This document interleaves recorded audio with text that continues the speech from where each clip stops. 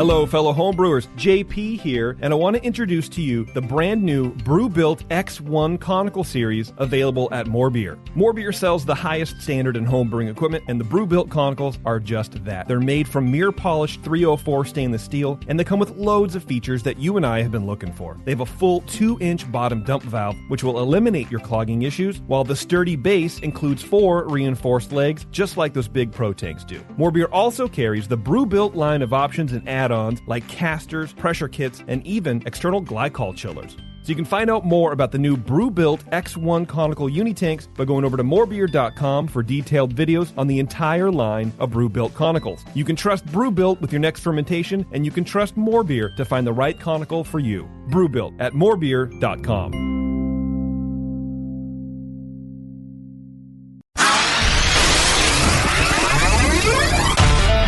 I poured it in my mouth and it just wasn't going down. My first beer was an IPA, the best IPA I've ever drank, mostly because I brewed it. If you have a scale that is good for measuring cocaine, you're probably good for measuring hops on cocaine. You're scaring me. I think the information is awesome and the audio sucks. Make some sugary water, throw some yeast in there. And you're going to drink good beer. Yeah, it's going to be good. It's fine. God damn it, man. Oh, my God. Oh, uh-oh. Now, live from the Brewing Network studios in Northern California, this is the radio program for home brewers, craft brewers, beer lovers, and beer geeks. It's your only source for live beer radio that brings expert brewers together with, well, expert drinkers. This is the radio program with a head on it. This is The Session. Hey, good afternoon, everybody. Welcome to The Session here on the Brewing Network. Back again, and it's comfortable and mild in the studio today, which is good. It's got everybody mellow and hopefully ready to drink. We are kind of mellow today, I noticed that. I think it's your fault, JP. You came in just real mellow. Everyone was super party, and I came in and was like, oh. Yeah, we were raging, and then JP walks in and we're like, okay, let's get out our library books. No, but hold the fun. Yeah. We did do some raging last night, though. We were out at the 2-1A for a while. Sully's with us, and Stephanie's rocking your chat room today, so welcome, Stephanie, and be nice to her in there, because she has the power to throw you out. She'll kick your ass. Throw everybody out. You have to, Steph. It's the new rule. Throw them out twice. Yeah, they've asked if they were still on lockdown. Iron fist. So. Yeah. Okay. We're going to fist everybody again. Yeah. Little fisting. Sully, I want to talk to you about urinals. Oh, yeah, please do. Oh, jeez. I want to talk to you about bathrooms. We're supposed to talk about that. We're not? Well, it depends on what you're going to ask me. Would you go into one with me? Are you talking about last night at the 2-1A? You have something. What's going on? Urinal issue? Well, I spent some time at the 2-1A yesterday with friends and listeners, and we had a great time. We ended up moving on to the Toronado later, and Chat got hammered. I'll tell you about that later. Hey, now. Chat was in rare form. But I'm at the 2-1A, and I go down to use the restroom. As you will. As I'm wont to do after a couple of beers up in the loft. And I got to stand next to 6 fat dudes, shoulder to shoulder, as I'm trying to take a pee. You've got a trough now at the 2-1A bathroom. I remember 2 urinals from before. You got a trough? It was one before, now we have a trough. Now and I have to tell you, style. you're going to get an award right now. Sean told me all men like the trough. No. The award is you're the only one who has a problem with that. No, actually, I do. I don't like it. And you Yeah, get I one hate as it. well, and you get one as well. Well, let me tell you. Let me get the awards out. Scott. I actually have mixed feelings about the trough. I enjoy the trough in a large bathroom like at the Coliseum. Yeah. Okay. Because then it's plenty of room for everybody, no Football big deal. field Yeah. long. It's fine. You have a rather small bathroom. And while I do appreciate not having to wait anymore to go use the single urinal, Yeah. the shoulder to the shoulder thing freaks me out. I don't want to be touched. I don't want to be touched in general. Okay. But then when I'm peeing, it's even worse. You see what I'm saying? Well, and then you feel obligated to pack in there, and then you might get some splashback from the other dude, and that's not fun either. Yeah, JP mentioned the splashback, and that freaked me out. I'd like to know what's the 2-foot urinal trough thing run? What does it run? Well, yeah, it's only this big. Well, No, the trough is... His turns the It's corner. L-shaped. Oh, really? Yeah, he's got a big-ass trough in there. We got a big trough. Not the size that matters. Yeah, and I go in there, and there's one dude on the L, and there's one dude in the exact opposite corner. They left the whole entire middle for me. That's what should happen. And then I waited because I didn't want to get in the fine for middle. you. I mean, basically, have you been there before when it's really packed? Yeah, it's a capacity So you issue. have to kind of put up maybe with something, something that's not ideal. Well, those handicapped guys in the sit down toilet, they got too much room. Yeah, we got a bar in there for them and some lap dancing going on. But no, we needed to really expedite things through, so we put that trough. And be honest with you, it's been positive. Everyone loves the trough. Motor loves it. Does he? He would. Motor, Yeah, because he takes gets up the more whole- room. He Yeah, takes up the whole trough. no one's going to stand by that dude. Yeah. I didn't mean that, by the way, Motor. I know you're probably listening, but no, it's been great. It's just opened the whole thing up. We don't have to have the temporary bathrooms outside during the big games and things like that. So, Oh, that's right. but you may said that. encounter some closeness, Yeah. with your fellow man. Yeah. You should post that on the door. Closeness may be encountered. It's a Senator Craig moment. Little man love. Yeah, I had mixed feelings about it. I wasn't opposed to it. I just, I wasn't sold on it yet. I'll have to use it a couple Tell you more what, you and I'll times. spend more time in there. Yeah, we'll have to go. All right, come on, Sully. Let's go try out that new urinal again. It's like a face your See. fears kind of a thing. Sully's You will probably got stay in here. Sully's probably got his own private bathroom. He's just not letting. Yeah, it's that the brewery information walk-in. It's got a floor drain. Good enough. We had the floor drain in the brewery. What are you talking about? Yeah. All right. I'm glad you're with us today, Sully. It's been a while since you've done the session with us. It has been. I was here on Friday You did lunch meat. for a surprise, but it's meat. good to be back here. Yeah, good. And Steph, work in the chat room for us, so we appreciate that. You can send your questions, as always, into the chat room, and Steph will pass them along to me. Today, we are speaking to Furthermore Beer, Furthermore Brewing Company out of Wisconsin, another Wisconsin brewery. They got an interesting story. They partner brew, Sully. That's good. Which is legal in California now. Yeah. They have a lot of interesting beers that we're going to talk about. So we're going to get to that in the second segment here today, and we'll probably spend about an hour. And I think it's going to be good. I was looking through their beer list. If you go to just click the Furthermore icon right there on our homepage, and you can check it out and get your questions ready. Of course, 888-401-BEER, that's our phone number. Always works to get through to the program. And I think I got the Skype on, and you got the chat room. All kinds of ways to get to us today if you have questions. So couple of things to update you on. One of them is, so the long shot competition was in town this weekend. Jameel and Tasty were kind of running that show. So Tasty will be here later to talk to us about that. But a bunch of cool people came into town for it, too, so we were hanging out yesterday. Yep. That's what brought us to the 2NA, Sully. I heard there was a whole group there. There was a big group, and it was like family time, too. Push and Sven had all their kids, and Pete Dedink from Fremont, he was out with his kids. A lot of kids. Did you have your illegitimate children with you? No, they're still in Oakland, so they don't cross the bridge. They need to make daddy money. So, And were you comfortable with those kids running around? Because I sometimes can't stand it. I actually really, really enjoyed it. I dig on kids for a little while, and because then they go away and stuff. You're like the good uncle. Yeah, exactly. Where JP would be the bad uncle. Oh, I have fun too, and I'm like, all the those ones were above the bathing suit area. Okay. I don't really like babies too much. Like if they can't talk, it's a little annoying. They You just want them to run with the slobber. herd. Yeah, and I want to be able to corrupt them a little bit. Like I was telling Push's kids, like I was asking them where they're going to get their tattoos and stuff, which Teach him to pull your finger. yeah, which Mrs. Push really enjoyed, I'm sure. How are their wives? They're all very cool, That's actually. good, that's Yeah, good. they're I've very not met cool. their wives. Well, maybe Mrs. I- Push was bummed not to meet you, but she's coming back for really? the anniversary party, so you'll good. get to meet her. She's a Pilates instructor. What so is that? She's fit. Oh. Yeah, she's a fit young lady. And They come in and Push went to go get him, and they come in. He sits them down, the kids, and he goes, "Do you want a beer?" She's like, yeah.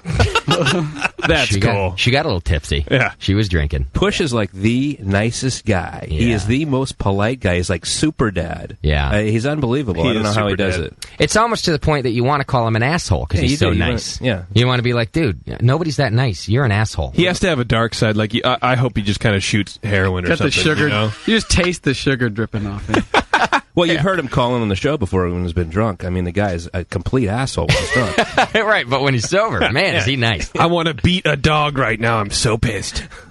So we hung out there for quite a while, and then we all scooted on up to the Toronado. The kids left. Push met us there later. Met a cool listener from Boston, right, Shat? Yeah, Paul. Nice Paul guy. Yeah. from Boston. He was hanging out. He's there. He just was in town visiting his brother and sees Chad with his BN Army hoodie on and was like, hey, I listen to BN Army too. And Chad's like, yeah, I'm Shat. Or he said, I'm Chad. And he goes, you mean Shat? Are you Shat? He starts looking around the room like all freaked out, like, who else is here? You know? Everybody was there. Yeah. Jameel, John Palmer, Push, everybody but you, basically, Doc. And JP. Yeah, I wasn't there. You bailed early, too. What happened? My nephew was in the NCS AAA Northern California Championships for baseball. Okay. Like high school. So basically, you got a free ticket. So yeah, they were playing in the Coliseum, which is pretty cool. So $15 to park, $12 to get in, and but I got to see my nephew play center field though. And it was cool. They lost, but it was fun. Yeah, it was cool. Got to party with the fam. Nice. Yeah. What kind of party? Like orange juice party or $10 beer party? Or $10 beer party? $10 beer party. No, they didn't. They weren't serving any beer, but it was all senior class and higher people in attendance. So it was a bunch of hot chicks. God, dude, bunch of hot high school chicks. Did you feel just like you were going to jail for your thoughts? No, because I was sitting around enough older guys that I knew that they were thinking the same thing. I mean, come on, you've been married 25 years. There's no way. So what did it look like when you were at the trough? They, I only went. There weren't a whole lot of people at the trough because it's no beer. There wasn't a whole lot of people there. They barely filled the infield. Did you need the long trough? I needed the long trough. I needed the private trough. Yeah, people were disappointed. Where the hell's JP? Yeah, I didn't know. Well, JP at the Toronado. I mean, that's like oil and water. Well, I wouldn't have gone either. He would not to the Toronado. I would have said F that. Yeah. Well, maybe. You have a good excuse this time, if you just didn't tell him you were going to the Toronado and just happened to show up there, you might have got away with it. Yeah. Push sends me a text because I told him, I was like, yeah, if I get out early, I'll come hang out with you guys. And he sends me a text. He goes, I just got in the Toronado. It's awful. I said, yeah, I know. Yeah. I'm not going to be there. I think he was humoring you. Push had a fucking fantastic time. Well, he said it was great. There was he said it's just an awful place. Yeah. Awful in a good way. A lot of good beer on tap. We had good beer yesterday. Dogfish Head had a couple beers on tap there. One of them, I don't even know how to describe this beer. It was a 14% beer. You got it in just like a 6-ounce glass. And it wasn't quite a porter. It wasn't quite a stout. The oak-aged one or the wood-aged one? I think Palo so. Santos? Yeah, that's it. That's it. Is that an Adrian? Yeah. Like a old ale or something? Yeah. Use your aged mute clip. wood. Okay, it's the Palo Santo. Yes, that's what it was. It has dates and raisins in it. And It was really good. Aged in this really aromatic wood. Okay. Wood. I bet he read my article and did that. Think so, huh? Yeah. We had that out at Savor. That was good. It's a nice beer, so I enjoyed that. And then they had a couple of other Belgian beers on there that I'd never even heard of, and I can't pronounce still. Le Foxon. That's kind of par for you, isn't it? Yeah, they were good though. One of them was a Belgian single. Oh, wow. I don't like the style. I did not like the single style because it had all these Belgian flavors and no backbone. Yeah. Just zero backbone. I did not like it at all. I paid $10 for this stupid thing. It was a $9.50 glass of beer. Did they at least lube you first? Or No. That's awful. And it was not good. I didn't enjoy it. So I gave that away. But the other one that I couldn't pronounce, I wish I could tell you the names of these things so you could look for them yourselves, but I can't, was really nice. That one was a nice Belgian double. And it had that... Doc, you know that kind of grape character that a good malty beer gets? Our Dunkelweizen even had a little bit of a grapey character to it. It's almost like a grape juice that the malt gives it. And it's so good, and I've tasted it in a few good beers. One of them was our Dunkel, and then other ones were other Belgian beers, like other Belgian doubles. And this was good. A very nice beer. And while there, I met the lady from Beer by Bart. You know that Beer by Bart website? Oh, yeah. She was hanging out. She's a cool lady. And just talked to her about the whole project and why they do it and how they do it. Mass transit.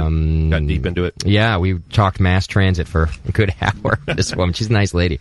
So what you do, you get your ticket and you go in the turnstile and then you get a beer. That's right. Well, they've made this great, it's this great map of just, they did everything within a mile. They made just a couple of exceptions. Toronado is one exception because they felt they couldn't leave it off the list. And there was a couple others in there. But everything else is within a mile of the BART exits. You can stumble to and from the BART and go to all these places. So that was cool. Beerbybart.com. She was cool.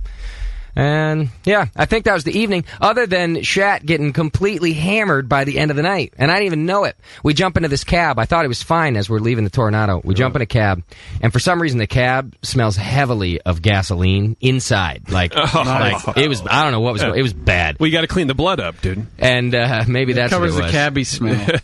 Shat gets in there, and this is where I realize that he's drunk. He starts just harassing the cabbie. Wait, what's that smell? You been huffing glue in here? And he won't. The guy's just ignoring us, not saying a word. You've been huffing glue in here, haven't you, buddy? I can smell it. You've been huffing glue all night long. Just yelling at the guy. And then he'll be quiet for like 5 minutes. Don't tell me you haven't been huffing glue. He was. What happened, dude? Don't remember that. Surprisingly. You didn't yak or anything, did you? I'll tell you what, drinking those big IPAs and then going over the Tornado and drinking those beers, I mean, it just eventually caught up. And then he's harassing people at the BART station. He's standing in front of the BART. At the BART station, there's a schedule, and it tells you what time every train comes. It's right there on the platform. So we're standing there waiting for the train, and Chad's standing directly in front of the schedule. And a guy walks by to look at the schedule. He's like looking at the schedule, and Shat's like, what the hell are you looking at? Like he's staring at Shat. He's like, what the hell are you looking at? And the kid just walks away. I go, Shat, he's looking at the schedule. It's right behind your head.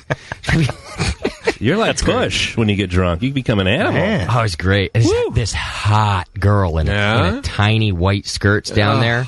But she's down there with her friends and a couple of big dudes, too, right? Oh, you can't get caught looking at that shit. Shat's like going up to her. He's like, take a picture of me with her. Take a picture. He's just like, she's got her back turned to us. He's just standing behind her. Come on, take a picture. You are great, man. Dude. Did you take a picture? I aim to please. I didn't. No. I was like, these guys are going to beat my ass, and I don't know that Shat's sober enough to help out. And then you sat down in BART, and 2 minutes later, you were passed out. Oh, yeah, that's how I roll. Nice. I think we have a crazy bitch update for later, too. We do. From by the time we got home, Shat was back awake. Let's just say that. And you had a hand in it. I did, yeah.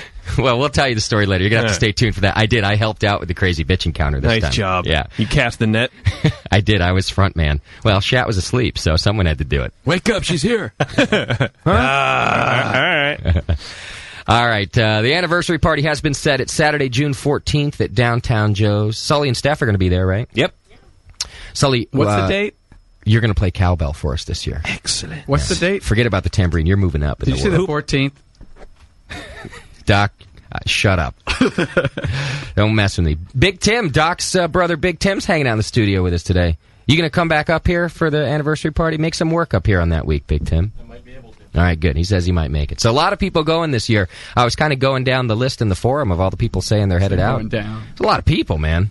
So it's going to be a good time. Saturday, June 14th at Downtown Joe's. The action starts at right around 5 o'clock. We're going to do a homebrew tasting, probably till about 6, and then we'll get the show started. We got a couple of bands playing. Big Joe Hurt is now on the bill, who came and played the show a couple of weeks ago. He confirmed he's going to be there, and he's going to do a set at the party, too, so that the show just keeps getting better and better. So you're going to want to come out for that.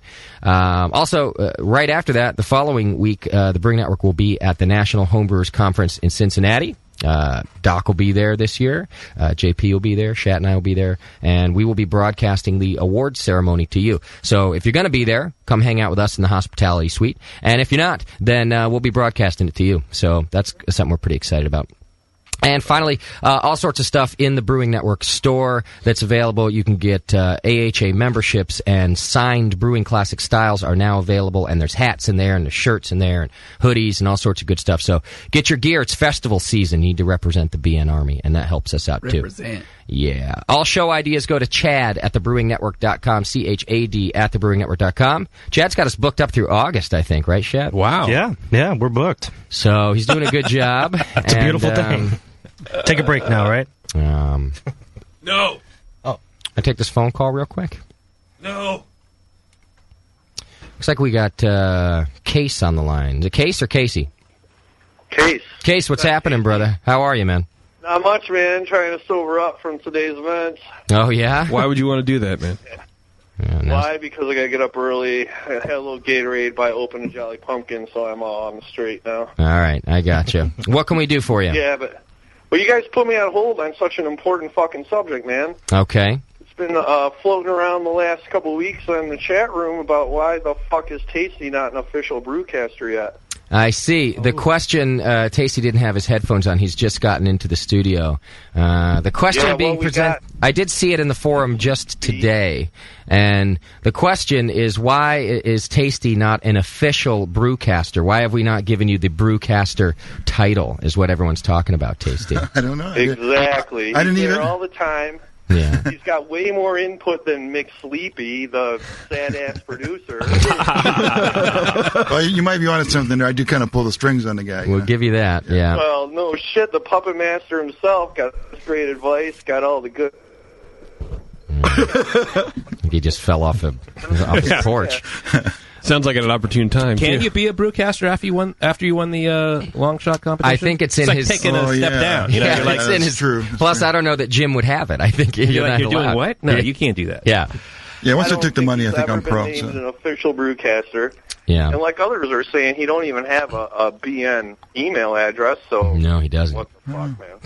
So you feel like maybe I'm dissing Tasty, all the work he's putting in, and I haven't given him a title. No, I'm not saying you guys are dissing him, but you're certainly overlooking Tasty. I mean, come on, man. He's part of the show. Yeah. Well, I'm an ancillary character, you know. Right. At least I'm a character. No if way, you guys knew how long it took me to get him on this show, right? I was. Oh, Doc. I was trying for a year, and he's okay. Maybe I'll stop by. I was definitely drafted. On the show, something's missing. Well, sure. here's Doc and Tasty are important parts of the show. I'm not opposed to giving a Tasty is, you know, really idea-wise is a brewcaster, but when you become a brewcaster, it's kind of a whole other thing. Then he's expected to be here. He's got to be here. He's here a lot anyway as a favor to us, but I don't know that Tasty wants the pressure of having to be here. Exactly, it'd be like a job. Yeah, and that's what happens. Like a job. Unpaid job. Yeah, it's almost it's not really a blessing once you get made a brewcaster. Plus the underwear they give you is killer. JP can skip to watch a fucking lame ass hockey game. What the hell? Hey, hard nipples, shut your face. Yeah, it's just, it's a whole new level of pressure. Right now, Tasty has fun, it's enjoying, but when it becomes work, he might not show up anymore. Make him an honorary brewcaster. I thought that was a given. He's definitely an honorary. I've never felt like an outsider here at all. So. In fact, I thought we did make him an honorary when we said he was like the best new character of the beginning. He won an award last year. Well, they made a distinction between characters and brewcasters. I see. Definitely. Because Sully does have the official title as honorary brewcaster. Am I? Yeah, you were given that in the. When did that I think in the 06 awards. Oh, yeah. Well, it's a good thing it meant a lot to you, Sully. I didn't get anything in the mail on that, though. You must have lost your shirt already. Or my underwear. He didn't show up for the awards. I haven't seen a check yet neither, right? He sent in somebody I send checks here to be here. What do you think? I mean, yeah, exactly. I can't get rid of it because I keep giving him money. You got to pay to play, man. Sully bought his way into honorary brewcaster. All right, well, I just want to get it out there about Tasty, man. All right, brother. I appreciate it. Lots of love for Tasty. Take care, Case. Tasty love. All right. Tasty still won't buy you a beer when he sees you, so. Yeah. Keep trying to pour you one. Yeah. Just like now. What are we drinking? American Pale Ale. How did I know that? Is that your beer, Tasty? We're having? Really nice. I got to finish this IPA, which I'm not enjoying, so I can get to your American. You Pale should Ale. maybe try entering some competitions. You might win. See how this you is the beer that Vinny and I are making. Who? Our pro, yeah, who? All right. Name dropper. Oh my God! You've got mail. Kick ass. All right, let's do some feedback this week. No sponsor for our feedback this week, Shat. Sponsored in part by the 21st Amendment at 563 2nd Street, 2 blocks from Pac Bell Park. Cans. Open everything. There you go. There's your sponsorship. Perfect. Tasty can. Dear certified BJCP ass bags, this is from Angry Jameel. Oh. I've just about had it with all the lazy second-guessing substandard judging that has been going on lately. It seems that all I end up doing is giving some bunch of dorks a free drinking session with a nice $5 tip per entry. This gives good judges who care a bad image. There are some waitresses that earn about $5 an hour, yet I doubt very much that any judge spent an hour evaluating my beer. We need all judges that are not giving their all to step up to the plate and not whine about how much work it is to sit on their ass and taste beer. I sent in a bottle of my own piss, and all I got back was, you shouldn't take so many vitamin supplements. This is exactly the type of judging that I hate. They could have stated that if I were using vitamin supplements, that maybe I should try to reduce that element. They don't know me, so why make statements about that? Which is true. That's what Jamil says. You don't assume anything.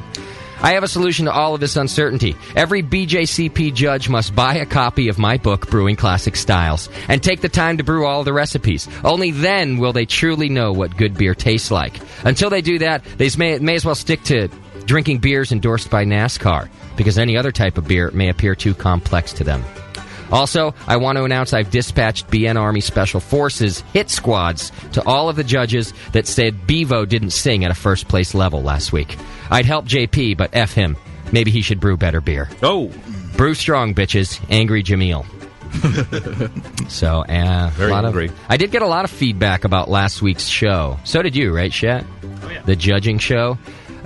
Some judges really enjoyed Jamil's commentary, and some judges were kind of pissed off about him being on a soapbox and talking about what could be done better. Here's another comment about it. Justin, you no-talent hack. What a horrible show.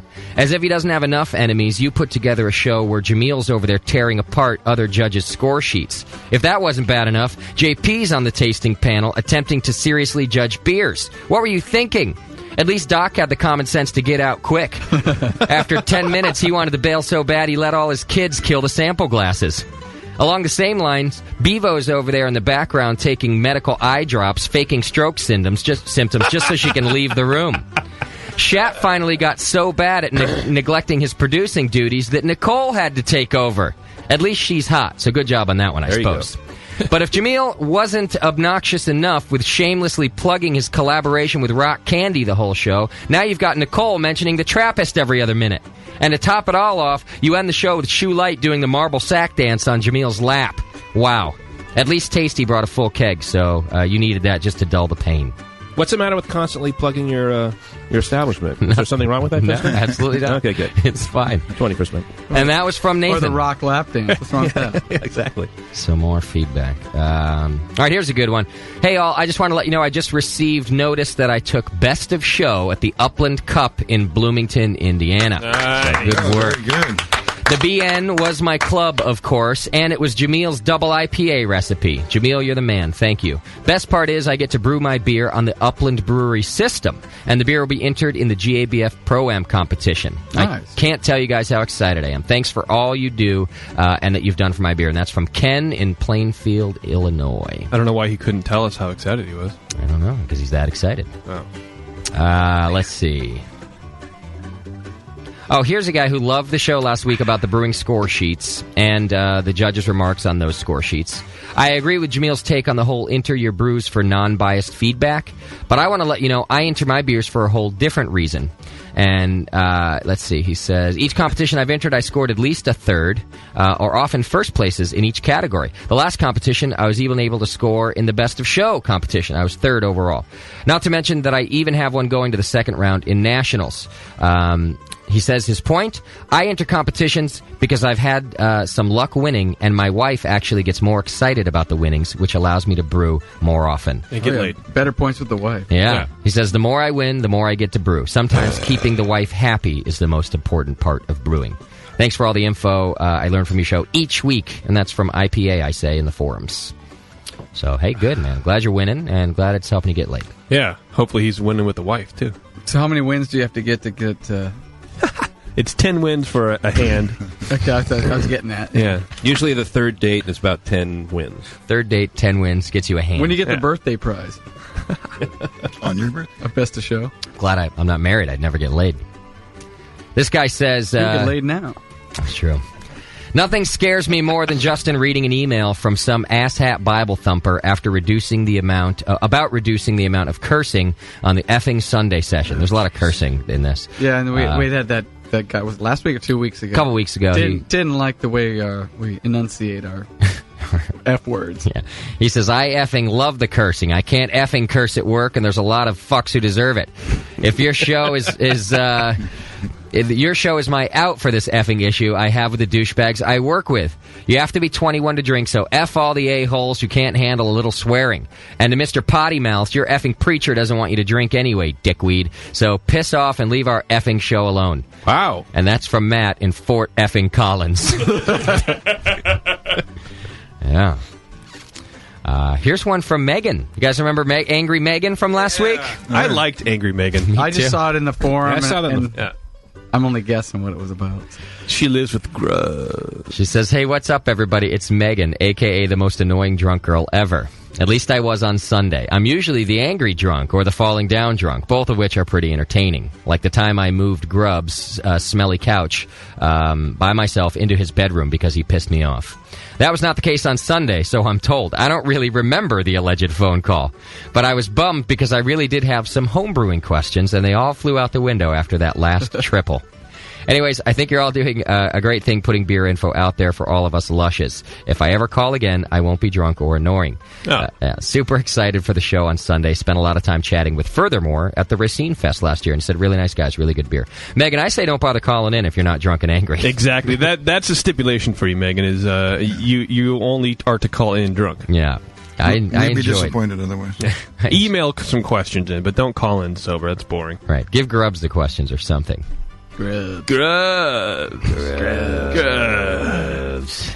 All right. Here's one from Paul, who met us last night.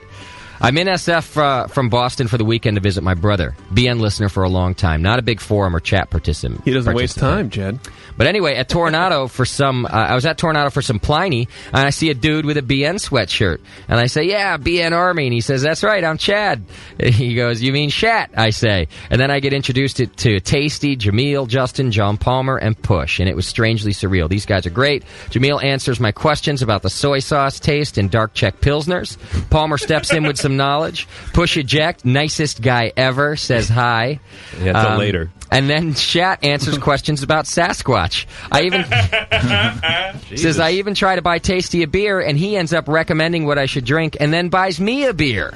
Oh! He says the BN is for real. You guys are like walking beer Wikipedia. Yeah. The nicest guys I've ever met. Long live the BN. I know this is too positive for you, so let me get critical. JP, I hope you and the cats had a great night. Why the fuck weren't you there? It's sad. Just sad.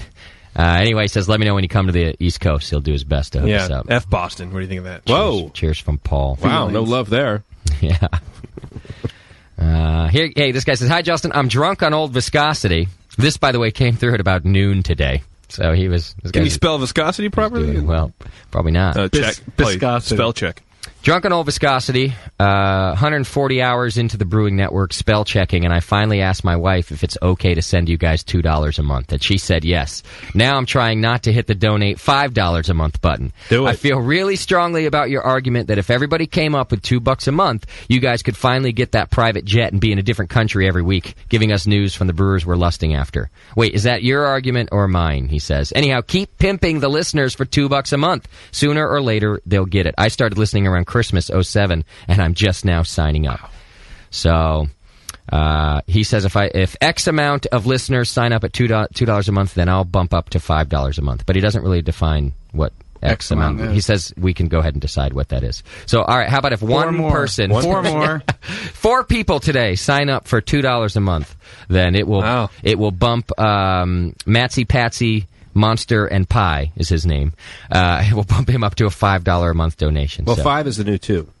That's true. You know, the dollar's kind of weak right now, so pretty much 5 is 2. It's really weak around here.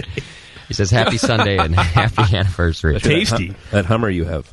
But he is right. For just $2 a month, you too can support the Brewing Network. And if every one of you sign up for just $2 a month, we'd be doing great. We'd be doing fantastic around here, and the shows would get better, and maybe even Chat would do some stuff. Well, let's not get ahead of ourselves. Yeah. All right. I think that's it. Here's a guy. I'll bring this out later, but he really likes Furthermore and has a Stump the Brewer question for him already. So that could be fun. And that's your feedback for today. Brought to you by the 21st Amendment at 563 2nd Street, just 2 blocks from Pac Bell Park. Now with a trough. A shiny stainless Splashback steel is trough. free. Be comfortable with your neighbor. Wiping is optional. Was it your idea or Lloyd's idea, or Nico's idea for the trough? I want to know.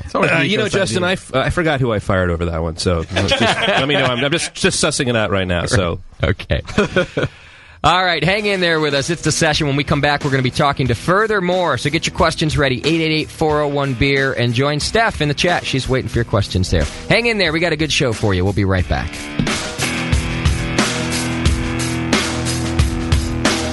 You're listening to the Brewcasters. The Brewcasters on the Brewing Network.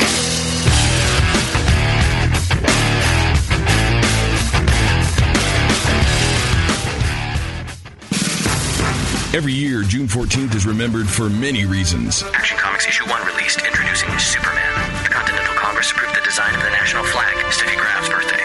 But this year, we'll top them all. Hey, you guys, this is Bevo, and if you come to the anniversary show, I might be drunk enough to let you take pictures of my booth. It's the Brewing Network's 3rd anniversary party. Hey, howdy, hey. This is Jamel. I'll be there. Hey, guys, it's Sully. I'll be on the Vespa with Steph. See you there. This is Kelly Beck, and I'll be there. This is Announcer Guy, and I'll be there. John Foster. Chris Graham. Bedrock. Bob. Jay Brew, please say. Pusha Jack. Mrs. Push. Vanna. O.J. Simpson. Hey, this is John Palmer. I'm going to miss the drunk Jenga. Damn. Come celebrate 3 years of live beer radio at Downtown Joe's in Napa, Saturday, June 14th. This is Bevo, and I'm going to be there.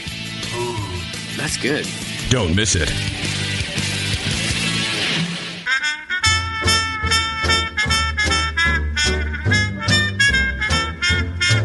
Give me a red hot mama and an ice cold beer, and I can sort of get along. Give me a long gone baby to cuddle up there, then just leave me alone. I'll take a table in the corner, turn the lights down low, put a nickel in the jukebox and let her go. With a red hot mama and ice cold beer, and I can sort of get along.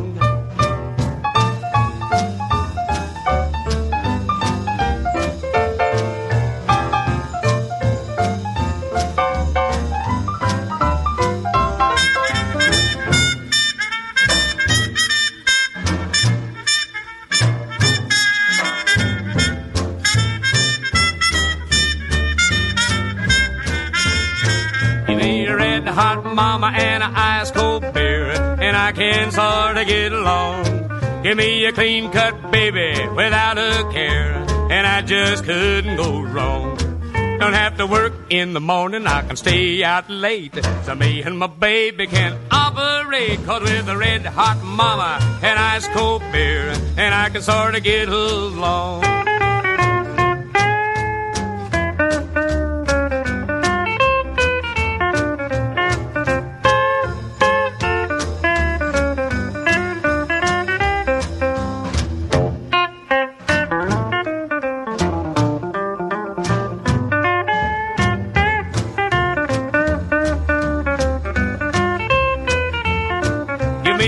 Hot mama, nice cold beer, and I can sort of get along. Give me a live wire cutie without a fear that anything can go wrong. Don't want no pretzel, just bring me some brew. Baby, your daddy's got work to do, cause a red hot mama and ice cold beer, and I can sort of get along.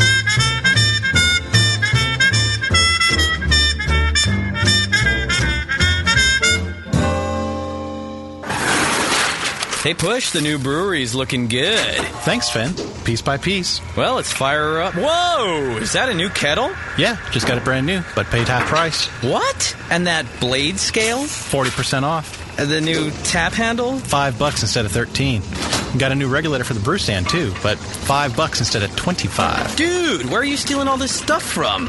Where else? The More Beer deal of the day.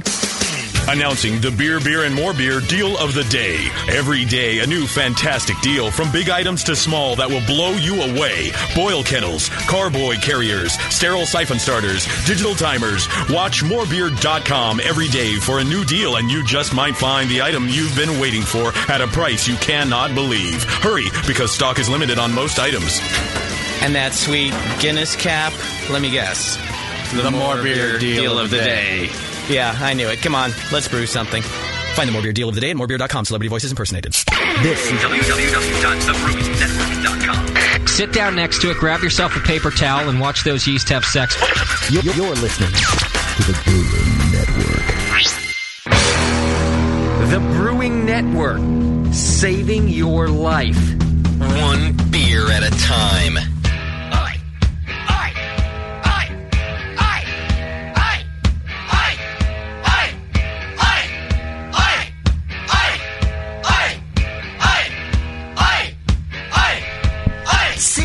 I don't know what to say. Let's say City Lights. Oh, I'm sorry. Welcome back to the program. That was a hilarious bit we just did right there, in case you missed it. I really did know. I was just fooling everybody. Did it work? That was the funny part. Did it work for all the fans? I think they were fooled. Yeah, I did it. All right, we are supposed Don't to do it have again. Aaron Madden on the line right now. Let's see if everything worked this week. You never really know. This is that exciting part of the show where it's like you could either, it's like playing a slot machine, right? You put in the quarter, you hope you get something back, but maybe you don't. Roll the tumblers. Push the button. Aaron, are you there? I am here. Jackpot! All right. Indeed. Like the pros. And happy to be as well. Wonderful. We're glad to have you. Aaron Madden from Furthermore Brewing out of Wisconsin.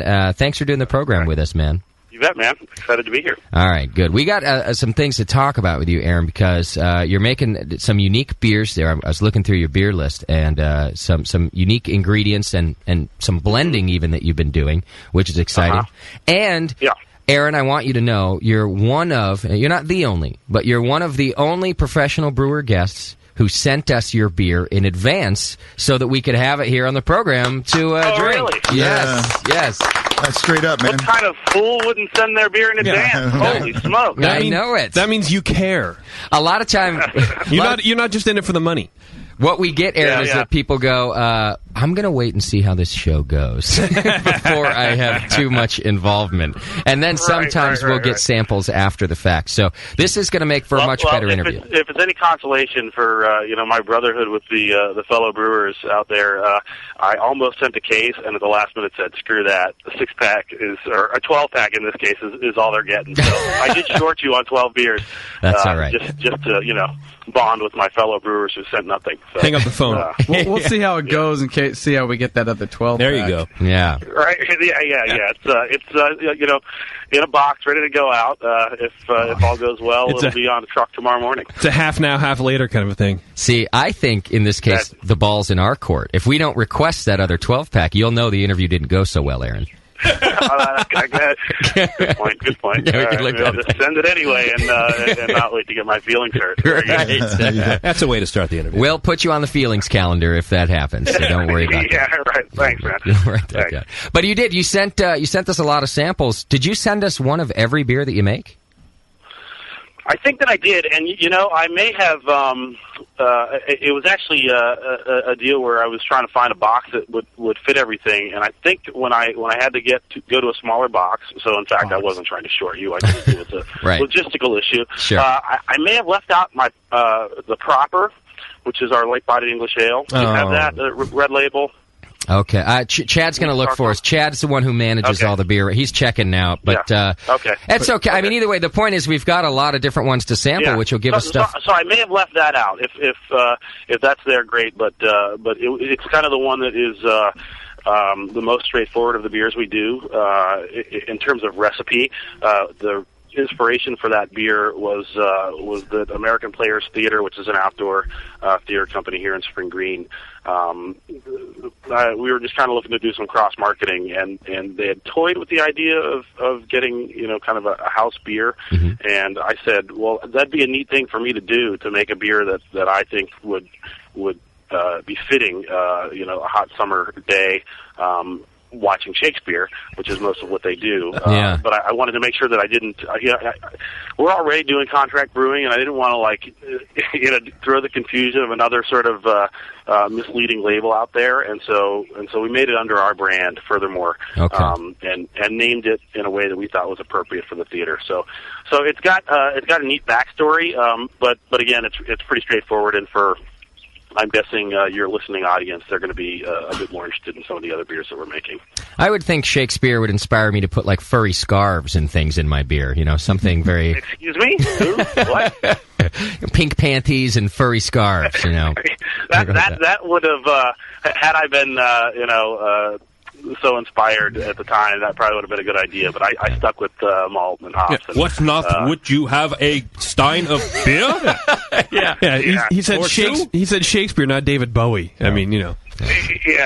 Well, the funny thing about the Shakespeare too is that usually they're talking about like drinking a quart of sack or something, odd that I actually had no idea. So I could have made them some sack instead. JP had a quart of sack just today. Again, a David Bowie thing. There you go. So you said sack? A sack. Very good. Thou shalt kick thee in thine sack. All right, Aaron. Let's find out a little bit about Furthermore. I want to know about you first as a brewer. Did you start out as a home brewer? Started off as a home brewer, but sort of home brewer with a fever, and I was between majors in college and thought that maybe I should just homebrew on my way to professional brewing, and sort of had the bug right away to make beer, and part of it was the beer making, but part of it was just the experience of sharing beer with people and different levels, whether it's a backyard party or being a commercial brewer and putting it on the shelf and seeing what people say. So I was really intrigued by it from the get-go, and the major that I was leaving was biology, chemistry, and the one that I jumped into after that was fine art. So brewing sort of was a nice in between. Yeah, you got to have both. Exactly. So I kind of failed out of the biochem thing, so I don't know if I have that so much, but the eye for art is strong in me. So that's where I started and did that in Colorado, in Fort Collins. Walked into my first brew pub, Cooper Smith's, and was really intrigued. I thought it was a pretty neat place, and got the bug. I'm from Pittsburgh, and so from Colorado, went back to Pittsburgh and met up with some restaurateurs. I was just kind of looking for a weekend job in college, and they had a deli, and they were expanding into a bar, and they wanted to do a brew pub. Obviously, so that's sort of when I jumped in and said, "Okay, I'm a brewer. You are really prove it." And so I had to prove it. So I went to brewing school pretty quick. What school did you go to? I went to the American Brewers program out in California. Okay. It was the offshoot of Davis, the Davis program, and at the time it was a physical classroom with Dr. Michael Lewis, who ran the program at UC Davis. So yeah. I don't really know where it stands now. I know they're doing some online stuff, and I think they've got some decent instruction as well. But it's a different program than it was when I went there. Okay. And got to do the apprenticeship, which was a really, really cool portion of that program. Where did you apprentice? Napa Valley. Calistoga Brewing Company. I'm sorry, Napa Valley Brewing Company in Calistoga. Okay. So there was a bigger brewery in Napa, but this was kind of the small 7-barrel brewery. All right. Up in Calistoga. So spent a month there and got my hands wet or burnt, as it were, depending on on how the day went, and came back to Pittsburgh and kind of went full tilt into trying to get this brewery open with the restaurateurs that I was hooked up with, but that never came to be. They just the whole getting through. It was neighbors. Neighbors didn't want a big stinky brewery in their backyard, and it was kind of hard to convince them that not all breweries are big and stinky. Yeah. But I started working for different breweries in Pittsburgh, and that's how I left from home brewing to commercial brewing. Okay. The most notable of those is the Church Brew Works, which is fairly well known, if for no other reason than the advertisements that Specific Mechanical, the equipment manufacturer, kind of threw out there in a lot of the brewing publications. Where else did you brew in Pittsburgh? The Foundry Ale Works was the other place, and I did a lot of hopscotch, and I kind of started as an assistant at the Foundry, and then left there and worked at the Church Brew Works as an assistant, and then there was an opening for the head brewing position at the Foundry, so I went back there, and then that ship was sinking, unfortunately, and I went back to the church and was still playing second fiddle, but you know, a little bit more input as to what was going on. You know, Aaron, this is Sean O'Sullivan. I think I've actually met you at the Foundry when it was open. Really? Yeah, I worked out at Triple Rock and at Steelhead Brewing Company at 20 Tank, and I don't know. I think Did you guys date? We didn't date. Out on the West Coast in Northern California. I mean, this was a long time ago, but I remember. I remember meeting a guy at the Foundry. Yeah, I remember meeting a guy at the Foundry. You had really big hoppy beers there, and I couldn't find any hops anywhere in Pittsburgh. Oh, yeah, yeah. And I remember running in there. So, and then he roofied you, Aaron, and you don't remember the rest of the night. Yeah, you were, you know. yeah.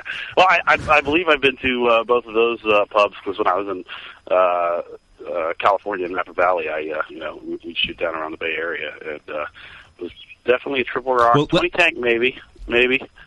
Well, let's continue this conversation right now. So we just have this personal conversation over the air right now. Anything else you guys want to talk about, Sully? Well, you had like these big tanks and. What are you wearing right now? Just out of curiosity. You know, the huge, nothing. Nice.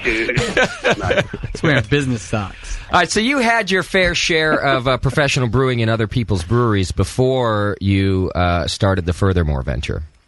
Right, and I still have my fair share of brewing in other people's breweries because although I was an employee at those breweries, I am now a customer at a brewery in Black River Falls. So I borrow somebody else's stainless steel to get beer made. So we are, in fact, in the eyes of the federal government, a contract brewer. Okay. So Black River Falls, it's Sand Creek Brewing Company, and they've been around for, they were Pioneer, and then there was a kind of, two guys got together and shoveled some more money into it, and it became Sand Creek Brewing Company. But they're 2 hours north of us, 2 hours north of me here in Spring Green.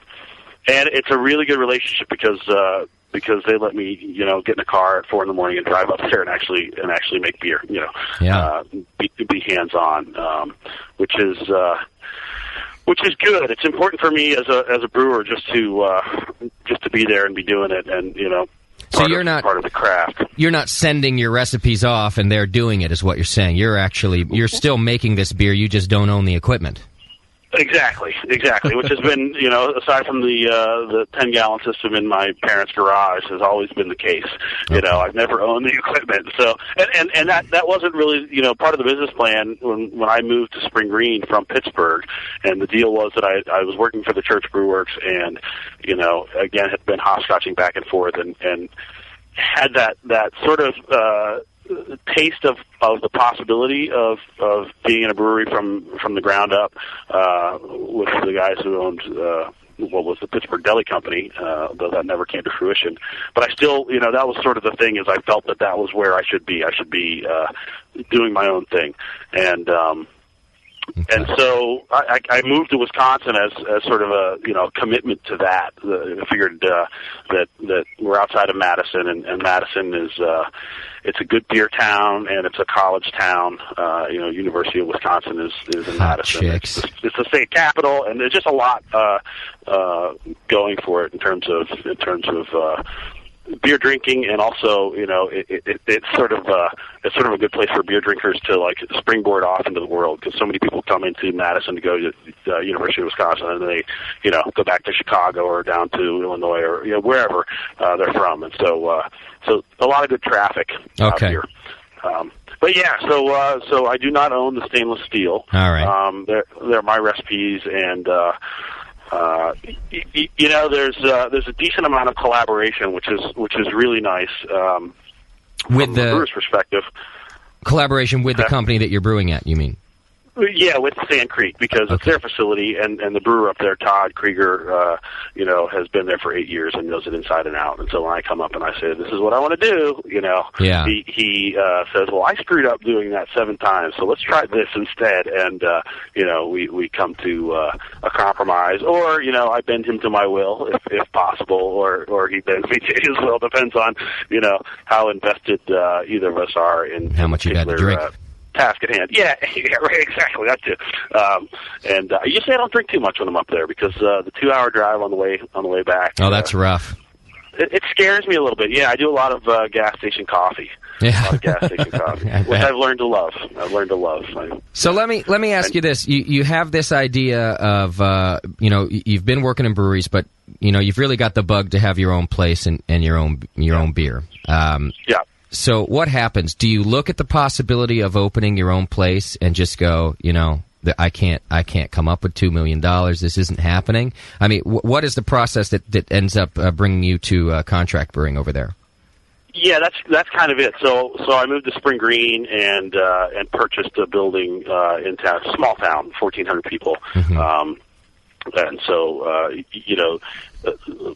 pretty much a farming community, although there's an industrial side to it. Cardinal Glass put two plants in Spring Green, and so they employ a lot of people, and there's a lot of Cardinal Glass action here. But so I bought this municipal surplus building, and it was the cheapest building I could find, essentially cheapest square footage, and we were going to shoestring together a brewery, and we were going to get some used equipment, and it was going to be 7 or 15 barrel, and we were going to do draft only. And we were kind of just going along with that assumption, and then we started looking at the calendar and saying that we were going to make this beer for American Players Theater. We're going to make them a house beer, a beer in their honor, and we weren't going to be able to get it into a bottle in time for their opening night for the summer where we wanted to launch our product.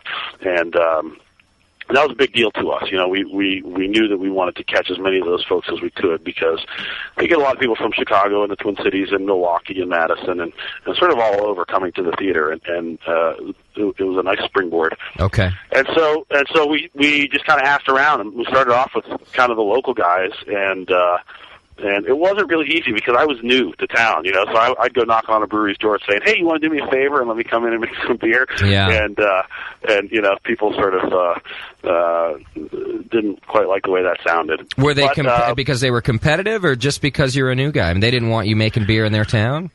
I think there was a combo. I think that for a lot of people, I think it's just a matter of what are you talking about? That's not in my business plan. So just because it's in your business plan doesn't mean I should bring you in here. And I could appreciate that. And I've had people knock on my door a couple times in breweries and say, I got this great idea, and when they pitch it to me, it doesn't sound like a great idea for me. And so I say, well, I don't think that's going to work, and sorry. But what ended up happening was we found the guys in Sand Creek who had the facility to do it. So some of the places that I checked in with just weren't really able to accommodate, even if they thought it was okay, and even if they said, yeah, come on in, we'll talk about it. Once we started talking about it, they said, boy, this sounds like, it's going to be a lot for me to manage when I've got, a restaurant as well, and this, that, and the other. So the guys in Sand Creek are straight up commercial brewery. They don't, they have a tasting room, and they don't have a pub, and they were hungry, and we were hungry, and that was kind of that was, the element that was needed. They wanted people in there to cover overhead for them. That makes sense. And that's, I guess, why a lot of facilities end up doing that. Sully has obviously some... Yeah, Aaron, I have a place out in San Francisco called the 21st Amendment, and we have we've put our toe in the small pond of craft beer in a can right now, and so we're producing 2 beers in a can, our watermelon wheat and our IPA, and we just did it on the desktop with a cask brewing system, tabletop. Filler and Seamer, and then we were going to get into it bigger and all that, and we decided we needed a bigger brewery to make this at, more quality involved, better canning line, low airs, blah blah blah blah. And so we looked across the country, and we went to the Midwest. We found these great breweries out there, and we ended up with Gluck Brewing Company out in Cold Spring Brewing, Minnesota, which is now called Cold Spring Brewing Company. And I think you're doing the same thing I'm doing in a lot of ways. Partner brewing, by the way. Use the word partner, by the way. It sounds a lot better than contract. It does sound better, yeah. Partner brewing. Because contract brewing really sort of reminds you of what was happening in the late 90s with craft beer, when you had like Madison Avenue people designing labels, names, and all that, and going out to these breweries and saying, like... And it was all like, Gecko this and Rhino that, and you're like, wow, absolutely. Rhino's in the Midwest. How about that? And, they were using like the same beer that the contract brewery was using. Like their pale ale became their Rhino pale ale. It was complete bullcrap. Right. And so I personally believe, and I know you've already probably drank the Kool-Aid on this one, that I think breweries should start doing that more often. It's very capital intensive to put that kind of money together to build a brewery. But if you can, help out another brewery like you've done and to meet their bottom line and go along, I commend you for that. And I think, well, especially since you're there brewing it as well, Yeah. I really don't see a difference other than the saving money. And I think that's what our listeners are going to be really interested in is the saving money. It's all about the beer. If the beer tastes good when you open the bottle or can, then that's where it is. Yeah, I agree, and the candy thing, by the way, is an attractive thing to us, and part of that is just because I hate working with broken glass under my feet. Sure. It's just the worst thing. Like to you go by a filler and it's just rattling, and when it breaks and you're on the other side of the room and like glass goes flying, it's just like Jesus, man, what's going on in here? So reminds me of my childhood. Yeah, I mean, so. Brought that to a halt. But the contract thing or the partner brewing is it is a good way to go, and I think that a lot of it, and my business partner and I, who couldn't be with us today, unfortunately, Chris Staples. He's the guy that he's the master of the brewer, and he's got the push behind Furthermore, and we've made sure from the start that there was transparency in our operation and that people knew what was going on. And when people say, so where's Furthermore, we tell them Spring Green. And when they say, where's the beer made, we tell them Black River Falls. And usually we'll answer their immediate question and then follow up with the story and tell them how it works. And people don't seem to have a problem with it because the whole thing, as you said with the Madison Avenue thing, was it was just... It really was meant to pull the wool over people's eyes, and so people got skittish. But that's not the case. We still don't get invited to a couple of beer festivals because of it, because we don't own the stainless. Oh, is that right? That's crap. That's weird. Crap. You know what you should tell them? You tell them this. Whoever that is, Mr. Beer Festival guy, you say, you know what, Mr. Beer Festival, if I take my recipe and my ingredients to make you a lasagna to your house. Is it my lasagna or is it your lasagna? Made in your kitchen. That's in your kitchen. Yeah. Use the lasagna argument. That's a good argument. Yeah. I think the lasagna argument holds, man. I think kick him. I think it's going to kick him to the floor. The lasagna factor. You may not get in that way, but you at least got that one. The other one going. At least I'm on the feeling chart. I'm on the positive side. That's right. Now you're in the positive. Well, let me ask you this for my listeners, because and please, if you can, and as much as you feel comfortable, be specific and be honest. People. I think homebrewers that were homebrewers just like yourselves and kind of want to take the step. I think this is a new and attractive way for them to become professionals as well for certain homebrewers. So what is the cost difference? We've had people on the show before come and talk to us. In fact, Sean O'Sullivan has, about how much it is to start a brewery. So we kind of know those figures. And I don't think anybody knows. Obviously, you still have to license and you still have to do a lot of these things. You're not just jumping in with $5 and brewing on somebody else's equipment. What does it take, and what is the cost that people are looking at? Well, it was I don't know. It was $125,000 loan and some some money to buy that loan. Because the bank just doesn't give you a loan. You pay for the loan and it's just weird. And I don't know. There was $60,000 put in or something prior to that, and so and that was not buying any equipment. Okay. That was essentially 2 years of operating and losing money and breaking even and not buying what you think is going to be $200,000 worth of equipment, which is really $750,000 worth of equipment. Okay. That removed it took everything we had to start the partner brewing operation. So so yes, it's not easy, and I think that you're right.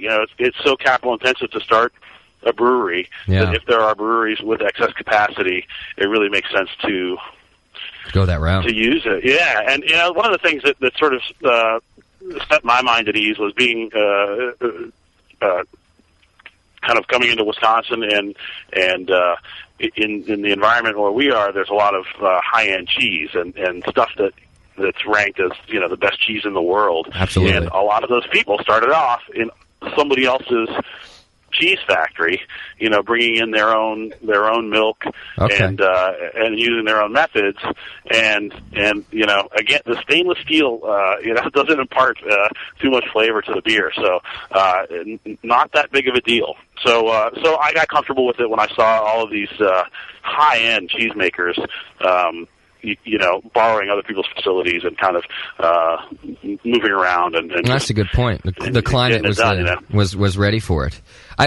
So it's really, I mean, it sounds like it is a fraction of the cost of opening your own place. Absolutely. But you still, it is. I mean, you mentioned that you operated for 2 years at a loss and eventually broke even. So you're still laying it all on the line. It's not a piece of cake, but it is a fraction. Yeah, and this year in particular was tough because anything that we thought, you know, we were gonna really you know, boost our brand with went into hops, and so right. we had to pay for, you know, we were planning on doing 1,000 barrels or so this year, and we had to $20,000 in hops fees up front, and so that was tough, and we had to, you know, couldn't do a lot of things because we had to do that. Right. And so things like that come up, and you know, the way gas is going right now, we got a big fat Ford truck, you know, with a delivery body on the back, and that thing sucks gas like crazy. And so there's just all these things that as a small business, you know, one of the things that we looked at, kind of part of the ethos of our whole company is trying to put the consumer first, because that's really what matters. If they're not buying the beer and enjoying the beer, then who cares, right? Yeah. And so,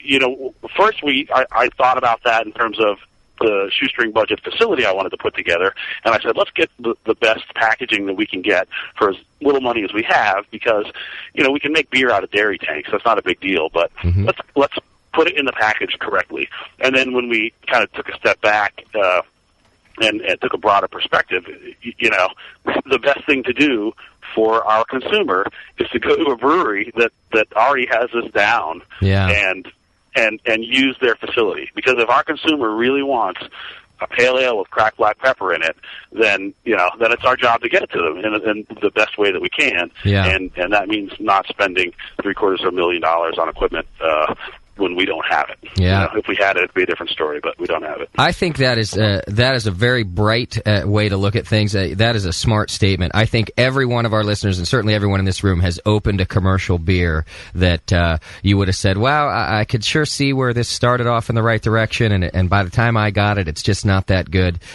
because mistakes were made along the way, and they couldn't afford the proper equipment or whatever it may be. They had a big idea for a wonderful beer, but their infrastructure just couldn't make it. So I think that's a very intelligent thing you did to say we could make fantastic beer. Absolutely. If somebody else has the stuff. Especially in the packaging line, because that's really where the tires hit the pavement, and that's where everything's going to go downhill. It is. And you know, I think that one of the things, too, that is true is that, you know, I would have bought my own equipment had I done it. You know, I walked into an auction in Cleveland, a brewery auction, and $600,000 worth of equipment went for $60,000. Wow. And I just went to to check it out. You know, I was window shopping, and I took a buddy with me who you know, was in law school and wasn't planning on getting into the beer business, but he looked at me and was like, "We should have came up here with our checkbooks, man. We should have came up with our parents' checkbooks. You know, like somebody's money should have been in our pocket when we walked in here, because this is ridiculous. You know, must have blown your mind." And that was the last time I'd ever witnessed something like that. You know, I've seen, you know, a quarter of the equipment go for double the price. And just the way it was, that everybody got into brewing, and you know, sort of like the .com thing. It was like, just put your money into it. It's going someplace. And, you know, a lot of them didn't go anyplace. And so the equipment was there for the taking, for pennies on the dollar. And it's not that way right now, especially with stainless steel, prices the way they are. And so I think that, you know, the fact that you guys kind of have your finger on the pulse regarding people wanting to get into this and how you do it if you don't have the money, and are there other avenues, I think that's just the way it's going to go, is realistically, people can't buy $30,000 worth of equipment and put together a brewery. It's not going to happen. You know, those days are gone. You got to use what you can. And the other thing is that if people have, I think that if people have beers that are worth putting out there, that's going to be what's important, because 10 years ago when I started, if I made an English bitter, I was lighting the world on fire. Like that was a big deal to people 10 years ago. And when we started Furthermore Brewing, the sense was if we put something on the shelf that's already sitting there, then this is a lost proposition. We are going to waste money because our neat little story, whatever it is only going to go so far. We've got to have something that differentiates our brand or the extension of ourselves from other people. And so, I think that is where it's going to be. And okay. Well, and so if people have that and they just don't have the brewery, then I think that they can get to where they need to be. I think that's great advice that people should be listening to, because don't throw the dream out the window because you can't find $30,000 equipment anymore. There are different ways to do it. And I think you're right. If you got a good product and great beer, you can get it out there like you're doing. I will tell you that I would have. My business partner likes to say about Furthermore Beer that I have the recipes. I make the ball, and Chris is the guy who takes the ball out and gets other people to play with the ball.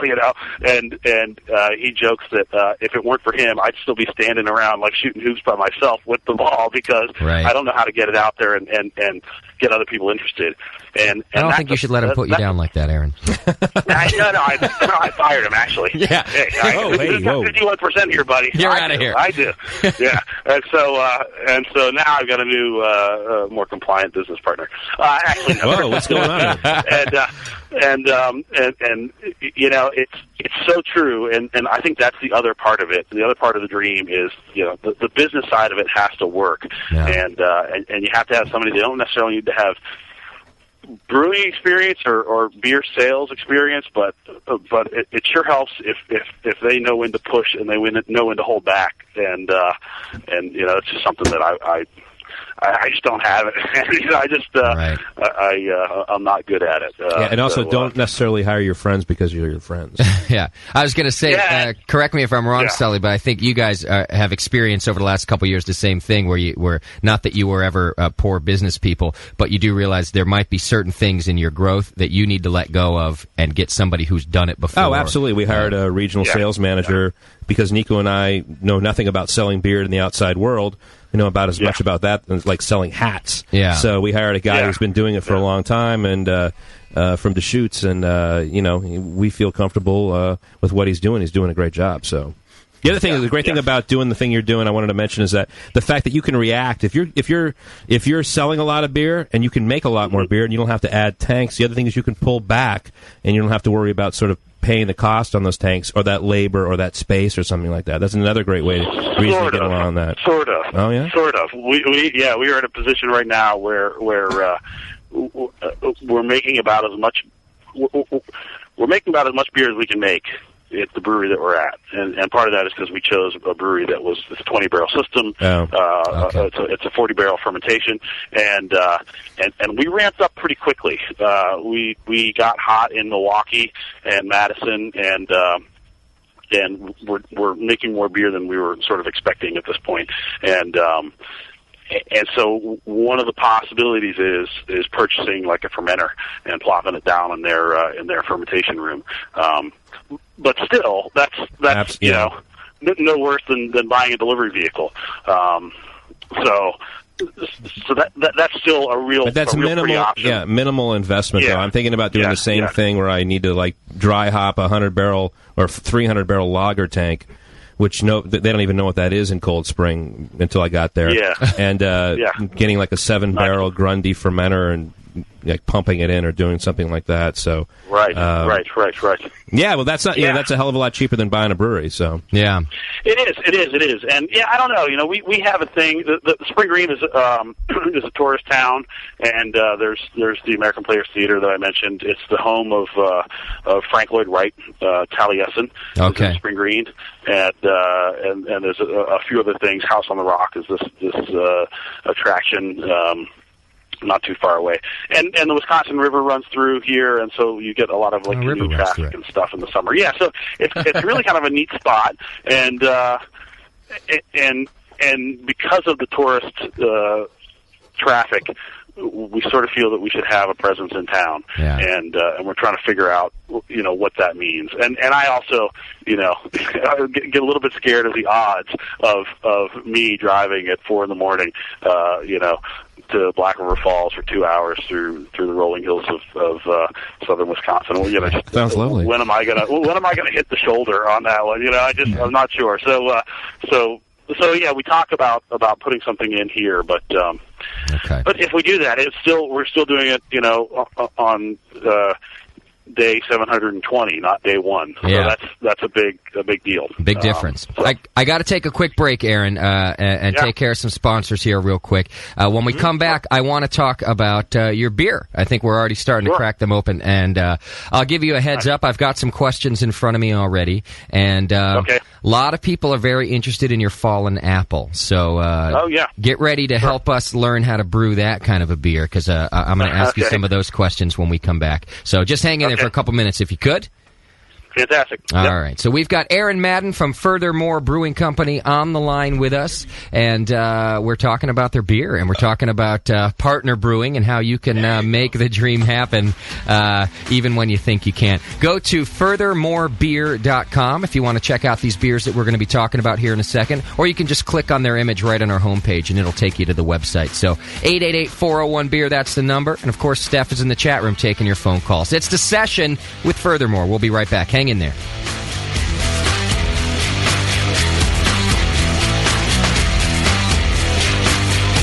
You're listening to the Brewcasters. On the Brewing Network.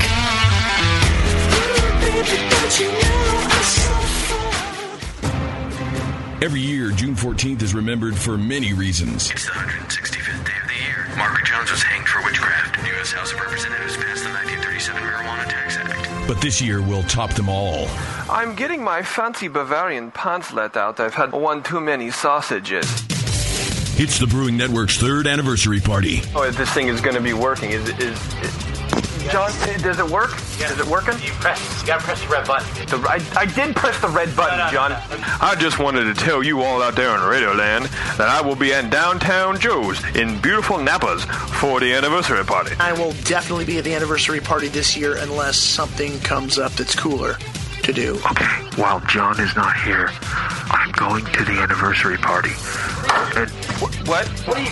Nothing. Take it off. No. Go back to work. Come celebrate 3 years of live beer radio at Downtown Joe's in Napa, Saturday, June 14th. Don't miss it. Be there. Valley Brewing Company is Stockton's premier microbrewery and family restaurant in the heart of Stockton, California, just off the Miracle Mile. Brewmaster Steve Altamari crafts a full array of award-winning ales and specialty beers, from their Hitman Gold American Pale Ale to their Black Cat Stout, or any one of their monthly specialty brews, like Valley's Uber Hoppy Imperial IPA. And the best part is, you can now purchase kegs of Valley Brew to take with you from their all-new 30-barrel brewery, now open in Stockton. So pick up a keg and get a taste of one of California's oldest brewing traditions. To find out more about Valley Brewing's historic past, their selection of beers, or family-friendly restaurant, visit them online at valleybrew.com. Or stop by and sample the beer at 157 West Adams Street in Stockton, California, where pitchers are just $5 all day on Sundays. I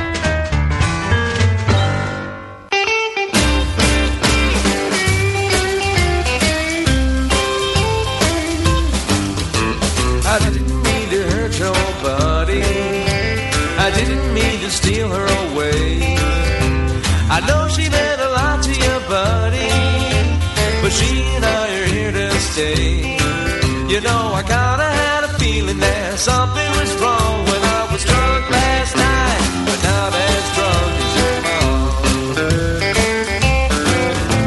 I know you don't like seeing us together. I know you've known her your whole life.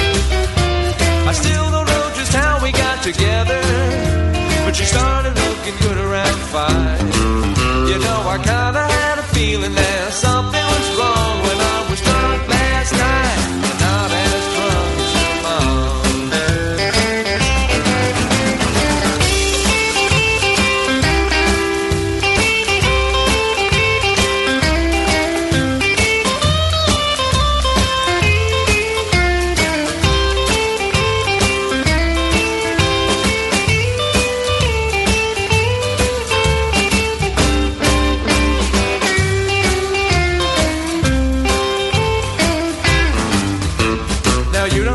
to call me daddy, and I sure as hell ain't gonna call you son. I bet you never thought I'd be your daddy. Now go out back and mow the damn lawn. You know, I kinda had a feeling that something was wrong, 'cause I was drunk last night, but not as drunk as your mom. 'Cause I was drunk last night, but not as drunk as your mom.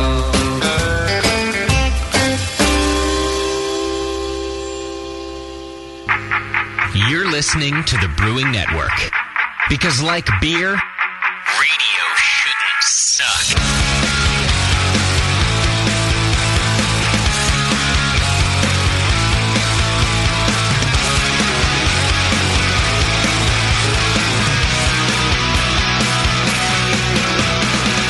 Welcome back to the program, everybody. Talking to Aaron Madden from Furthermore Beer Company out of Wisconsin, and we're about to learn about some of the good beers that they're making out there for us. Aaron, you still with us?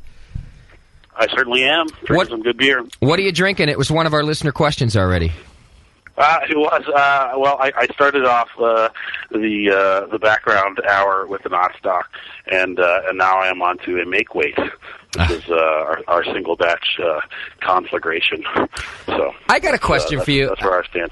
I don't usually ask this question, but now I'm curious about it. A lot of our guests, when we ask them what they're drinking, are drinking their own beer. And yeah. Now, I would be doing that, but that's because I'm a cheapskate, and Right. it would technically be free. I'm curious, are you guys, are as guests, are you always drinking your own beer because it's a plug when you say you're drinking your own beer, or because are you normally at home drinking your own beer?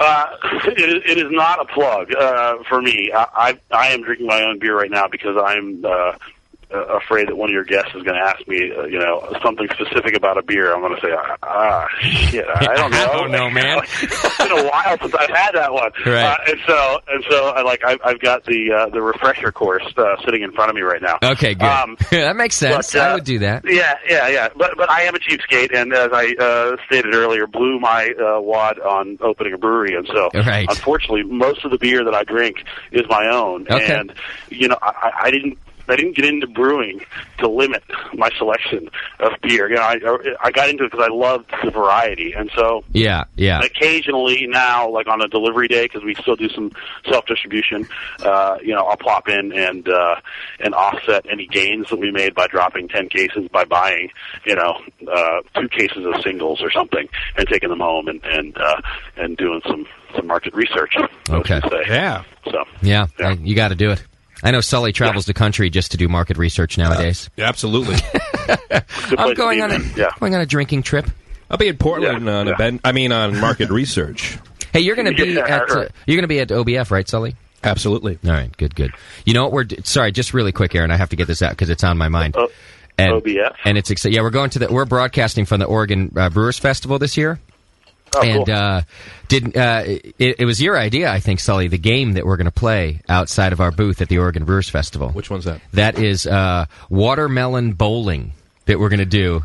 Dude, outside of the festival. I trademarked that game. Nico gave it to us. Okay. We're doing it with you and Nico. The watermelons are the pins or the ball? I don't know how we're gonna have. Chad's gonna have to figure it out. Sully's just an idea man, and then he pass it along and fades after others make it happen. They should be the pins, and we'll throw midgets at them.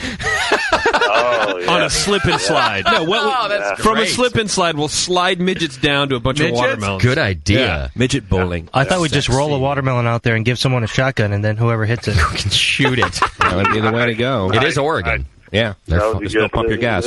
Partner that up with the archery competition. That'd be great. Yeah. Shat, you gonna No, bring but it's going to your be midget? it'll be a sponsored event. Yeah, absolutely. Yeah. And thanks for saying that part. But it's watermelon bowling. We're going to take round watermelons, and they are out there. Yeah. And bowl them into cans. I can't wait. I'm so stoked. This is going to be very great. nice, very nice. It's going to be good fun. All right. 21st Amendment cans? Yes, 21st There Amendment you go. cans, of course. Thank you, Aaron. You're cross-plugging here. Yeah, I was hoping great. attendees at the OBF cans, if you know what I mean. I do know what you mean. Yeah. All right. So let's start talking beer with you, my brother, because we've already cracked open your Fallen Apple. Yes. Okay. And what a really nice beer you've made here. Although, I don't, am I supposed to call it a beer, or is it a Sizer? A Sizer? Beer. It's a beer. Okay. Geyser? Yeah. Okay. Yeah. Sure. It's a beer. Okay. As far as I mean, obviously it's a hybrid, right? It's 40% fresh press cider, and this was kind of a recipe that I tinkered with back when I was in Pennsylvania, and I should give props to Chris Heim, who works at Lancaster Malt Brewing Company. Sorry, he had an apple, kind of a cider beer hybrid going at his brew pub in Lancaster, PA, and I fell in love with it and didn't know why there weren't thousands of them on the market, and tried one in a brew pub and sort of quickly decided, although I really flopped on my first one because it was about the same, kind of 60-40 blend, heavier on the beer than on the cider. It came out super tart. And all of that sugar in the apples ferments out, and you're left with the malic acid, and it's puckering, And so, although the first year was a flop, it still tasted enough like champagne that I thought, when I got engaged to be married, that we would skip champagne at my wedding, and this would be my wedding toasting beer. Did you clear this with the bride ahead of time? You're going to do what? Did you clear that with the bride? I did not clear that with the bride. Maybe I cleared it with the bride.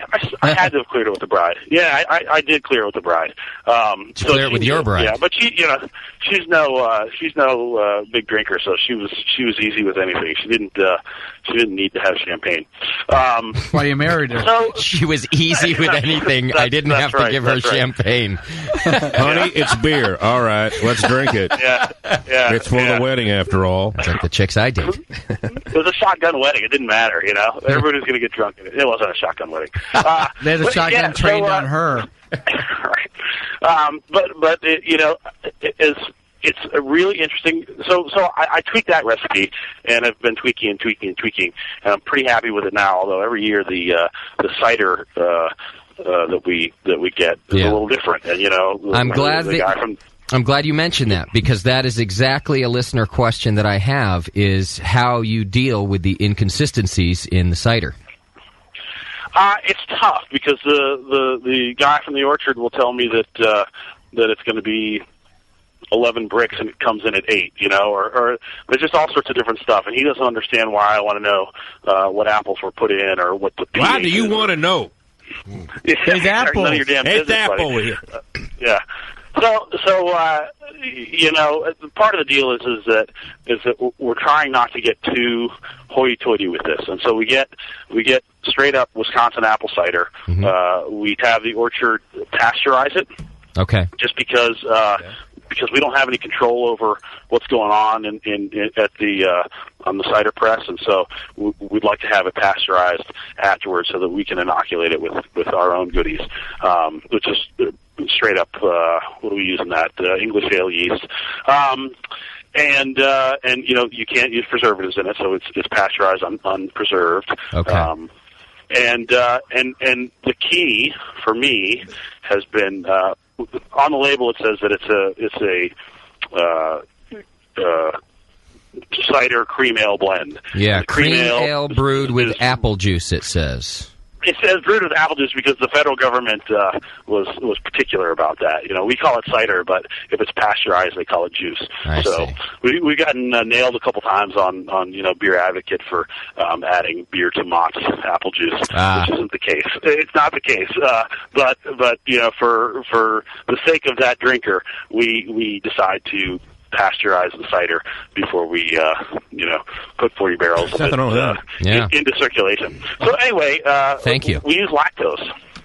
And so that's the cream ale. The cream ale is not Genesee cream ale. It's milk sugar, cream stout style cream ale, and it's a big rowdy. Well, it's a big beer. It's not a rowdy beer, but it's like a 16 Plato beer, and I found that if it's not big enough and sweet enough, then the finished product is just so damn tart that it's tough. So we kind of search for a balance in there between the malic acid tartness and the sweetness of the cream ale. So So I'm the brew dummy in the room. So Aaron, and Doc and Sully, you can all help me out here. I don't understand what you mean when you say I use lactose to help out with the beer. Okay, so tell me what the other. I understand that you've got this apple cider and you've got some beer, right? So what is this beer and what does the lactose have to do with it? So the cream ale is a beer that I've concocted just as a vehicle for the cider to make its way to the finished product. And so the cider has this sort of ethereal quality to it where it sort of dissipates, and you want to ground it into a more full-bodied beer. Okay. And the lactose offers some body. Okay. And it offers some sweetness, and it won't ferment out. Brewer's yeast can't ferment lactose. I see. And so it's only about, my understanding is about a fifth as sweet as something like table sugar. Okay. And so most of it, in my experience, most of what it lends to the beer is really just a softening of the tartness or a counterpoint to the tartness. So all that, we don't lose the tartness by adding the lactose, but we round out the mouthfeel with it, give it a little bit of sweetness, and we don't have to add sugar and then preservatives, which we've avoided with the cider to begin with. So I don't know. It's really an elegant beer. Where in the brewing process? Sorry, I just want to make sure everyone's clear on this. For the lactose? Yeah. So we boil it. We boil it in the kettle. So it goes in. So the way this works is we check with the orchard and we find out when they're going to do their first pressing, and we order up 500 gallons or so of cider, and that comes up to the brewery, a day or so before brew day. We pump it into a fermenter, and then we make this cream ale. Then we add the lactose at the end of the boil. Make sure that I'm going to correct myself now. Okay. We actually add the lactose. It doesn't go into the boil, and the reason for that is because we were concerned with whether or not it would dissolve, because it's a pretty fine powder, and we didn't want to find clumps and clumps of lactose in the bottom of the brew kettle. And so we put it into a mixer, and we'll just with some hot water and try to keep it fairly thick so we're not watering down the beer. Okay. And we pump that into the fermenter on top of the cider, and then the beer or the wort comes in on top of that. I see. Okay. Did you try? And then it all ferments together. Did you try doing a malolactic fermentation? Try to mellow it out with that? I did not. I've read about that, but that's one of the things with Partner Brewing is that I'm driving up at 4 a.m. and the brewer is a frickin' workhorse, and I don't know if any of the ex-military thing has anything to do with this. But he gets up at 2 a.m. to start making beer, and I've got a 2-hour drive. Wow. Yeah, and I'm like, dude, what are you doing? And so we make more beer before 9 a.m. than you can make all day. Yeah. Yeah, and really, and when I try to take credit where credit is due, and maybe squeeze out a little bit more where I can. But it is a collaborative effort, and Todd usually is mashed in, and probably running off the first batch by the time I get there. Wow. And then you need to get him a girl. Yeah, he needs something to do. Get him laid. yeah, I know, man. It's like, are you kidding me? The other day he did the other day we did 60. He did 60 barrels, 40 of which were mine, and I think he started at 10 at night, and I came in. I was supposed to come in at 6, but I was, I own my own small business, and so I was at the office until 2 o'clock, and so I didn't get on the road until 6 a.m. And because I figured 4 hours of sleep might be beneficial to my ability to survive the drive. Yeah, and so the first batch is in the whirlpool and getting ready to go down. So at least I can check gravities and see where we are and make any adjustments on the second batch. But but we were there, man. Yeah. Have you ever tried sort of covering up for the difference between batches of cider or apple juice by doing a vintage dating on the bottles? Like, this is the year that it came out, and then if there is differences, then people are sort of more like, I think that's a great idea, and I think that that gives the consumer, enough information that they're not going to get too wound up over variations in flavor. But we don't do that, and the guys in Black River Falls at Sand Creek Brewing just bought a coding device to code bottles as it comes off the labeler. And so, when we first started, we were going into brown cardboard boxes, and Chris and I were hand stamping the 4 sides of the box on the top. And day coding yourself. And and then after and that was just on the mother carton, and then after a year of that, we bought separate mother cartons for everything. No check boxes or anything. Everything's got a separate mother carton, and we really don't like to touch stuff after it's packaged. It was so much work for a 2-guy operation to be. We had to handle the beer 7 times before it got to the damn truck. So. So we don't do that. That would be a wonderful idea, and I think that it's something that, when and if we have a facility that's furthermore specific, we can look into doing something like that. Yeah, it is a good idea. I'd like to know the different vintages, too. I got another question from listeners for you, kind of about your beer in general. Do you have to use the house yeast of your partner brewery, or are you able to bring in your own yeast for the different beers that you're doing? I can bring in any yeast that I want. Okay. I have to pay for the yeast that I bring in. I do not have to pay for the house yeast. My chief concern is how the yeast performs, and therefore I generally use house yeast. Okay. And they've got 4 house yeasts they use. And we've got a summer seasonal, the Fatty Boombalatti, which I don't know if you guys have gotten around to cracking that one yet. Not yet. Actually, hang on for that one if you would. Because we haven't cracked it. Roll it around a little bit and get a little of the sediment off the bottom. Okay. Especially if you're sharing splitting bottles between 2 people. Oh, we're sharing. Go ahead. All right. You want me to hold on because? Well, because we've now cracked open the Not Stock. The Not Stock. Okay. Very yes. Good.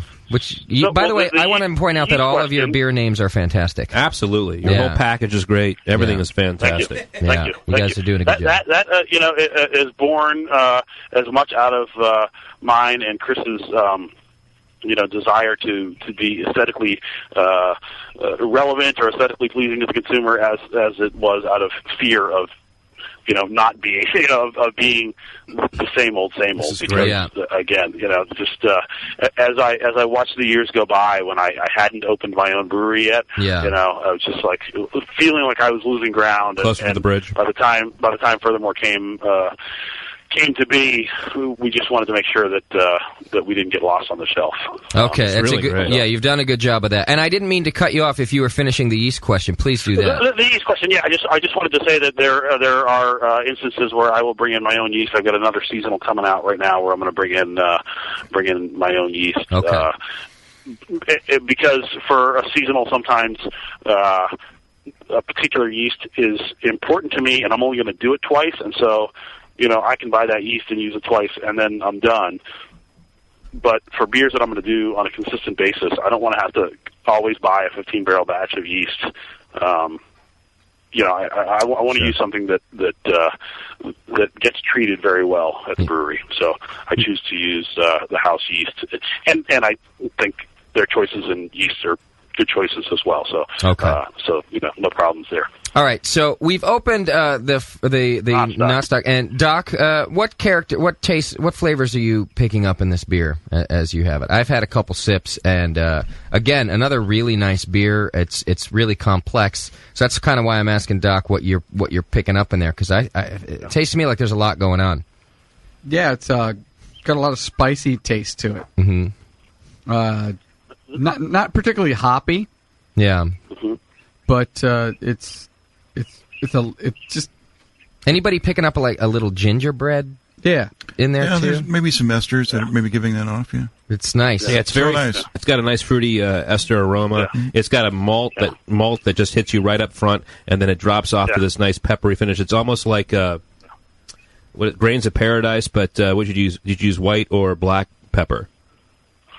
It's black Telecherry pepper. Yeah, it's really nice. And and we try to crack it as close to the point of it being added to the beer as we can. This is something where I don't know, man. This is kind of one of the reasons I started Furthermore Beer. It was because I was digging around on a 7-barrel pub system and made a pale ale and threw in some black pepper and the combination of hops and pepper work very, very well together. Great. I think you're right. It was the kind of thing where it was wacky, but after having a half a pint or a pint, I said, this isn't a novelty thing. This just sort of works together. Yeah, and it absolutely does. And the ginger sort of comes through in kind of at the fulcrum, where you can't tell if it's hops or pepper. Yeah. And sometimes you can't taste pepper, and sometimes it's really evident. The pepper, by the way, is cumulative, and this beer. We did a beer dinner with a young chef who's really talented, and he sort of threw some things out there that we've put in our own pockets as things to pull out, because he said things better than we did at some points. But he said that he really liked the Knottstock because it was the only beer that he had that got better as he drank it, and that's because the pepper accumulates on the palate. And if you have, it doesn't do great for us at tastings, because a lot of times when people have an ounce or two, they just can't quite get it. And I could add more pepper, but then I'm gonna burn your ass out the next day if you had 3 bottles. So please don't burn my ass out. Literally, quite literally. Yeah. The fire coming out my ass. Whoa. Help me, I'm bleeding. Well, I'm glad that you mentioned the cumulative part of it too, because I wanted to ask you about that too, Sully. So, all right, as you're tasting the beer, it is nice and malt forward, and it's smooth, and you do get the spice. But when you put the beer down, and I'm listening to you speak for a couple minutes here, the spice really starts jumping up on your tongue there, doesn't it? It's like it does. You always talk about how with IPAs and the lingering bitterness and all that because of the all the hops that are added, but this really It comes back. It's like a party in your mouth. It's a party in your mouth. It just keeps coming. I always think, and this just never sells beer when I say it. In fact, I think I've heard sales, but 15 minutes later when you burp and you get a black pepper burp, that's like the prize. Yeah, that is the prize. There is pepper in there. It's like getting a meal with a beer. Well, there goes Furthermore stock drops again. Yeah. Hey, good job, Aaron. Just win it. Send it out to California. Well, now. Yeah. So help us brewers out, and what is the key to using black pepper? Because it is something that's got to be used sparingly, right? I mean, you could really ruin a beer with this stuff. I don't know, man. I put a lot in, man. Do you? I put a lot in. Like by the pound. I use a shitload of black pepper, and I think that's why.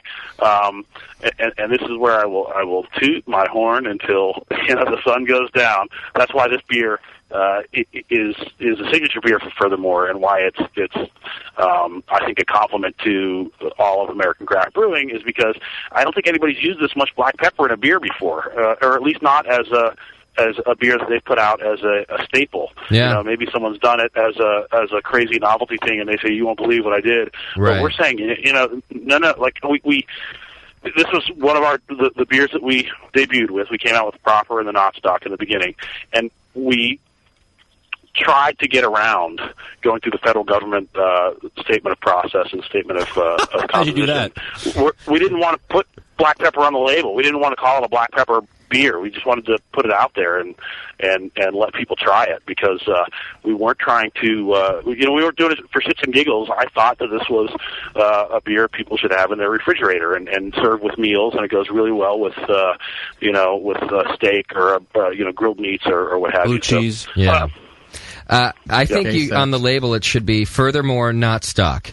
It'll set your ass on fire. Like you should have put a tagline on there. That was the first one that the federal government shot down. And then we Damn them. Fire we shoot backed out off my to the black ass. pepper.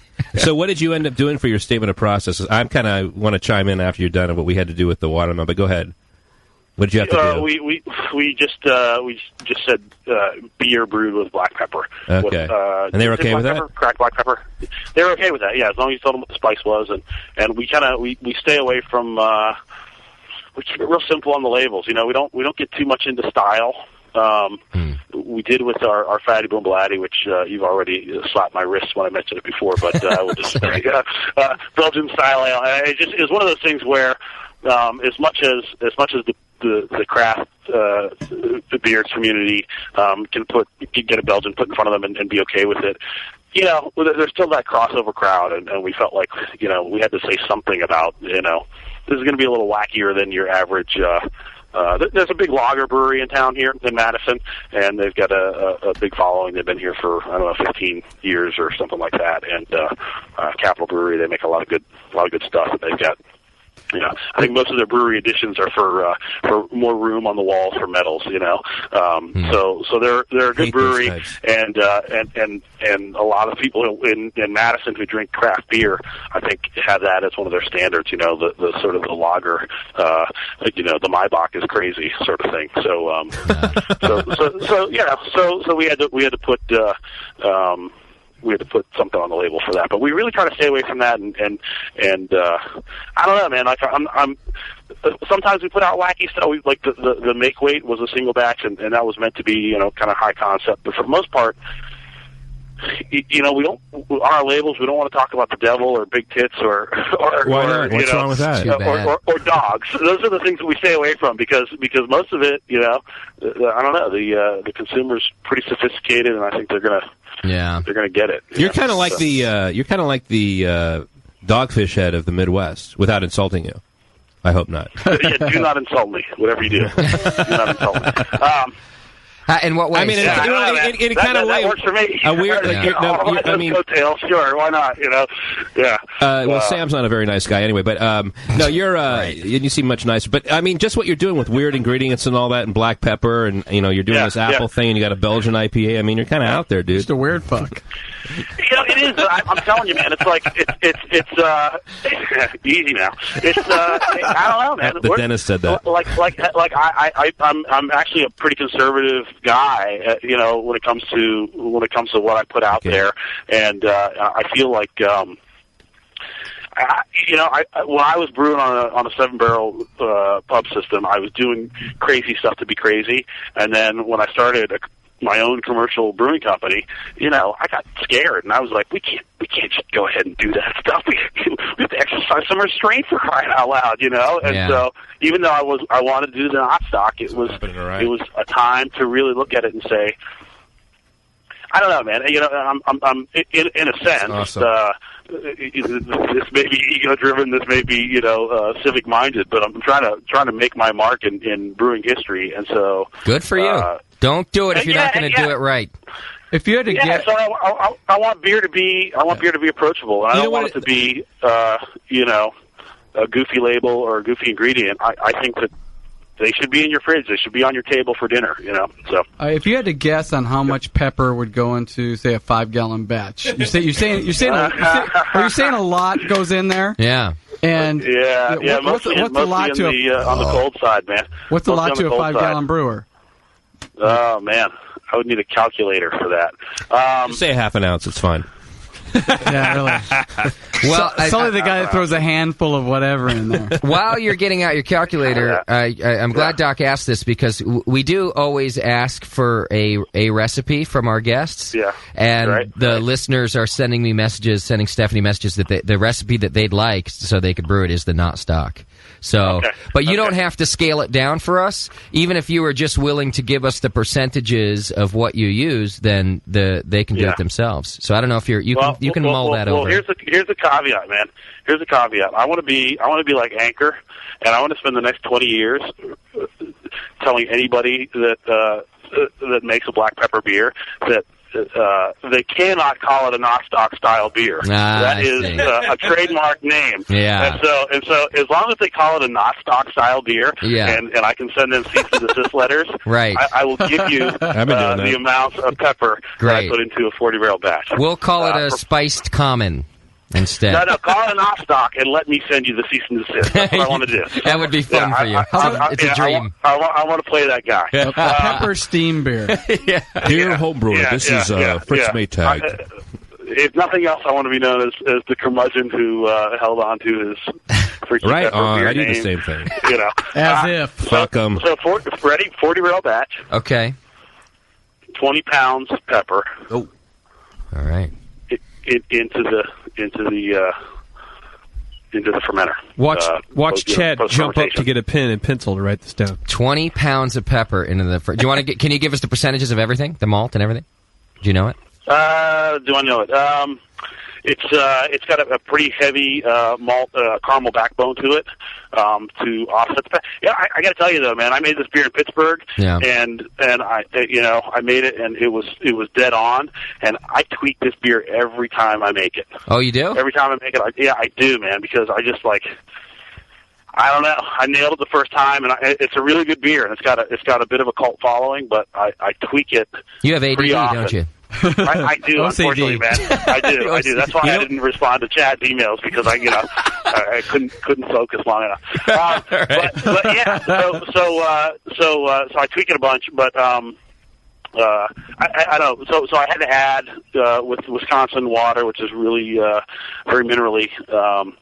I beefed up the caramel malt on it, and what is the percentage on that? Don't know, but lots of caramel, 40. Okay. 100. And 20%. And and I use Northern Brewer as kind of my chief hop in there on the front and the back All right. side of it with some something citrusy in the middle to the idea. Whatever's left that's citrusy on the market, you mean? That's what you use? Excuse me? At this point, use whatever is left that's citrusy? I go Cascades. Okay.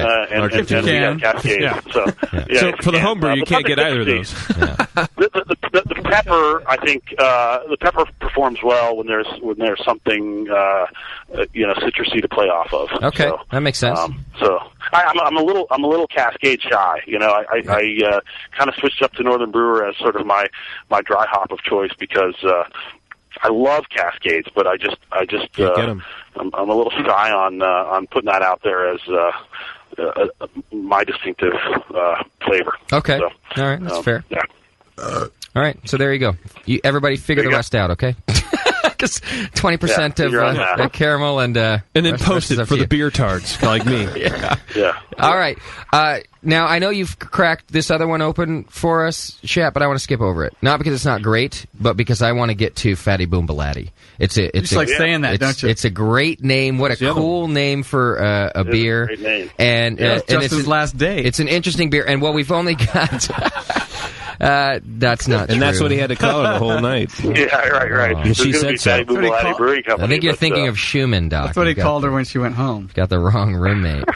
Fatty Boom Baladi. It's a dangerously drinkable Belgian you have on your description here, which I see. I like Belgians like that are just so easy to drink, and the next thing you know, you're going to bed with Sasquatch because you weren't aware of how dangerous it is. So tell us about this beer, if you would.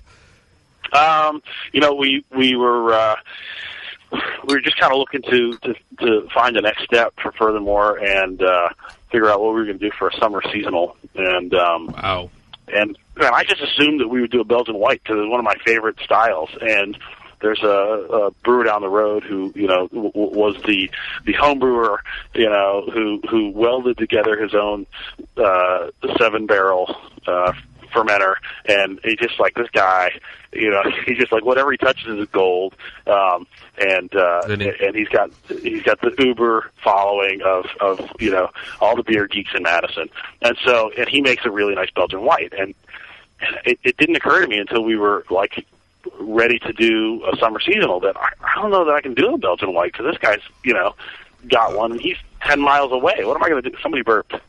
Yeah. Are we okay? Pretty much everybody. Okay. That's a good sign. It means we're enjoying your beer. Really good. Okay. Okay. Sponsorship, huh? Now a word from our sponsor. Okay. So we decided that I couldn't quite shake it, because I really do love the style, and as we were going back and forth between doing something different and doing a Belgian, maybe a triple, maybe a this, that, and the other, I said, well, why don't we just do a Belgian white? And I was talking to my business partner. I said, we'll just make it a big, fatty boom Belati Belgian white. I'll put some hops in there to cut down on, kind of the cloying sweetness. It'll be good. And he had no idea. He's not a beer guy. His eyes glazed over, didn't it? Yeah, he's like, what the fuck are you talking about? Exactly.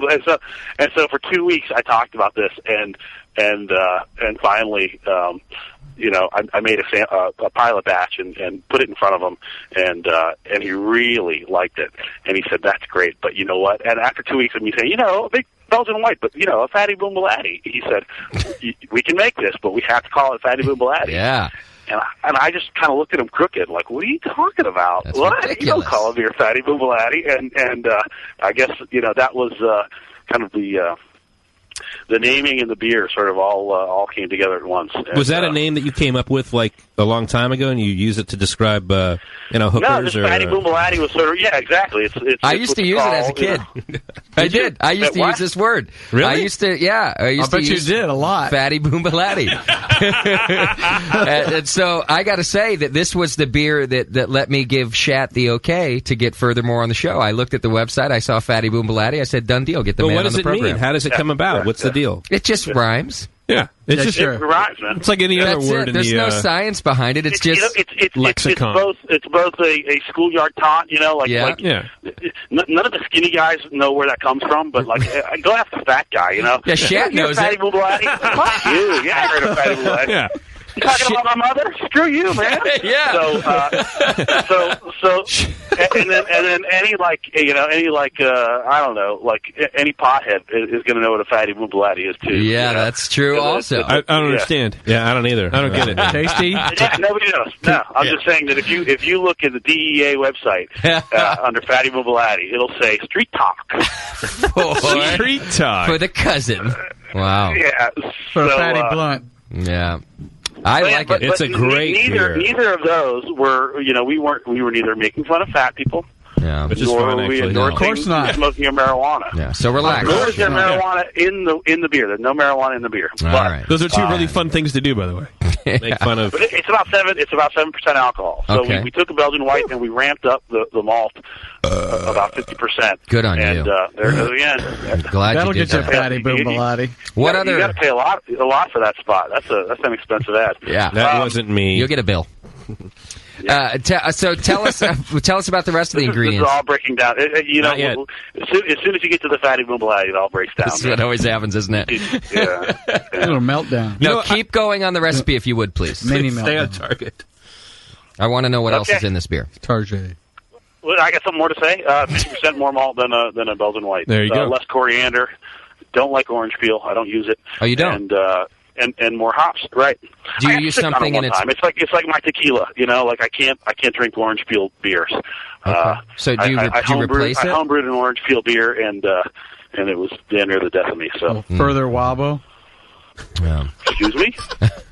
Cabo No Wabo. Cabo Wabo, Further the tequila. It was kind of a stretch. Doc was stretching me. He's trying out material. He's going to be in Vegas in a couple Hey, weeks. Sully got it. I got it. He's practicing. Sully got it. That doesn't mean much, though, Doc. So what's the secret ingredient in here?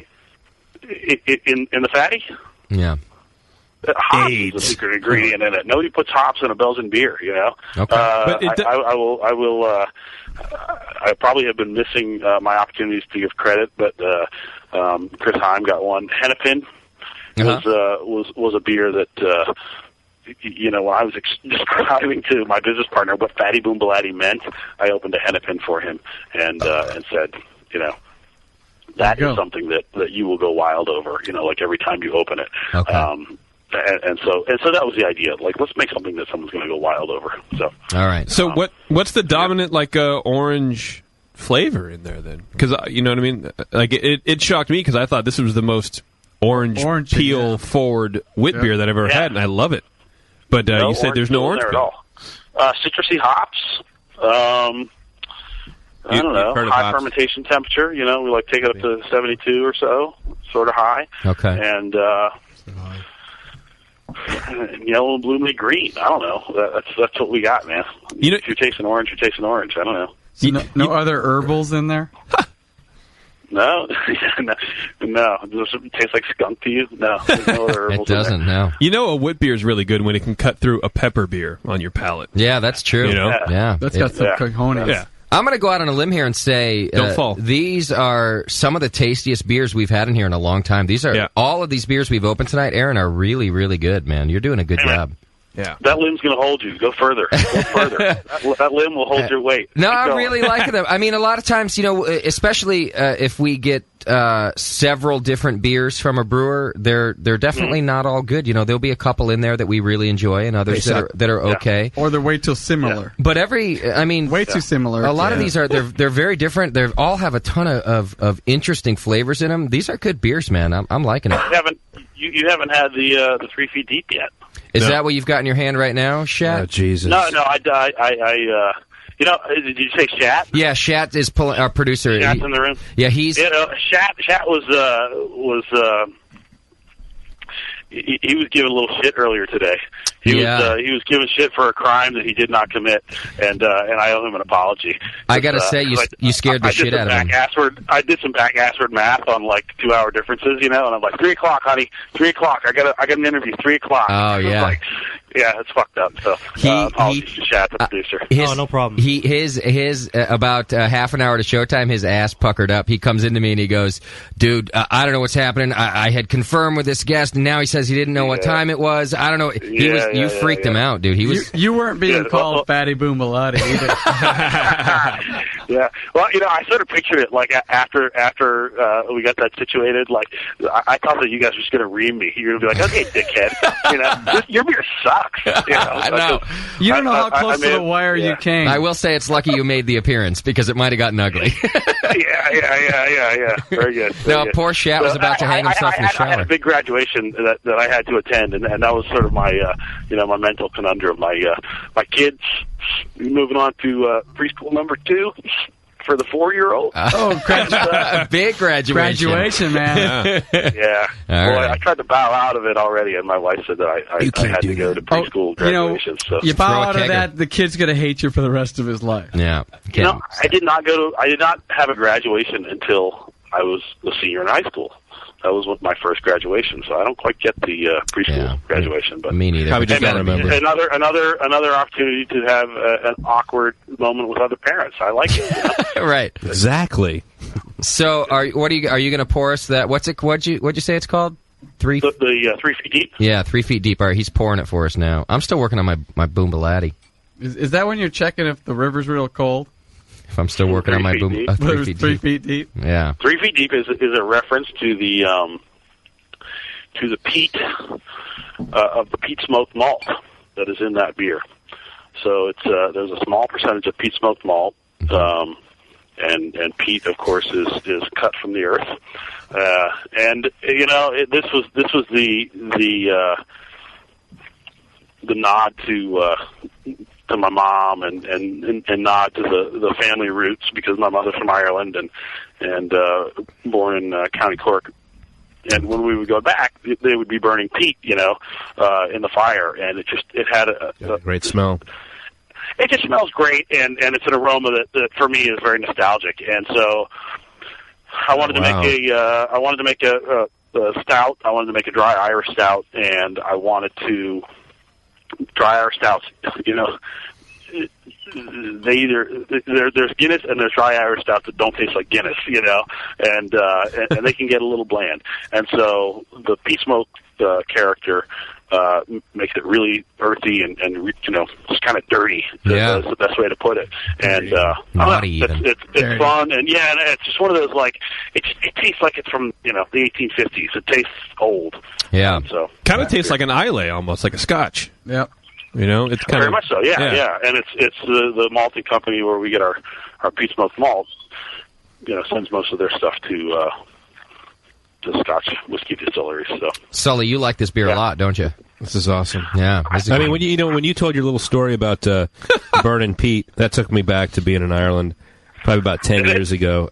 Because I wanted to take home like blocks of peat to burn in my own fireplace, but I probably would have gotten shut down by some sort of environmental agency, but some hairy armpitted Berkeley. And then you started talking to about your mom and your family, and I shed a tear. So did you shed a tear? I mean, I'm close to my family, and this is a great beer. I like this beer. It is good. That's a good beer. I really like it. It's one of those beers that we don't sell that much of it, but the people who buy it will string us up if we stop making it. Oh, right. Just, I don't know, keeping them in business. It's got a loyal following. And it's mostly people, I think, sitting around getting drunk, shedding a tear about their mother. Right. So, what's wrong with that? We got that crowd down, man. They're good. They're behind us. Yeah. Yeah, this is a nice beer. What's the secret to using peat here too? Are you throwing a bunch of it in here or just a little bit? No. It's like 3 or 4% of the recipe of the malt bill. Okay. Keep it light, and I mean, I sort of had this peat index going, much like hops and alpha, where if the phenol analysis came back as being higher or lower, I would adjust the amount of malt that I use. But again, I deal with a guy who gets up at 2 a.m. to dough in, Yeah. And so he doesn't want to hear that it was like 47 pounds instead of 50. He's like, I'm putting the bag in, man. I'm like, let's see how the customers react to that. Go ahead, put the bag in. Right. He's saving me 2 hours of sleep, and so I sort of it's worth sort of acquiesced, and it works out. So it's anywhere. It's the percentage by weight is the same, and the phenolic component, the smoke component, changes a little bit. But I called the malting company in England and didn't have any great answers for me in terms of how you scale that, and so it was like let's keep it simple. Yeah. You've done a good job. Yeah, you got to keep it low though. You got to keep it low. It's pretty smoky, but it is. But that's a beer. Unlike the knot stock, well that smoke will dissipate, and when you've had your 7th one on St. Patrick's Day, it's no longer smoky. So you speak from experience. Funny story. I was just we were up in Chippewa Falls at a beer taste. Swine and Swill. This is the fine dining restaurant right on the bay of the lake, and once a year they do a beer festival, and they cook a pig, and there's a few choice side dishes, and 12 breweries show up and pour beer. And we were the last remaining brewery, and we had our 3 feet deep keg sitting by the bonfire at midnight. And whatever, everybody's having a good time, and Chris and I were planning on sleeping on the chairs of the restaurant, Sounds spending the night. comfortable. And someone came up to me after standing around the campfire for an hour and a half, and they had a growler, and I said, "Oh, give me some of that." And I thought it was, everybody's kind of bringing in different beers and some homebrew stuff and some crazy homemade wines and shit. And someone poured me a 3 feet deep, and I drank it by the campfire and said, "Wow, that's really good. What is it? That's smooth. Wow, that's something. What is that?" Look at you feigning ignorance. I couldn't pick up any smoke, while I was standing next to the campfire. So breathing smoke. Yeah, my palate was used to smoke. It was past it. It was beyond it. It was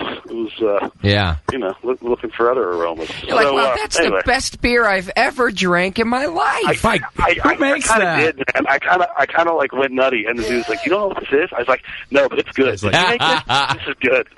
I would have loved to see that. I'd have been laughing my ass off. That's a good story. He was really drunk, and I don't think he'll ever bring it up. But at least it didn't go the other way. I didn't spit it out and say, "Good Lord." That's true. the opposite could have been real bad. Like, what is that piece of shit you just poured in my glass? Right, exactly. Oh, sir, it's your beer. What I meant was, man, I'm drunk. It's still your beer. Exactly. So, Pete Fitzgerald and Gerald Fitzpete. All right, I've got a last question from the listeners for you in front of me here, and they're checking out your website and says that you brew on you test your new brews on a pilot system, and they want to know if we can get any scoops on what we might see next from Furthermore. Anything you got down the pipeline there? Yeah, I do, and I'm in regular Furthermore fashion, I'm feeling the heat right now because we've got a party. We bought a shitty barn, and that is the possible future home of Furthermore Beer. Okay. It is essentially the job site trailer because it's got a little bit of land on it, and we'll see how many pennies we can scratch together to do something. But we're having a shitty barn party, and we have told people in the invitations of the shitty barn party that we will be debuting another beer, and we still haven't gotten the okay from the feds on the statement of process. And so the statement of process means we're putting something funky in it, and the only thing funky this time is coffee. Burning Man. No big stretch, but I sort of feel in some sense that what I do is cherry pick a little bit, and I look at what's out there, and I say, I can't believe nobody's done this before. And so we're doing a coffee stout, and it's this. There's a 100% fair trade coffee roaster in Madison, and their tagline is what is it? It's not just a market; it's a movement. And these guys are like, these are socialist people, man. They're going all out on supporting, all of the small growers of coffee that they deal with. Really cool. But they've got this Nicaraguan growers, an all-female cooperative called La Femme, and this coffee, it smells fantastic. Yeah, I'm in it. Is that legal? Can you smell them? The coffee smells fantastic, and so I love like cold pressed coffee beers. Where I don't. In fact, this beer won't have any brewed coffee in it. It'll just be whole bean, cold infused La Femme coffee, and we're going to do it instead of doing it in an Irish beer. We're going to do it in a dark Mexican lager. That's interesting. Yeah. And the idea is to have the coffee be the darkest ingredient in the beer, and so I don't know. It's fun, and we're gonna bend the hell out of any Viennese borrowed traditions that the Mexicans have, and we're gonna do whatever the hell we want with it. But the inspiration is certainly you're gonna go landscape. That bent. JP traditions. He wanted to know if you're going to go landscape before you. No. I'm not responding for a reason. Good. I'm glad. Good. I would have done the same thing, my friend. Joke. Hey, Aaron, let me ask you a quick question. Deliberately not responding. Where do you where can you get your beers in Wisconsin? In Scani. Excuse me. Where can you get your beers in Scani? They're all over. We're big in Madison, and when I say big, I mean we're at independent liquor stores. We're.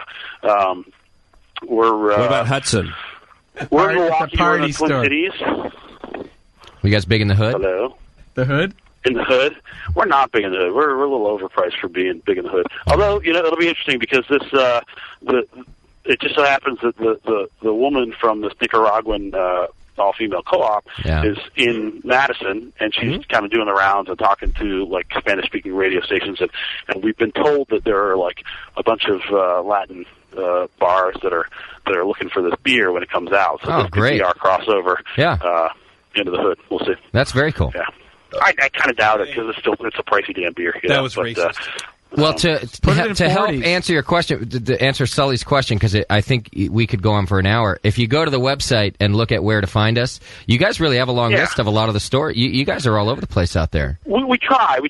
Part of the deal is that we used to self-distribute, and whenever we got a new customer, we knew it because they called us and said, can we have some? And we rushed out, and then we really hit it off with a distributor in Milwaukee, and we're doing quite well in Milwaukee, and they sort of passed us on to their sister companies in sort of the greater Milwaukee area. Yeah. And so we don't have as tight a grip on kind of knowing where we are at all times as we used to when we were driving to Milwaukee and dropping 5 cases of tobacco to somebody's grocery store or a restaurant or something like that. High school. But yeah, and the Twin Cities is big. There's been a little bit of a shakeup with distributors, and some guy literally drove into Spring Green to talk to us, to beg us to. He didn't beg us, but he pitched the idea of us being taken on by this distributor that he was starting, and he was starting it from scratch. And we said, well, whatever. If we fail, so be it. It was kind of a test for us. Yeah. Well, he did well, but he had to sell the business because it was too much. So he sold it to a distributor, and so we were acquired once, sort of just passively, and that distributor has then been acquired again, and so we're sort of like, we keep kind of getting like passed around to people, and we sort of have to go up there and straighten that out and see what's going on. But nonetheless, we have a pretty good market going on. And you're in Minnesota as well, Minneapolis and St. Paul. Minneapolis, St. Paul, yeah. We call that the Twin Cities out this way. Oh, I got you. They do. I didn't know that. We probably call it out this way, too. I just don't pay attention. Oakland, San Francisco out there, but out here is Minneapolis, St. Paul. Yeah. Okay, gotcha. All right, fantastic. And Chicago would be, next step, but...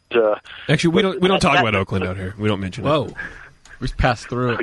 Yeah. It's Alameda and San Francisco. All right, thank you, JP. Oh, very good. Very good. Suck off. By the way, Steve Altomari was mentioned in one of the promo spots. Steve and I went to American Brewers Guild together. Oh, is that right? So, I was happy to hear his name. Yeah. Okay. I'm pretty sure Steve was the smartest guy in the room. Is it? Maybe save the instructors who were both brilliant, but Steve was something else. Yeah. Who is Steve from? How do I know Valley. Steve? Valley. Oh, right. That's Steve. Valley. Oh, sponsor Steve. Oh, yeah. Sponsor Steve, yeah. We call him Paycheck Steve, is what we call him. Why didn't you? Ex-sponsor. Why didn't you? I didn't know you meant meal ticket. I thought there was another guy. Meal ticket, Steve. No. Yeah. You didn't see Yeah. What Justin meant to say was, man, does Steve make some wonderful beer out there at Valley in Stockton. And top of the class, I'm not surprised. You mean Gas Bill, Steve? Yeah, I know that guy. Yeah, we'll see, right. Okay, well, I won't be sending that invoice again this month, will I? Hey, Sully, you know your rate has just doubled. What's going on? Why is this twice as what I normally pay? Well, we've had a few changes this month, Pay Sully. to play, buddy. Right. All Very right. good. Well, listen, Aaron, I got to say thanks, man.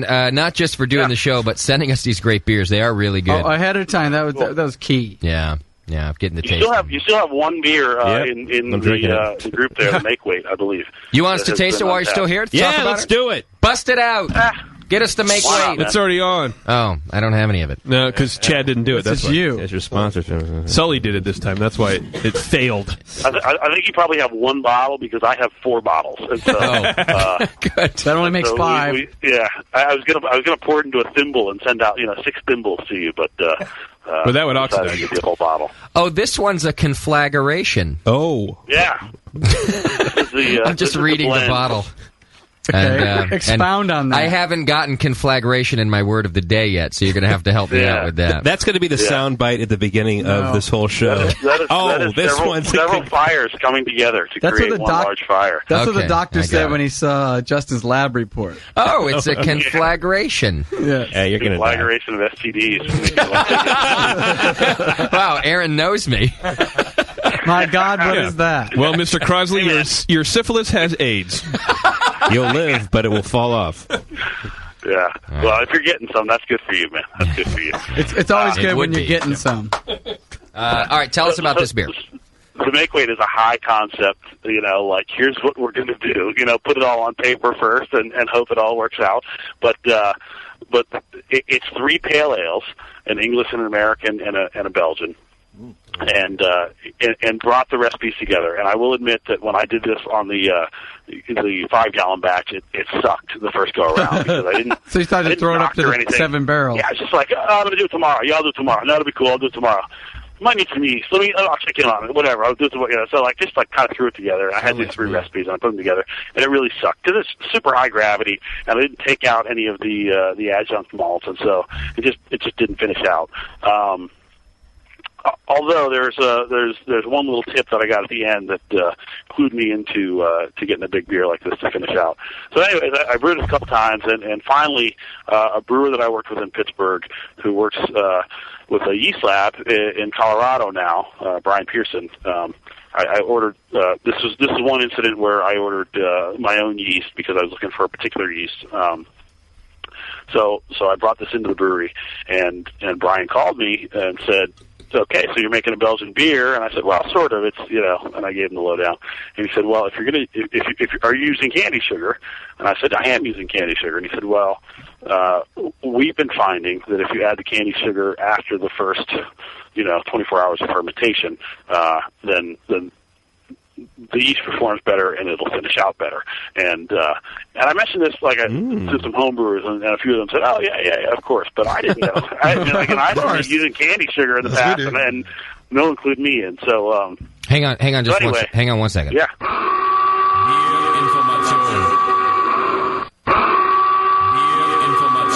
It was our one segment of the day where we've given some good homebrewing information.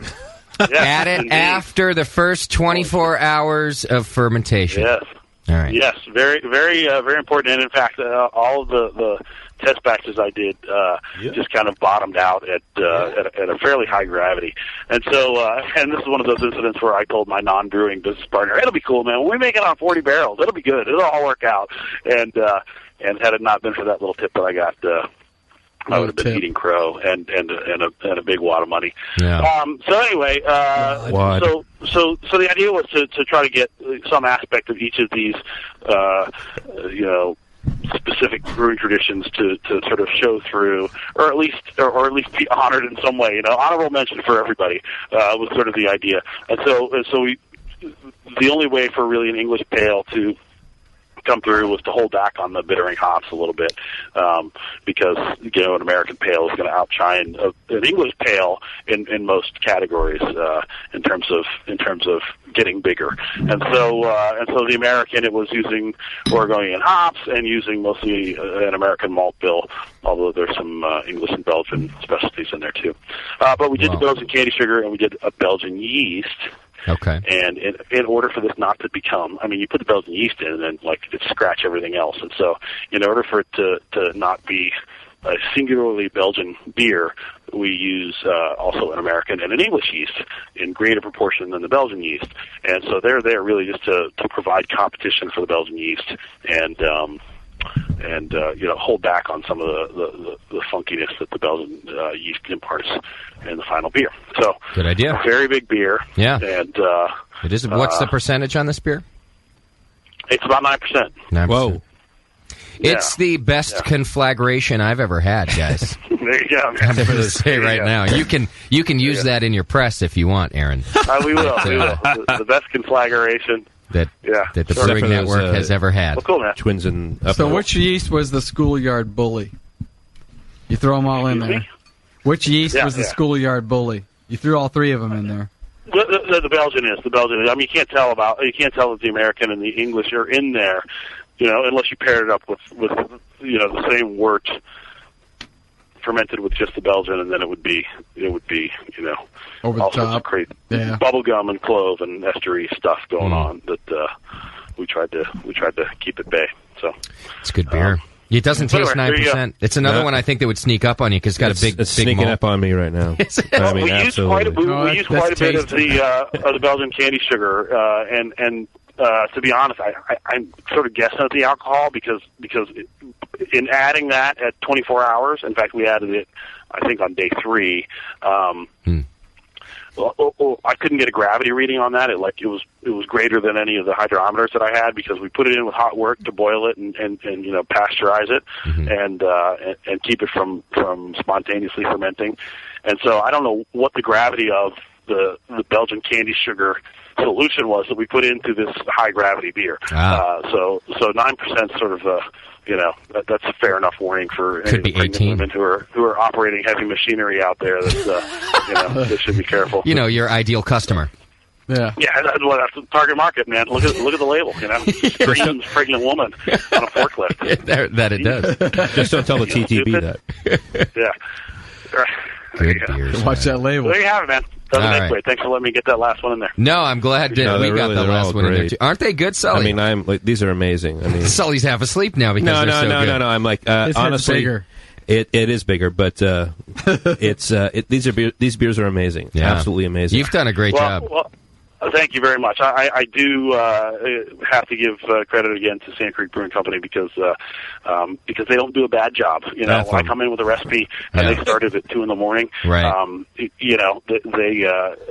keep it clean. And one of the benefits of Partner Brewing is he does shit totally different than I would do it. And so I go in and I'm like, really? So you're doing that, huh? Yeah. Wow, and then it works out, and so it's one of the ways where brewers have all of these taboos, and it really means working with other brewers to kind of get rid of some of those taboos because you realize that people do shit differently and they still make good stuff. So yeah, absolutely. So hats off to those guys too. Instead of partner brewing, I think we should call it friendship brewing. Friendship brewing. Yeah, that's what we call it in San Francisco. Well, I will tell you that Chris Staples and I. In light of the recent California legislation, we had to admit that we do in fact run a same-sex brewing company. You did here in Wisconsin. I did notice. All male. All the time. I did notice that every time you talked about your business partner, you made sure you put the word business in there. You never said my partner. Hard not to. You have to. Aaron, you have to. Wisconsin, you have to. You can't say my partner. When I say that I came to Wisconsin because I was curious, and I met up with Chris. I got a party with you, Rockstar. It implies certain things, Right. So you put all that together, and who knows what's going to happen. Exactly. Nico used to always refer to me as his partner, and I said, dude, we're in San Francisco. Nothing there's anything wrong with that. Call me your business partner. Well, that's why they put life before partner if they're talking about it in that way. You know what I mean? True. Very good. Like it's going to last. Yeah. Because they don't want Chad and I to think, or Chad and I don't want people to think that we're in business together. So we say life partner. So it stands clear. Yeah. Either way, man. I lied. I do have one more listener question for you, Aaron. Liar. No, I get it. Yeah, someone wanted to know if you guys are going to have a booth at the Great Taste Festival. The Great Taste is the event that we are not invited to. Oh, is that right? That is Why the is event that we are not invited. It is one of the biggest beer festivals. I was going to go in these United States, and we are not invited. So I call for a boycott. Yeah, you want me to make a phone call? Yeah. You can make a phone call, man. I mean, the more phone calls, the better. To who? And I will tell Why you is that? The folks of the Great Taste, I don't think they have anything against us. Okay. I think that they've sort of backed themselves into a corner where they let in some legacy brands that people that don't have their own breweries who started great grandfather's recipe and I don't know. And they've had other partner breweries in there before who are now have their own breweries, and so I don't know. It's weird, it's weird, and I sort of feel like as much as I would like to be invited to this, it's a huge festival, and it's in my home market. It's in Madison, know, and I think that they've got some stuff going on, kind of on a political, the political side of things, where they're just like, You know what though? I could give a shit about the political side of it. All right, here we go. Yeah. So BN Army, and especially, I get a lot of people asking me about this festival and for us to go to this festival. Send some emails and make some phone calls telling you if you enjoy Furthermore out there, and if you haven't had it, go get it because you will enjoy it. Just say, hey, I'd like to see these guys at the festival. It can't hurt. Come out in force like you guys do, and send some emails and make some phone calls for Aaron because that's ridiculous. It's his hometown. That would be fine. All or nothing. Boycott. And maybe the organizers are just looking for enough outside pressure where they have to collapse, and maybe we'd be doing them a favor. But so. All right, but here's the stipulation. If Augie Bush hates him. if you get invited to this next year due to the BN Army, then you have to sponsor the show. That's the stipulation. Oh, we do. Okay, very good, man. He's like, all right. And you realize that we don't have money, right? I would say the same thing, Aaron. Just say yes. Nod your head yes. Say yes. We will wear any underwear that you send us. I'll tell you what. And we will moon as many public transportation buses as possible. Just sponsor us some beer. Yeah, for you, a 12-pack a month is your sponsorship. That would be fine. There you go. Yeah. First month down. An 18-tack cube.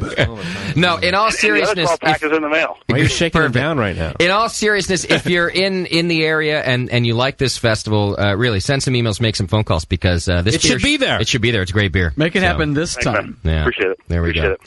All right, my brother. It's furthermorebeer.com. Everyone, you can check it out. Go there directly or just link off of our homepage. It'll be there for another couple of days. You said homepage. And homie. I did in fact say Look homepage. who's awake. All right, brother. Thanks a lot for doing the show, my friend. Hey, and I was my shout out to Aaron Halverson in Spring Green who turned me on to the show, and David out in Milwaukee with the Milwaukee Homebrewers group out there. Those are the guys that said, "Got to do it, got to do it, got to do it." So, all right, they kept you going. For those guys. Oh wait, one more question. I had a Stump the Brewer question. It's a game we play on here. This one was emailed in. I think you're going to know it.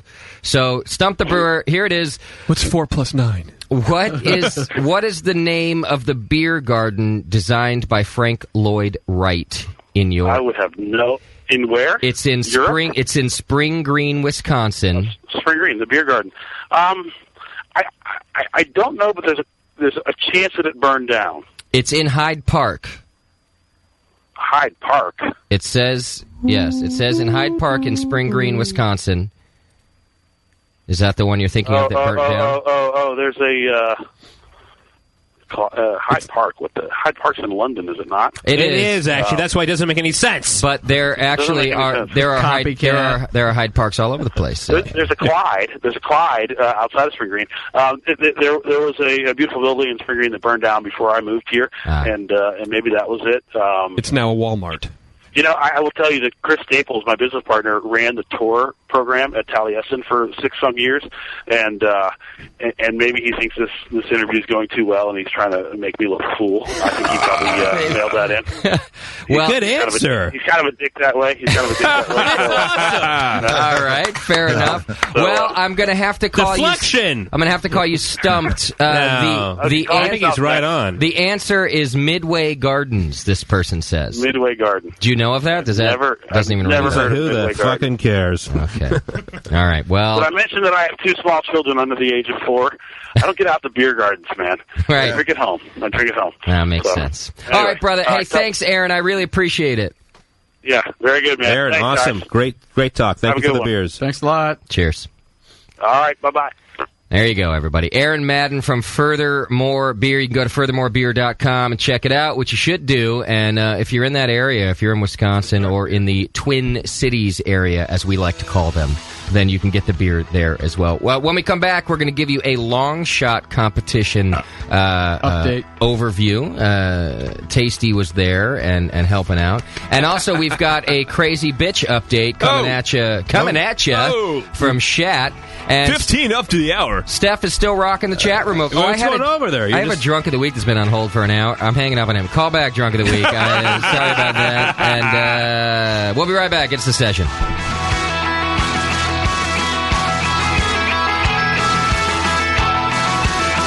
You're listening to the Brewcasters. On the Brewing Network.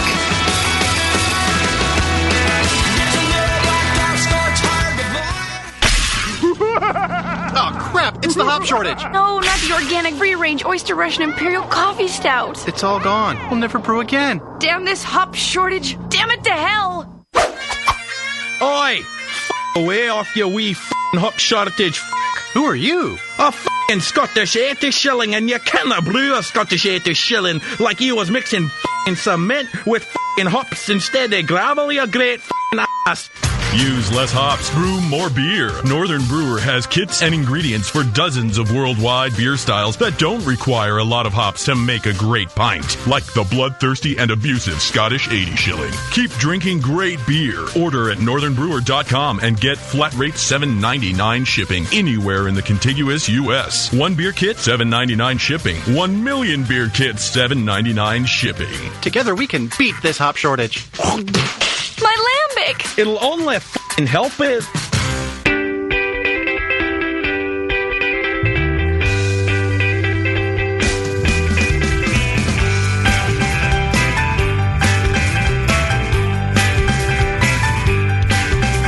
I cried when they shot John Lennon. Tears ran down my spine. And I cried when I saw JFK, as though I'd lost a father of mine. But Malcolm X and Ice-T had it coming. They got what they asked for this time. So love me, love me, love me. I'm a liberal.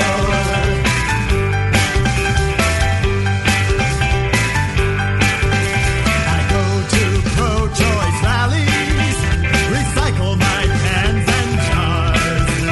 I'll honk if you love the dead. Hope those funny grunge bands become stars. But don't talk about revolution. That's going a little bit too far.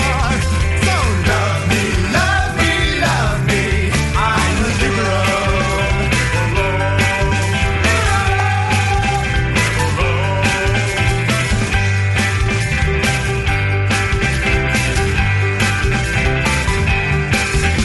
I cheered when Clinton was chosen. My faith in the system reborn. I'll do anything to save our schools. If my taxes ain't too much more. And I love blacks and gays and Latinos, as long as they don't move next door. So love me, love me, love me. I'm a liberal.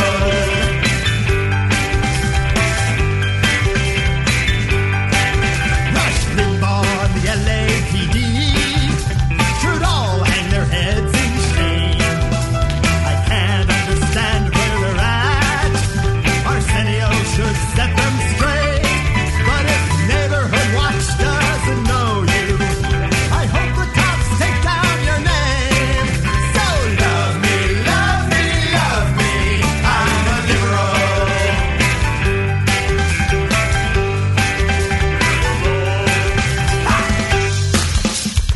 You know, I'm the whitest person that ever did the funky chicken.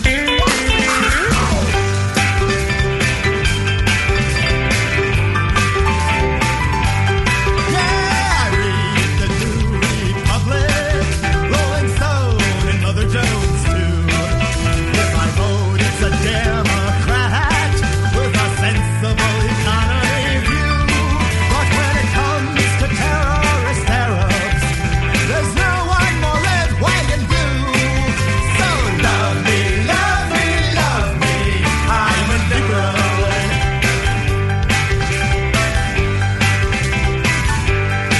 Once I was young and had an attitude. Stickers covered the car I drove in. Even went on some direct actions when there weren't rent-a-cops to be seen. But now I've grown older and wiser, and that's why I'm turning you in. So love me, love me, love me. Love me, love me, love me. Love me, love me, love me. I'm a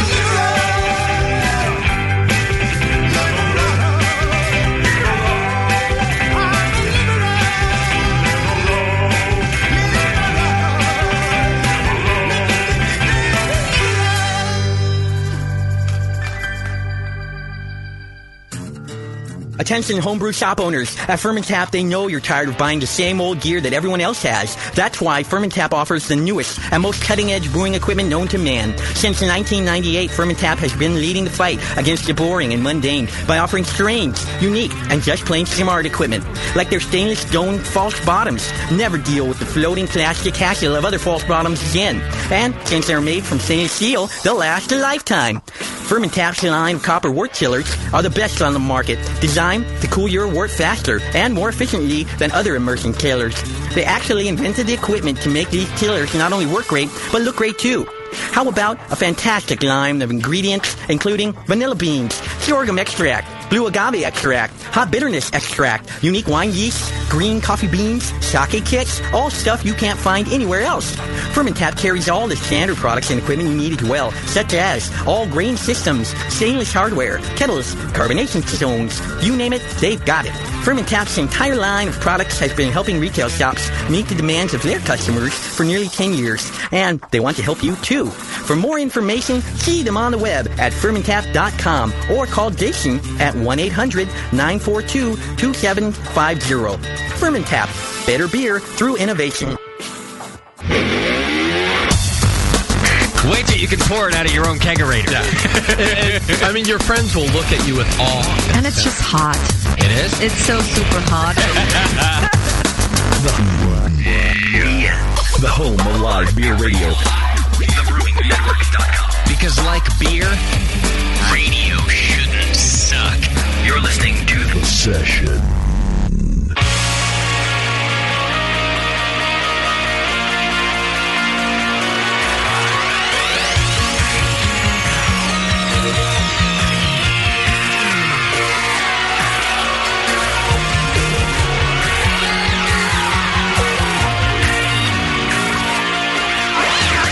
Welcome back to the program. I just want to state once again, even now that Aaron's not on the line with us anymore, so that everyone knows that I think we really mean it around here, how awesome Furthermore beer is. Tasty, Yeah. I didn't hear much from you. Did you enjoy that Oh, beer? yeah, they were all really good. Yeah, very drinkable. Yeah, So, like, it just, they really stand out. Each one of them had a certain thing happening. Yeah. Rich, some ingredient that made it stand out.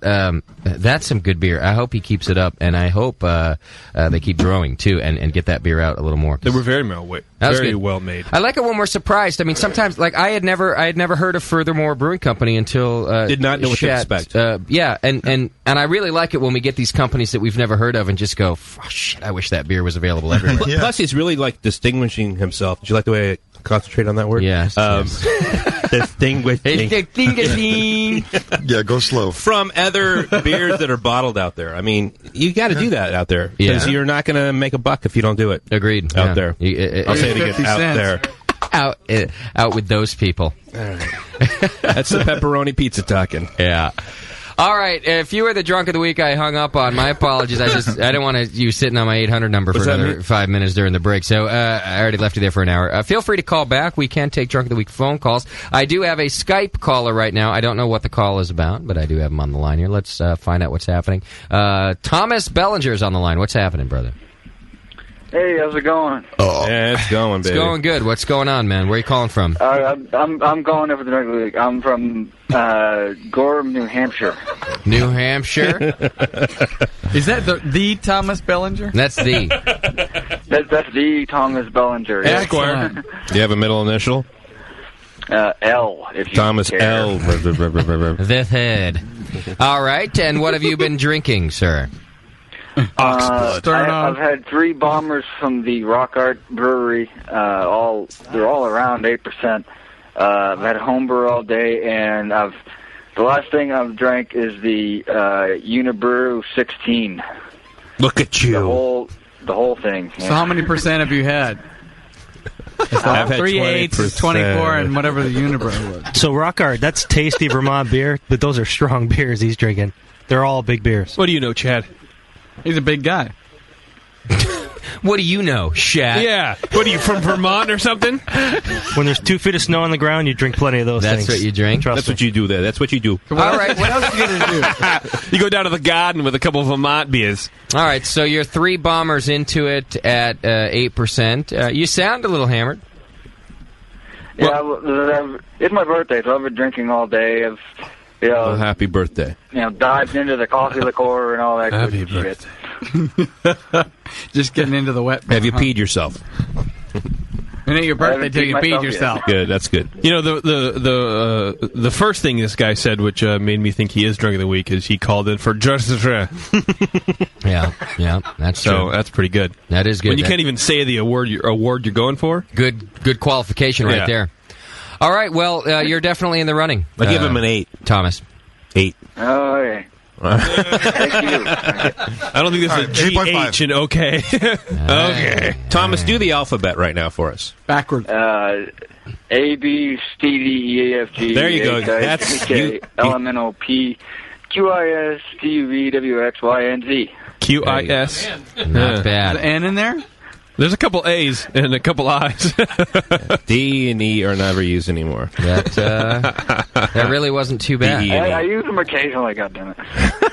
I like that middle letter, LMNO. I love Elemento. That was always my favorite. The Mayans use that a lot. Yeah. That's old world alphabet. All right, Let's cut your heart out, alphabet. Written in stone. Dirt worshipping alphabet. Roll you down the stones. Come on, it's my birthday. You got to give it to me. Can you say the word specificity? Specificity. Okay. Specificity is right. Can you say anti-constitutionalistically? Anti-constitutionalistically. Okay, all right, well, this is going nowhere. Can you say transubstantiate? Transubstantiate. Yeah, see. He's all right still. It's like you're naming Vinny's beers or something. Can you say, I am lost and I live at 359 Main Street? I could say, fuck you. Oh, you just got points, my friend. There you go. I gave you a 9. Yeah. Right. All right, I do have to take other phone calls, but let me tell you, you're at the top of the list right now. Okay, I mean, I'll call You're back the only later. one on the list. The list of one. Yeah. I live at 562 Second No, I think you're in my top 1 right now. You're the man to beat.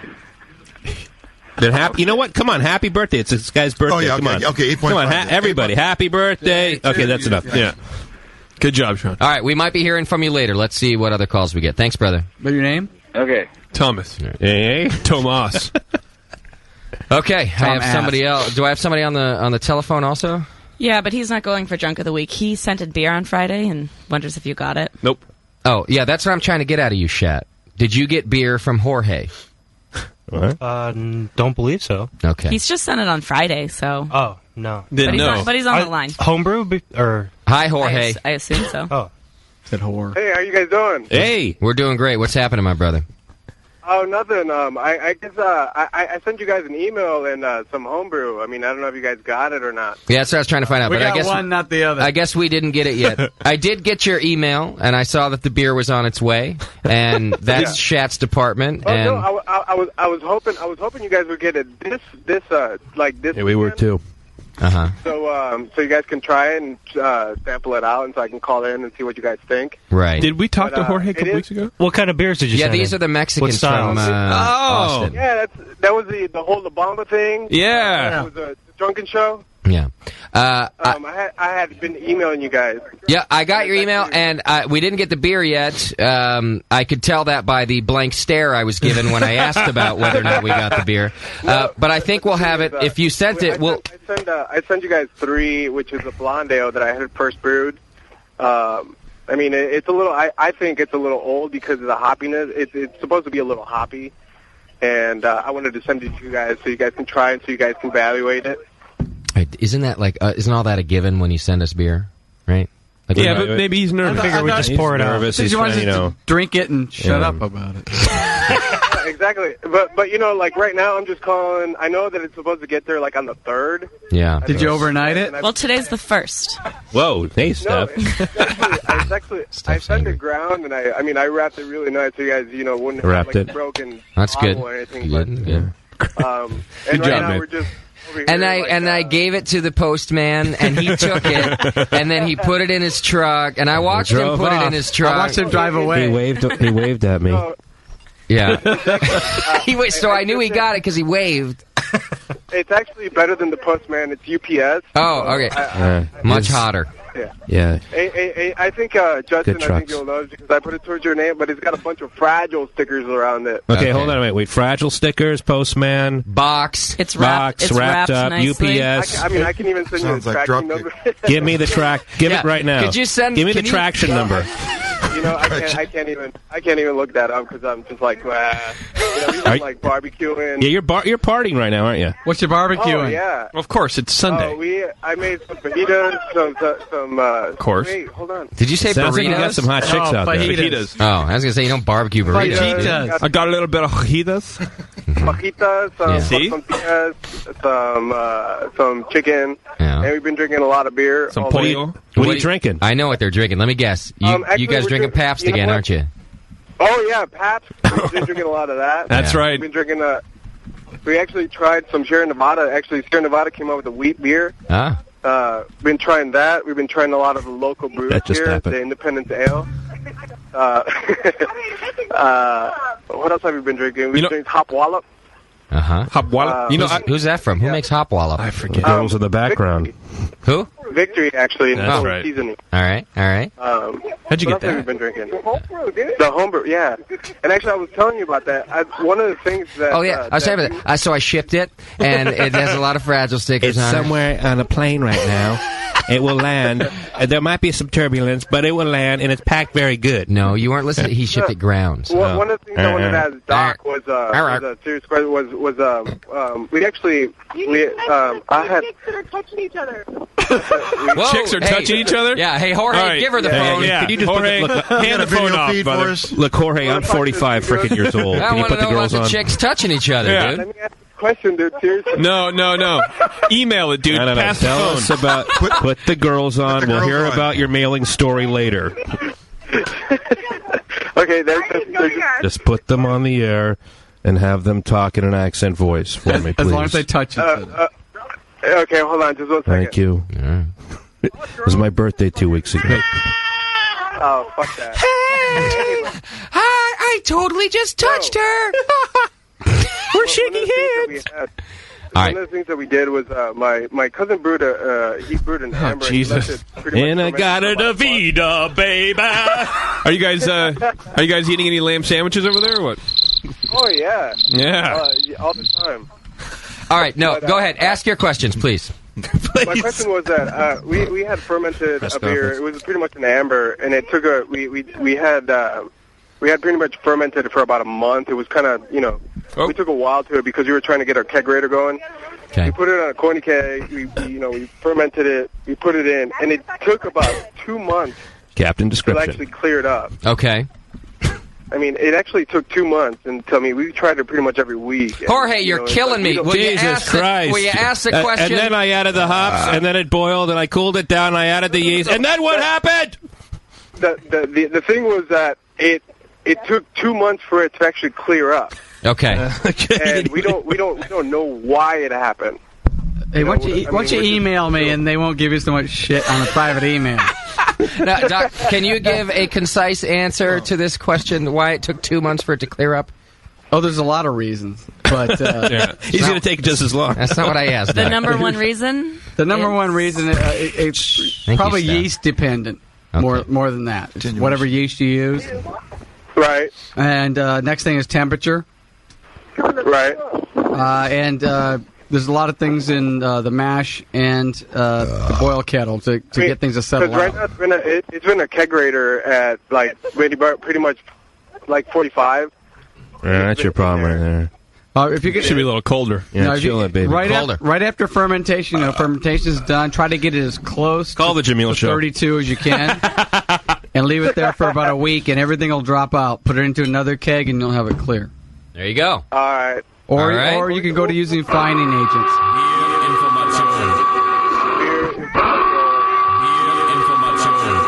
I know you guys want to talk to the 3 girls that are touching themselves. Yes, we do. Okay, you guys. Can you ship them? Can you ship them? Wrap them nicely. I wrapped in the back of a Give them truck. to the Send them on up here. postman. Postman didn't take them, though. He just played with them right there in Stick some front of me. fragile stickers on them. Put them on and have them describe how that you mailed your pack. Look at Steph over there doing comedy. Hello. Screams and angst like the ocean. The ocean. the ocean. That's how much it, after once it There's ecstasy in All the right, beer. I can't take it. I don't know who's worse, them talking over each other or everyone in the studio talking over each other. Everyone's got to be a little more concise on tonight's show, all right? The audio is killing me this evening. It's the conciseness show. Yes, this is the concisiation show. Yeah, Sean. It's the conglomeration show or whatever that stupid word was. Hey, Jorge, send us pictures. Up, guy. All right. 888-401-BEER. That's What the do you number. Tasty, you had long shot competition Thank you. going on this weekend. Yeah. How long which, of was it? course, is the Sam Adams long shot competition. We hung up. And you also were there organizing and stewarding last year. Yeah. And doing the same again this year. So tell us, give us a little inside got? information. How'd it Well, go? there's not much insight. It went really well. Sam Adams, puts everybody up in a hotel in San Francisco for 2 nights. Mm-hmm. And, A lot of entries this year? fair number, 330. I Okay. think we had more last year. And you weren't allowed to enter, right? No, I couldn't enter this year because I'm already in the six-pack. You're in it. Coming up. In it to win it.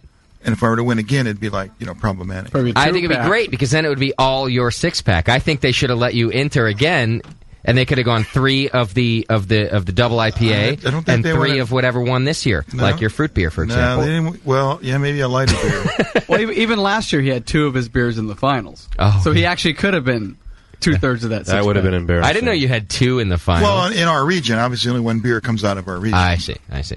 I really didn't have a chance to have 2 beers. And how were the beers that were being judged? How was the competition? Well, competition was good. I think the beers were a little bit better last year. That's what I heard from the judges. Because you were in it?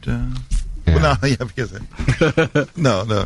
I think. Did I wake you up, Tasty? No. My what? Just I don't know. Someone's farting over here. It's not me, man. It's not me, baby. I'll let it go. There's only 4 of you over there. You all just said no. I don't know what's going on. Except for Chad. I'm going with the fat guy. Blame the dog. Well, I don't smell anything, so I guess I'm guilty then. Sounds I don't good to me. It's your. So it sounds like you didn't have a very your good time. scent. He smelled the You don't dog. sound very excited Well, about I it. You seem like really like you're like. He was I probably sound more underwhelmed. like a guy who's been drinking for like 3 nights in a row or something like that. Yeah. Yeah. That makes sense. Yeah. Tasty Because was when you're that in way. San Francisco and all these people are in from out of town, you Go drink. drink tend to with go them. drinking at all the best We're just places. busting your balls like you're a brewcaster. That's all. Oh yeah, well, I'm a wannabe. Do we know who won Yes, our we do. region? Yes, we do. And Who was So it? can we this is scoop that? This is a scoop. Really? We're allowed to announce the winner.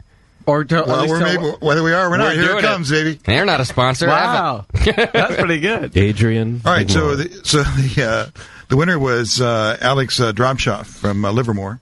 A local boy. Yeah. All right. And what was the beer? He had was a regional. traditional bock. Okay. And the runner-up was our very own John Plesset. Oh shit! He was so close. Right there, close. You're kidding. He was No. right there. With what? What was it? Weizenbach. We should call him and tell him right now. Hey, John, Oh, you just man. almost didn't win. Oh shit! So what Yeah, he does that was mean right when you're there. the runner-up? Does that mean you're out completely? It's just No. like it's like the tease. Yeah. It's like Yeah, it's you can not- look at the whore, but you can't touch it. For some reason, the first place winner couldn't, perform the duties of being in first place. Or That's happened to me a he few embarrassed times. himself by brewing Steph without will, pants or something like that. Yes. What would be the circumstance that the runner-up would be allowed to move forward? It would be like the death of the winner. Pretty much, yeah. First guy gets Off. unexplainably killed. Unexplainably run over by a Hummer. Involved in a same-sex Well, marriage. no, the first thing that happens is that once you win, then they Or a want to Vespa. they want like a 6-pack of your beer. If you can't provide that, then things get kind of weird. So. I see. So if his brew system got stolen, He cannot all his provide. beer- Well, I talked to Alex. He's got the 6 beers already. No, I kid, Alex. Congratulations, my friend. But wow, please say so close. Yeah, right there. So close. He's out. Keep it up, my man. You're so close. Oh, You see, that's what happens when you don't share your tambourine. it's karma, is what you're saying. It all comes I was- back around. I was so motherfucker. thinking about The yin that on and the the yang. way over here. I'm thinking, yeah, please say, give him your fucking tambourine. And then it all plays out right here in front of us. On my way over here, I was just thinking just that. Give him your fucking tambourine. So now I know what you're going to say at the anniversary party, Sully. You're gonna put your arm around John and you're going to go, had you given me the tambourine, He would not be second place. you might be long shot. Exactly. You might be Mr. Long Shot. And had you brought your own damn tambourine, we wouldn't even be having this conversation. It's more fun if we do. Yeah. All right. Well, we just scooped the winner of our region, so that's fantastic. And congratulations. I like that he's from our area. That's fantastic. Very cool. Another local boy, 2 years in a row now. What is beer score? I don't know. 25. 52.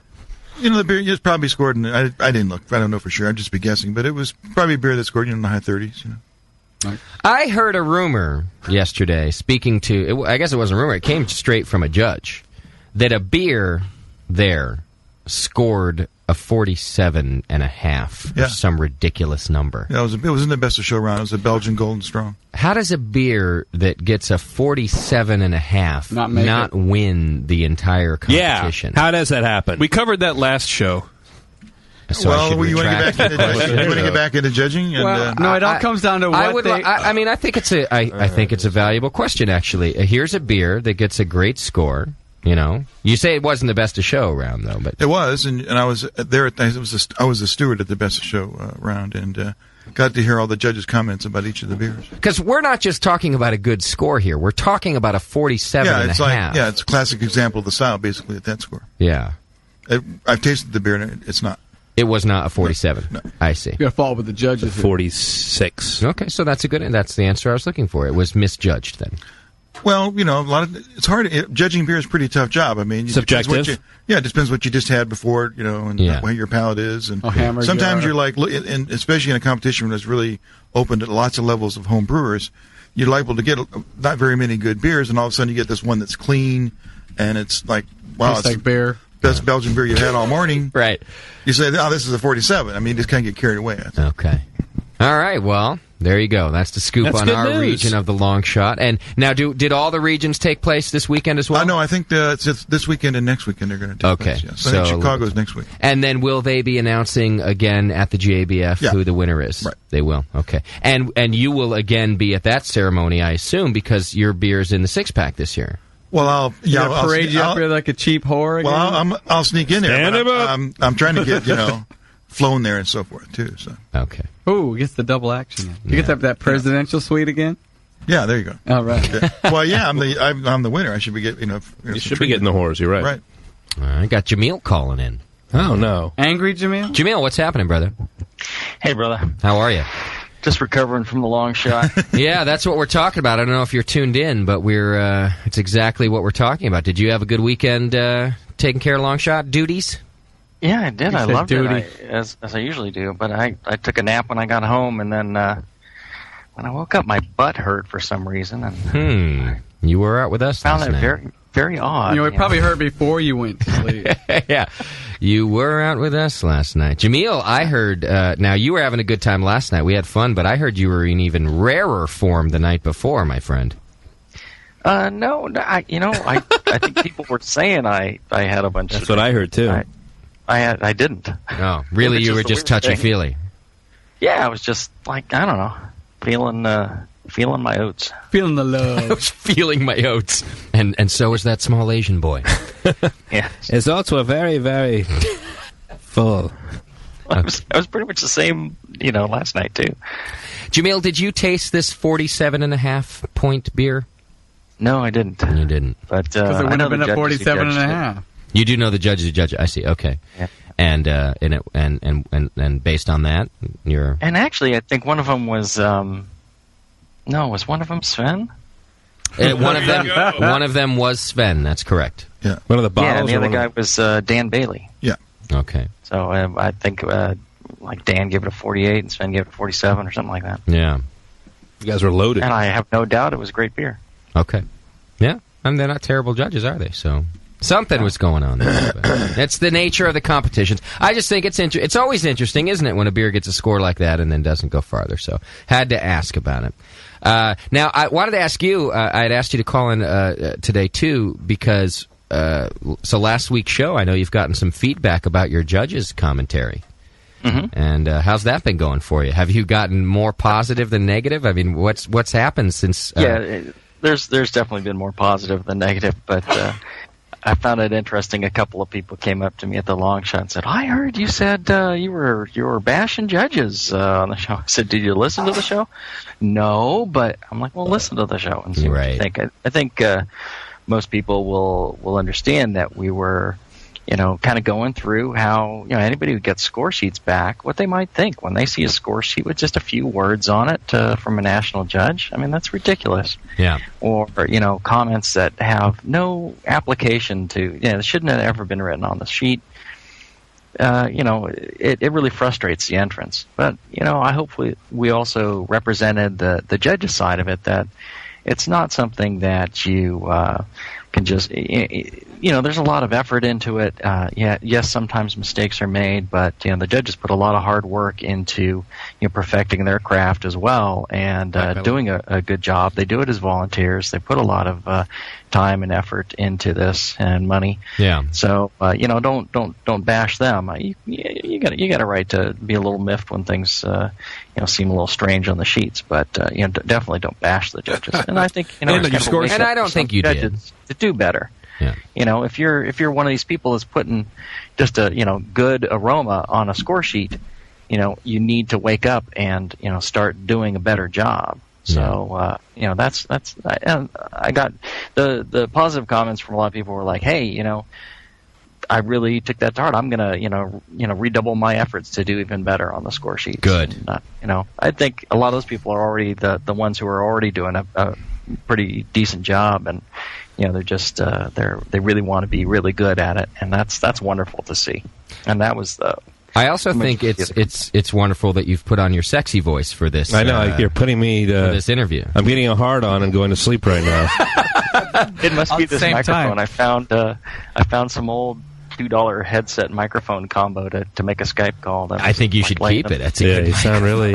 You've got like I'm looking at Adrian right now, and I'm thinking like. I wish you were Jamil. Yeah, Jamil.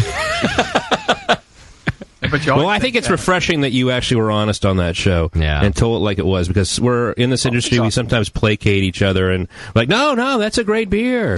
And in the meantime, you're like, no, you're a great judge. Yeah, you're handsome. JP. And, it's nice to hear people have a little bit of honesty about that. No, just shut up there. Scooters are manly. It's fine, Sean. Hey, when you have a big... anyway. Wallet. I think I made McDole nearly lose his beer last night with my honesty. You noticed me being honest with somebody else. Really? Yeah, we heard a little bit. You're not going to go there, right? Yeah, what happened there? Now you got to go there. What happened there? Jamil, think twice now. What happened? Hey, let me tell you about this other story. What happened? No, I'm just I'm the honest type of person. I'll tell it like it is. Yeah, brutally. Brutally honest. I feel cheated now. You've mentioned this great honesty that tasty. It has to do with the radio business, and we don't talk business on the show. Oh, it was radio business. Yeah. Radio business. Oh, okay. Was it to another radio personnel? Yes. Okay. Yeah. I got this poker face going. Yes. Look, you guys just come out and say it was Sully and the fact that I suck, and that's not why I do the lunch meat show every week, and that's why I'm on the CBS show every. Just come out and frickin' say it. Call it clean. Yeah. It wasn't a comparison to size of the head and broadcasting skills, was it? No. Okay, good. It's because they're inversely proportional. I don't even know what you're talking about. All right. Well, now let me ask you this, Jamil. Did you feel that the beer that won the long shot competition in our region was the beer that should have won? I didn't taste all the beer, so I don't really know. I think it has a pretty good shot of being in the 6-pack. Great. I thought it was a little over the top, and some of the other judges did too. But again, they still voted for it. Our judges here have selected a beer, the two previous years that have been in the 6-pack. So I've got a lot of faith in them. We had a best of show panel that included 4 Grand Master judges and 1 Master judge. Okay. And so I think there was over 100 years of brewing and judging experience at that table. So I would just have to assume that they did a really good job of it. I have no doubt. Yeah, is that the new euphemism for best of show is not in the 6-pack or in the 6-pack? Hello, Jamil? What? I didn't understand. Never mind. Crickets, please. Yeah, I'm trying. On 3, 2, 1. Or in the 6-pack or not? I have no idea what. I'll tell you about it later. I got to take a drunk of the week call. You want to hang on the line, Jay-Z, or do you got to go? Okay, hang on. Or drink real quick, and you can be the do this. We have Zymer Hollick, who's been waiting. He was the guy waiting for like an hour. He's on the line now. Zymer Hollick, are you there, brother? Now he's gone. wait, he's calling. Let me just answer it. Don't worry about it. Zymerholic, are you there? Yes, Yeah. I'm here. Hey, buddy. What's going on? This is KU Jeep guy. It's what? This is a different guy. Oh, it's not Zymerholic? He's been trying while this guy's been on hold. Oh. So Zymerholic hung up again, and now there's a new guy. for a while. All right, who are we talking to? Are you drunk? Yes, I am. And the name is? Come up with a better joke than I can. Well, I'm Justin. I'm KU Jeep guy on the forum. Okay. And what have you been drinking? I had a 750 milliliter of the Boulevard Brewing Company here in Kansas City. I had their glass, the quadruple. All right. I've had some Blue Moon, which I'm not too proud of, but it's my wife. She loves it. And I've had a whole shitload of homebrew. Okay.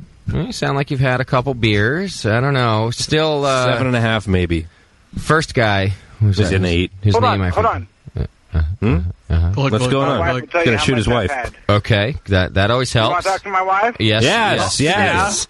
She'll tell you how much I've had. Okay. Great. If she's willing. Okay. Get her on the phone. If she's I'm in willing. the garage having a ciggy because I can't smoke in the house. That's good. You That shouldn't smoke happens. in the house. Nor should you ever. Probably can't throw up in the house Take either. the duct tape off of her, turn the CO2 drip off in the closet, and bring her upstairs. Yeah. See what happens. Wow. She's unconscious. It's the people on the Brew Show. It's them Brew people. Show. Come on. Get up here. It's Come on, those just people. talk to him. He's going to hit her. Come on. He just whistled. You're supposed to be on here, but just... You're supposed to back me up, baby. Come on. Hey. Hi, who are we talking to? What's your name? My name's Justin. Look at me. Yes? Justin, that's what? My name's Jordan. Sorry, my dog was trying to run outside. Hi, Jordan. This is Justin from the Brewing Network, and we have a whole cast of characters here. And I do apologize that your husband's put you on the spot, but it is important because he's calling in for the very prestigious Drunk of the Week. Okay. And he says that you might be able to tell us what he's had to drink. And it always does help a person win the Drunk of the Week if their wife gets on the line and helps She can us out. elaborate on what's been going down. It's the Boulevard Brew, a special beer that has a double on it. It's like a quadruple ale. Okay, and he says he's had a bunch of homebrew. When he says a bunch, how much are we talking here? Well, see, the thing is he's been downstairs and I've been upstairs. I would probably say... You don't like each other, do you? With the gimp. Yeah. 6 or 7. He says 9, but... But you say 6 or 7? You think he's exaggerating? I mean, I don't know. 'Cause I haven't been... That'll do that. Well, look at him and his behavior. I mean, I assume you know your husband, except that you guys hang out at different parts of the house. Yeah, don't worry. He is. He's hammered, huh? Yeah, pretty much. But that quadruple ale... Have you been drinking it too? Oh, I had one drink and I didn't. 10.5%. Yeah, it's pretty strong. How about if you rate He had him? the whole bottle. You rate him on a 1 to 10. You've been Okay. married for a while. 10 being the drunkest you've ever seen him. Absolute drunkest. And 1 being like he's a big I have sissy. to say he's probably a 7 or an 8. A 7 or an 8? Wow. Okay. Wow. Is he in the 6-pack? Is what? Is he? He's up there, 7 or an 8. Okay. So is he still attractive at this point? Is he more attractive? And like, I haven't been Good answer. All right. Jordan wins Awesome Caller of the Week, I'm going to say right now. Okay. All right. Well, it was a pleasure talking to you, but I'm going to go do my laundry. Very well. Bye. Thank you, Jordan. I appreciate it. That was great. I'm still here, but I'm hanging up on you now. You are definitely in the running, sir. That was a good testament to your drunkenness, and you are now in the running. Awesome. Okay, I'm in the running. You're in the running. You're in the running. Stay tuned. I want to be in the running, man. You're in the 6-pack. Stay tuned. We'll let you know. Live show, and I'm bringing it strong. You are absolutely. Hold on. Making his pitch. If I need to get this, I will go chug a couple more and throw up, and I'll call you back. All right. Give me your name again. Justin. I'm Justin. What's your forum name? KU Brew. I'm KU Jeep guy on the forum. It's gobble gop out. Great. All right. I got you in the running, my brother. All right. Okay. Let's not make no bones about it. If you're calling for a Drunk of the Week, that doesn't mean that you can stop drinking. Of course. Yeah, that wasn't a prize for us that if you want, I'll chug more and call back. No. We expect you. You keep drinking. Yeah, just spill more. What the hell are you doing? And by the way, over that beer Sully again, is Sully. now in the running for drunk. I know. I'm of the week. completely fine. Are you throwing beers around though? No, I'm just making some, noise out here. All right, Jamil. Yeah. Jamil is sexy voice of the week. Jamil is like Sexy on voice, Girls Jamil. Next Door. He's like Hugh Hefner. He's give us a boner of the week. I think he's wearing silk pajamas. Actually. Are you wearing silk pajamas? Got a JC? thong on right now? At least his bathrobe. It's because Tasty can hear them. He can hear silk pajamas from a mile away. Swishing between the thighs. You guys became friends over the weekend again, didn't you? Oh yeah. Well, we're in the same hotel. It's it's like a lonely guy's deal. Little reacquaintance. It's like Randy says, as long as I'm the big spoon. That's right. It's okay. And coming from Randy, I believe it. All right. Well, there you have it from Jay-Z, right from his mouth. Yes. From Tasty's pants to Jamil's mouth. Them's the fact. All right, brother. So I'll be seeing you tomorrow for the Jamil show, right? Yep. Yes, we're going to do lambics, all kinds of lambics, and then the second show is going to be Belgian specialty ales. Okay. And I think we have some Russian River oak chips with like soaked in their bugs to give away, right? Right. A dime bag. Yeah, Peter donated like 3 bags, I think. Great. So that's another reason to tune in because it's only we're only going to give away to live listeners. Peter has donated 3 bags of the Russian River oak chips, and he gave them away at NHC last year. And, I have a bag. You do? Yeah? I was playing with them today. Okay. Okay. That sounds fun. You're playing with your bag? No, I was looking through something in my drawer, and look at those things. Oh, I always check there. threw them in the back again. So another reason to tune in live because you can win some of those. All right, Jay-Z, so we'll see you tomorrow, brother. Cool, thanks. Thank you. Thank you. Bye. See ya. When, Great, Hey. Jamil's fun, man. We had fun with last night. I love Jamil. That guy. Jamil is like, he is so excited about stuff. I mean, he comes across as being kind of low key and all that, but he'll like go to the 2-1-A or whatever, and he'll like send me these emails that are just like over the top about his experience. That dude's fun, man. Or the waitress that he's in love with. Oh, which one? Oh, I'm just kidding. Which one? Who hires those waitresses, by the way? Sully. Well, Steph's in the room right now, but it's all work. It's all work. It's professional stuff. It's all in the up and up. It's all business. All right, now I think I have Zymer Holic on the line, right? Yeah, you do. Zymer Holic, are you there? Yeah, brother, what's up? This guy has been on the phone waiting for hours. Poor bastard's probably asleep by now. What's going on, man? Just I just want to say you are a cunt. I know cunt lips. Okay.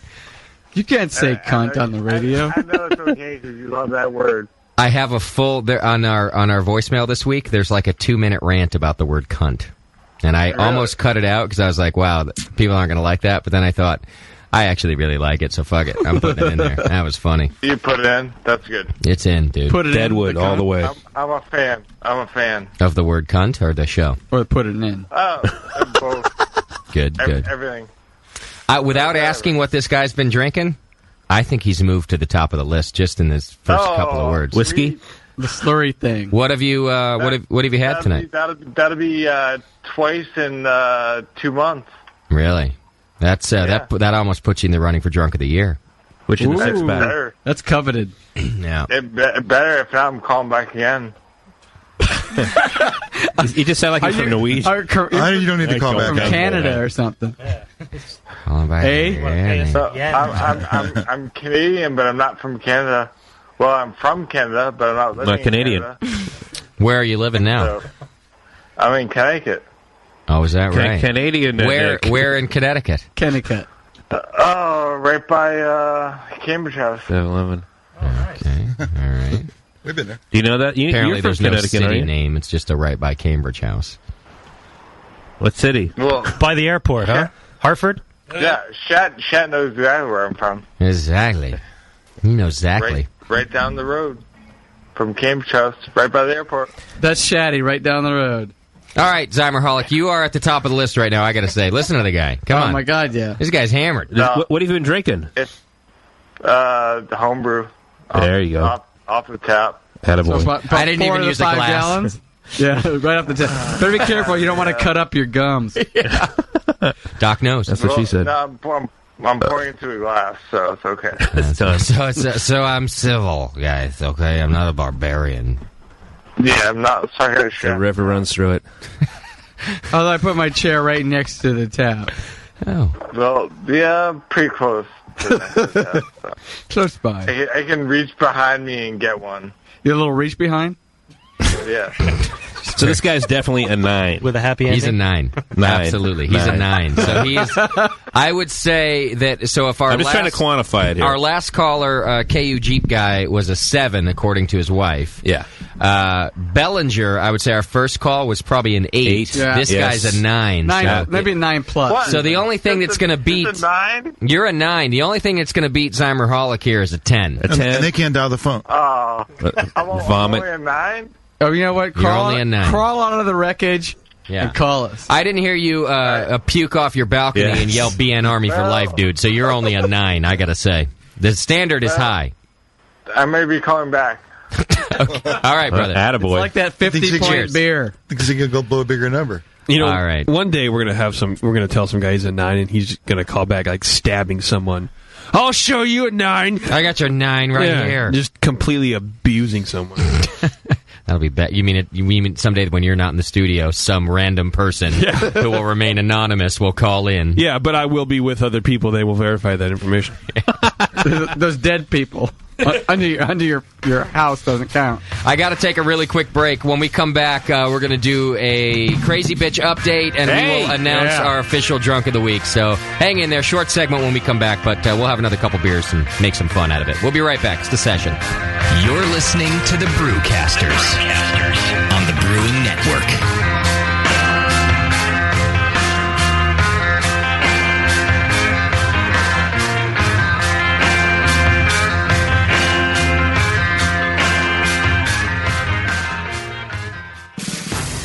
Every year, June 14th is remembered for many reasons. U.S. House of Representatives passed the 1937 Marijuana Tax Act. Hawaii becomes a United States territory. Boy George's birthday. Margaret Jones was hanged for witchcraft. But this year will top them all. I'm telling you now, this party is going to rock. It's the Brewing Network's 3rd anniversary party. This is Push Eject, and I'll be there. This is Mrs. Push, and I'll be there. This is Badrock. And Vanna, and we'll be at the BN anniversary party. In search of the unicorn and the rainbow. This is Chris Graham with More Beer.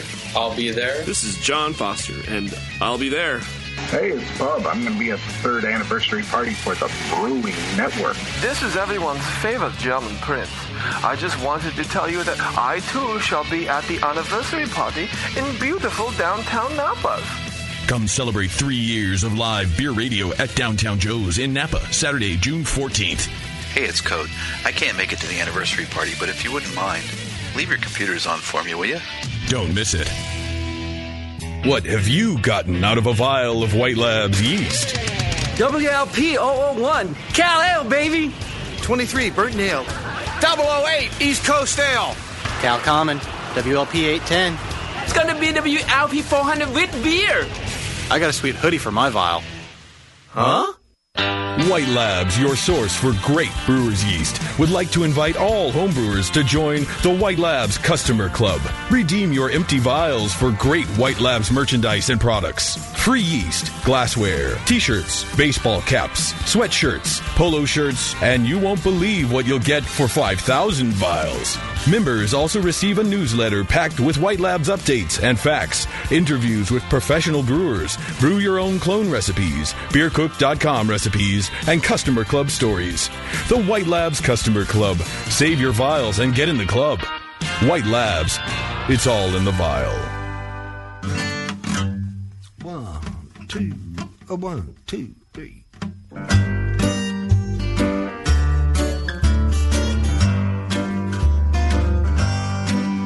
I give me just one more puff of that worry be gone. Worry be gone.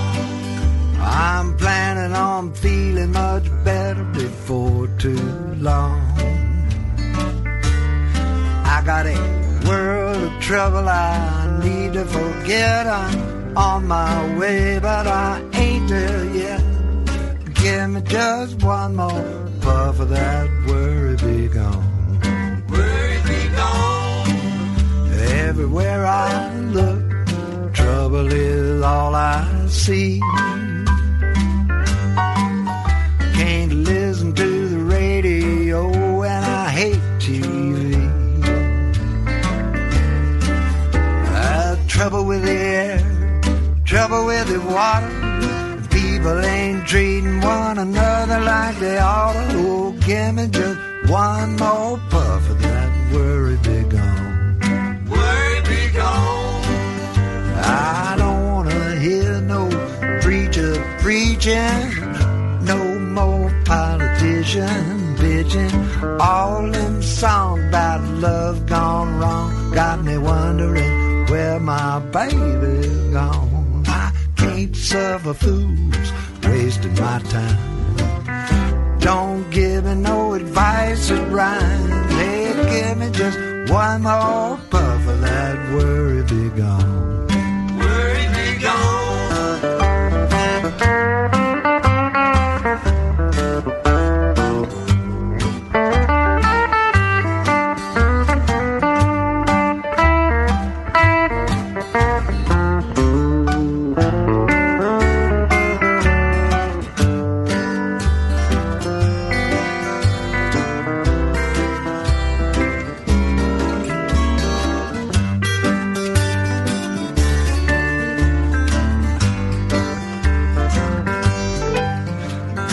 Give me no shit, just give me a hit. Hey, I'm smoking all day and I can't get lit. Don't give me no guff, give me a puff. You know how I love that stuff. Oh, give me just one more puff of that worry be gone. Worry be gone. Yeah, give me just one more puff of that worry be gone. Give me just one more puff of that worry be gone. Worry be gone.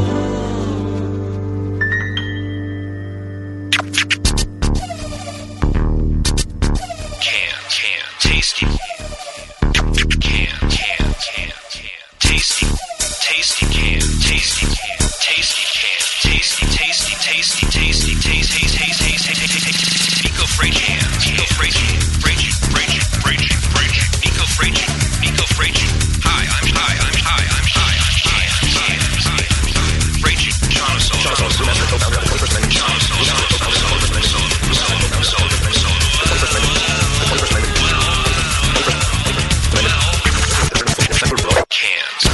Sean O'Sullivan, brewmaster at 21st Amendment Brewery and Restaurant on second.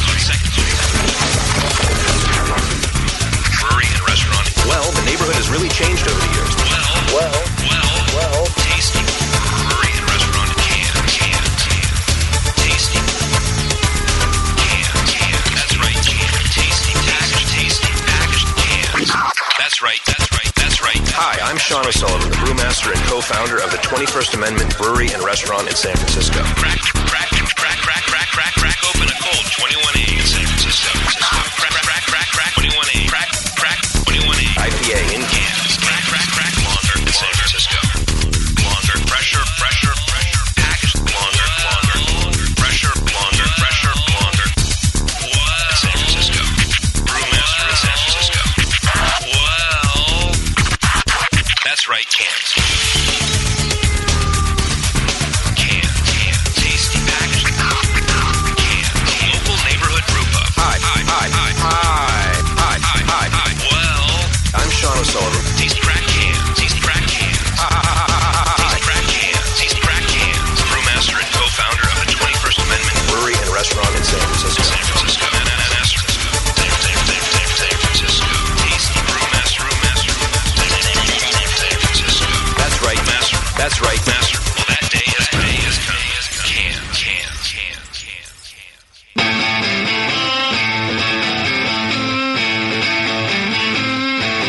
You're listening to the Brewing Network. Because like beer, radio shouldn't suck.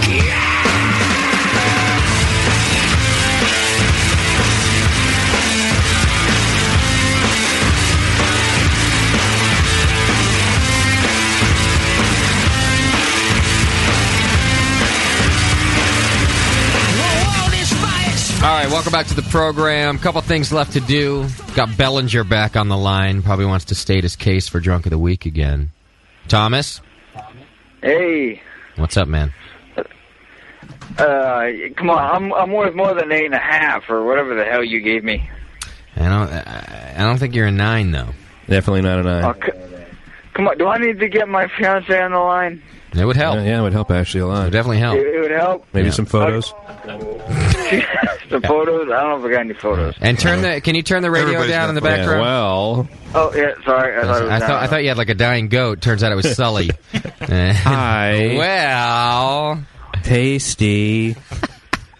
Does your now have you played that for your staff and stuff? Sully? I have actually. When Adrian, we're intimate, that's the only way we can get it going. Has to play that now. She's like, Sully. I've given her like an open to cut me down, and she will not do it. Steph's like, Sully, turn on the song. Okay, I can't make it happen. Turn on the song again. I'm not in the mood. Tasty. That's not enough. Does your staff like it? How can you not be stoked about that song? I love it. Why are they not raging about that song? They are.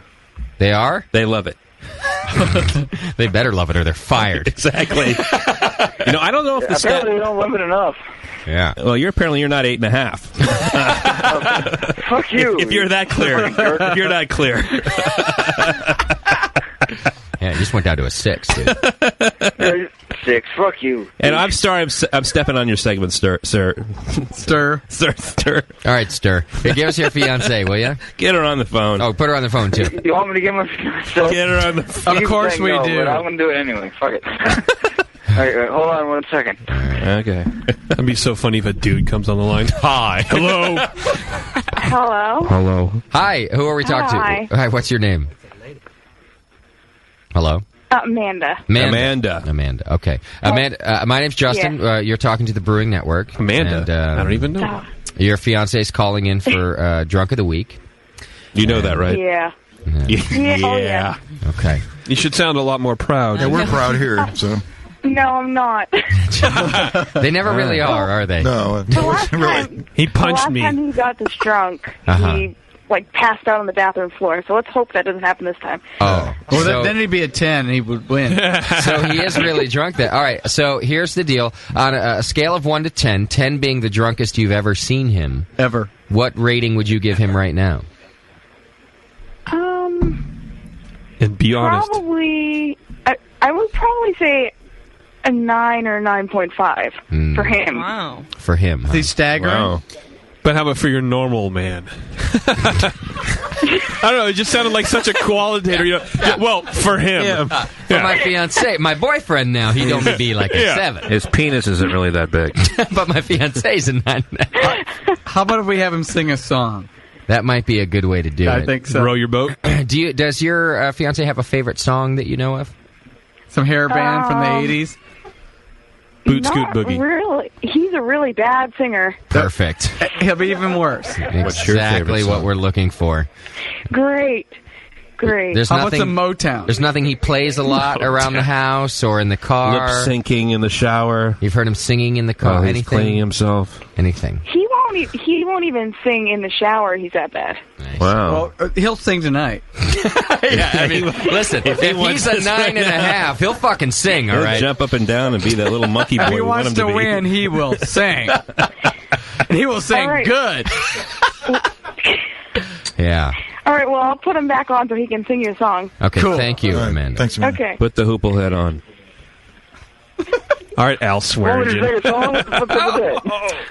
Yeah, sing us your favorite song, Tom. We're still trying to... she claims you're a 9.5, but I'm still going with my man Zymerholic in terms of what I've heard so far. So, a little Leonard Skinner, maybe some Allman Brothers. What songs that you want to hear? Anything you like. Whatever you want, Thomas. I Don't Like Your Boyfriend by Avril Lavigne. Oh, fuck, man. I suck at singing, man. I can't keep a tune.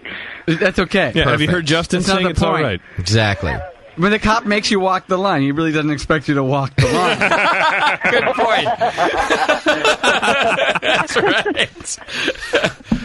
Yeah. He doesn't want to hear you do the alphabet because he likes your voice. Can you think of what's your favorite song? LMNOP. Little Mott the Hoople. Oh, Jesus. Inagata Davida. Let's do that.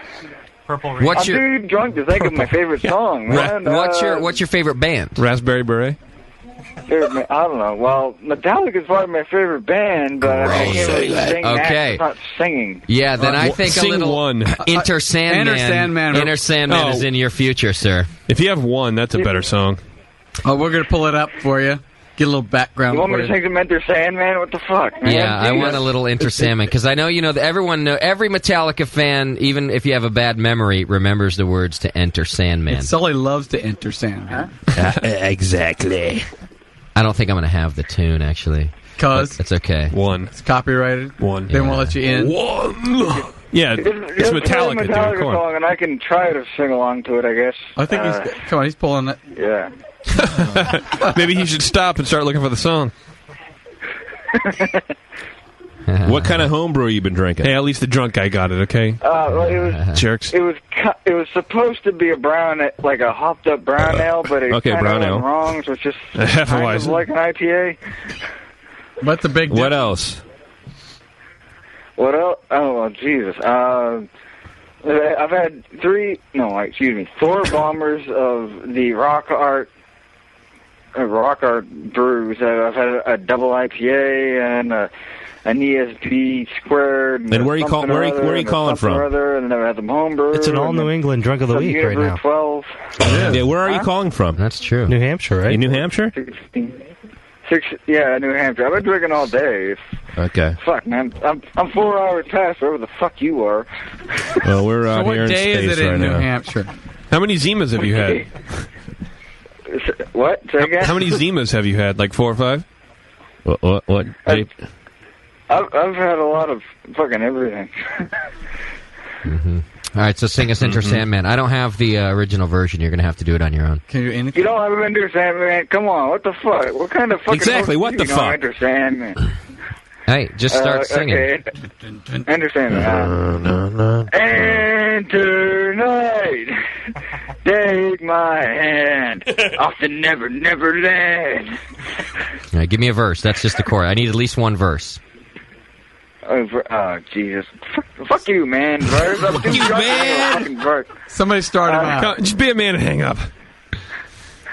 Don't hang up, motherfucker. It's my birthday. Give me the fucking drink of the week. It's JP talking. All right, sing yourself happy birthday. I think that'll put you up at a 9.5. That'll move you. Well, I'll tell you this. Here's what's at stake. I believe you are now at a 9, but so is Zymerholic, so you're going to have to be a 9.5. Break that tie. Sing yourself happy on birthday. your wife.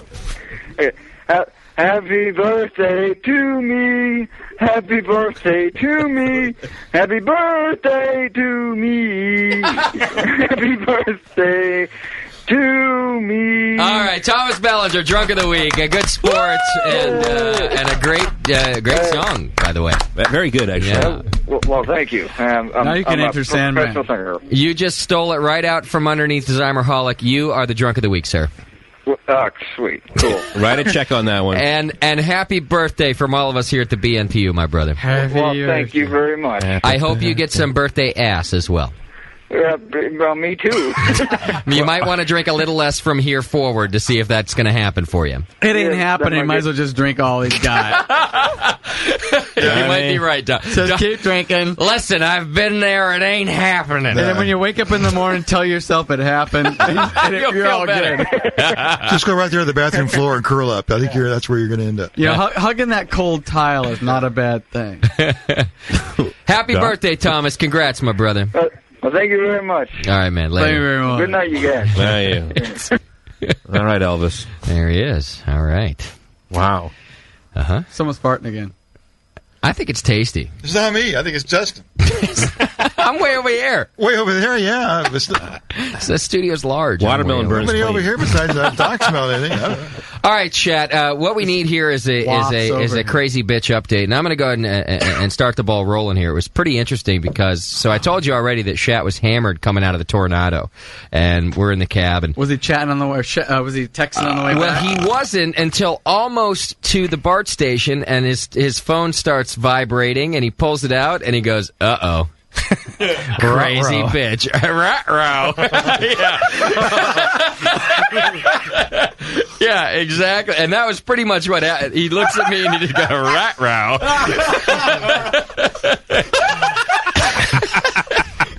All downhill from there. Yeah. Wrong. Yeah. So, actually, I'm a little freaked out. I don't know if you've noticed. Okay, I did. But there notice. were some things that were said that came out of her mouth. She's pregnant. No. Wait, when? Last night? Yeah. She loves you. Wait, we're not there yet. Yes. Are we Yeah, there lead him, you already? gotta lead him. No, let's What? She's in love with you? She told you I love you last night? Yes. Oh, flag on the play. She remember it, though. Yeah, forget it. This yeah, is, and by the way, this is what Shat said. He said, "You gotta go." Now, wait a minute. This is even more interesting based on the thing. Do you know what I was? So, Shat was passed out in the bar, and I was still facilitating the crazy bitch. I took his phone and started communicating back and forth with Sasquatch. So, she was like, the last text that Shat sends her is, she says basically, "I'm almost there," and he's like, "Hey, I'm not home." Right, and that was it. And so Isn't that what she usually says? Yeah. I'm almost there. Yeah, and he's like, I'm not home. I'm not there. So that's about the time that Shat passes out on the BART, and his phone keeps vibrating, so I go ahead and grab that little bastard. Wasn't in his crotch, was it? It was in his crotch, and I took it from there. It was curled up right next to his prostate. And so, she's like, I'm here.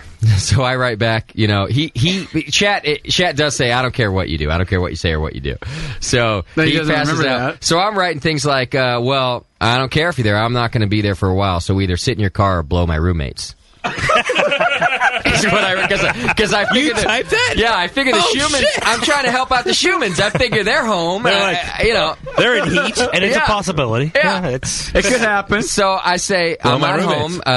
Blow my roommates.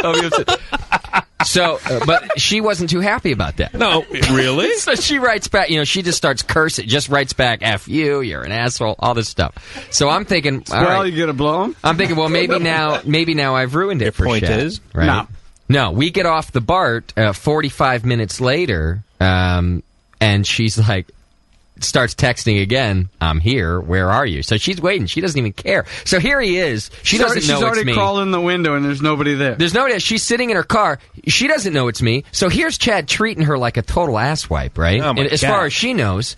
And we get here, she's sitting in her car with a 6-pack of Corona. She's gone through 5 of them. Oh, yeah. Oh, yeah. She's just pounding beers. Oh, my God. So all of that, Corona, and then She later sounds on, she classy. tells you she loves you. Yeah. What happens? Was that like? So you come? I run inside because I don't want to see her. I get here, and we're both, I'm driving Shat home because Shat's hammered, and I run inside so that I don't have to see her get out of the car. I don't have to see that mess of a beast get out of the. Oh my God! And smart move. So what happens Ouch. from there? So all right, there were a series of events that happened. Okay, he's like calling it like a play. She comes in. Yeah. Yeah. Yep. Okay. I hear something at the door. Was like that. Was it this? That's it. That's Okay. it. All right. So I come in and Shoe Light is in the house. He's fucking her. And he's got a smile on his face. No. And he's got a lady. Oh. And so he goes, hey, in about 10 minutes, Tag team? if you guys want to come in the studio, there'll be a little show. Oh. I said, oh. Yes. That kind That's of show. later. Oh. I love you. So anyway, we go, all right, well, I'm still tipsy, and crazy bitch probably isn't, so how about a vodka something?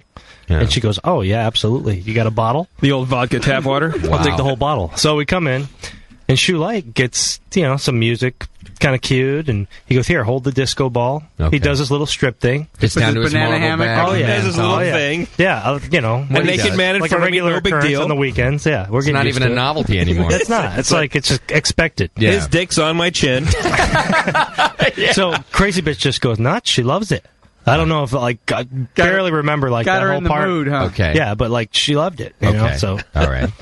Shaddy, anyway. get on the pole. Is this is this before or like you haven't This is gone to the when room she yet? just walked in. Yeah, this is Okay. just like when she walked in. Okay. She said, "Hey, I need liquor. I've been drinking Coronas. I need liquor." Liquor, I don't even wanna talk to slob. Yeah, I need to get drunk. liquor. I'm not drunk enough to fuck you. All right. I said, "Well, give me a couple shots I too." need That's why liquor you're as at it. much as you do. But so anyway, we get a little strip tease.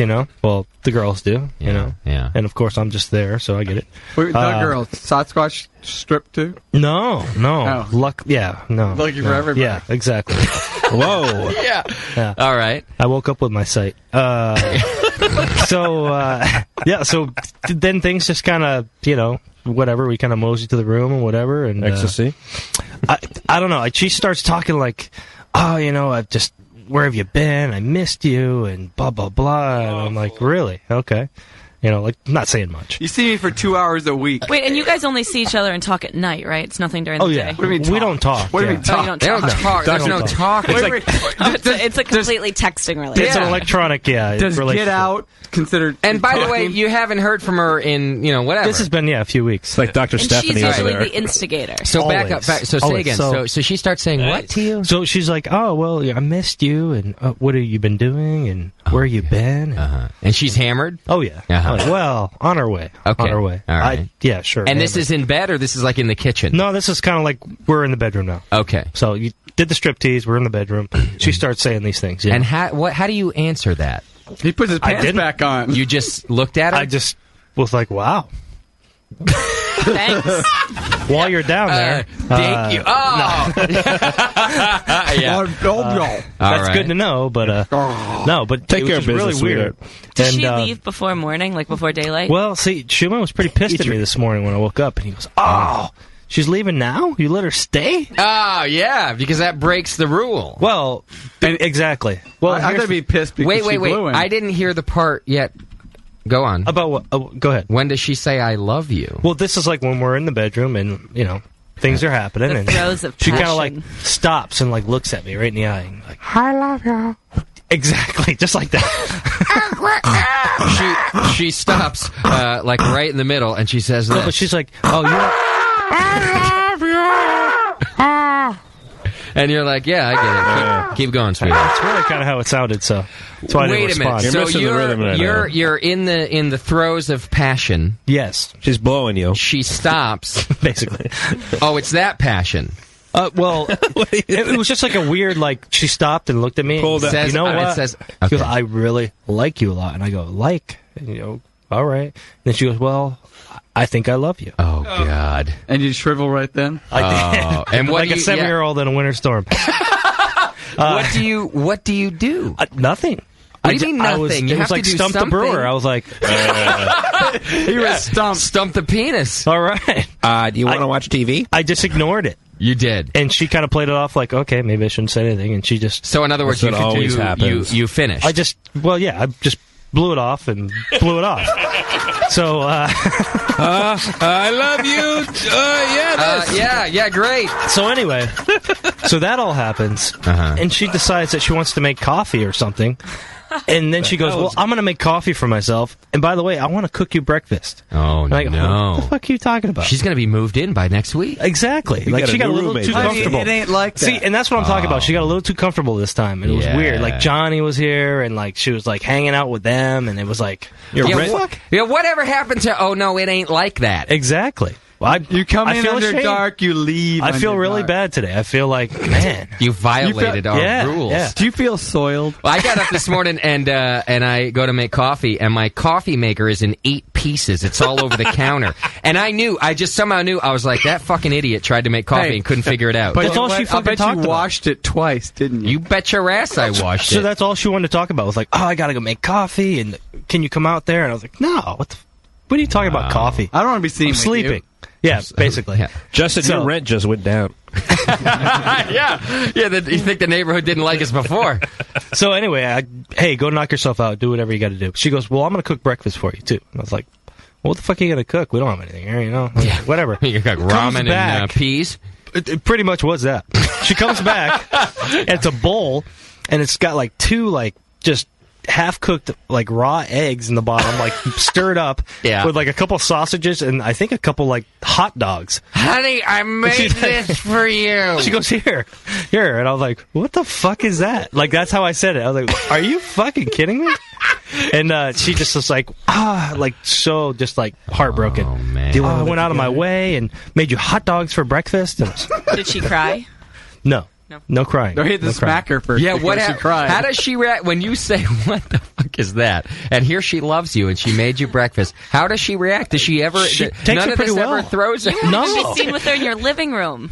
Yeah, never mind going out. You won't even be in the same room with her. That's true. And it's your house. I let my guard down last night. I don't know. So when you say Won't things happen like again. that, she just doesn't even react. She just not at all. I want to meet her. She's a mess. I man. want to meet her. I feel bad for her now. She's a big mess. So, and then the other thing was like every time she's like, "Oh, I need water," like all throughout the night. I need water.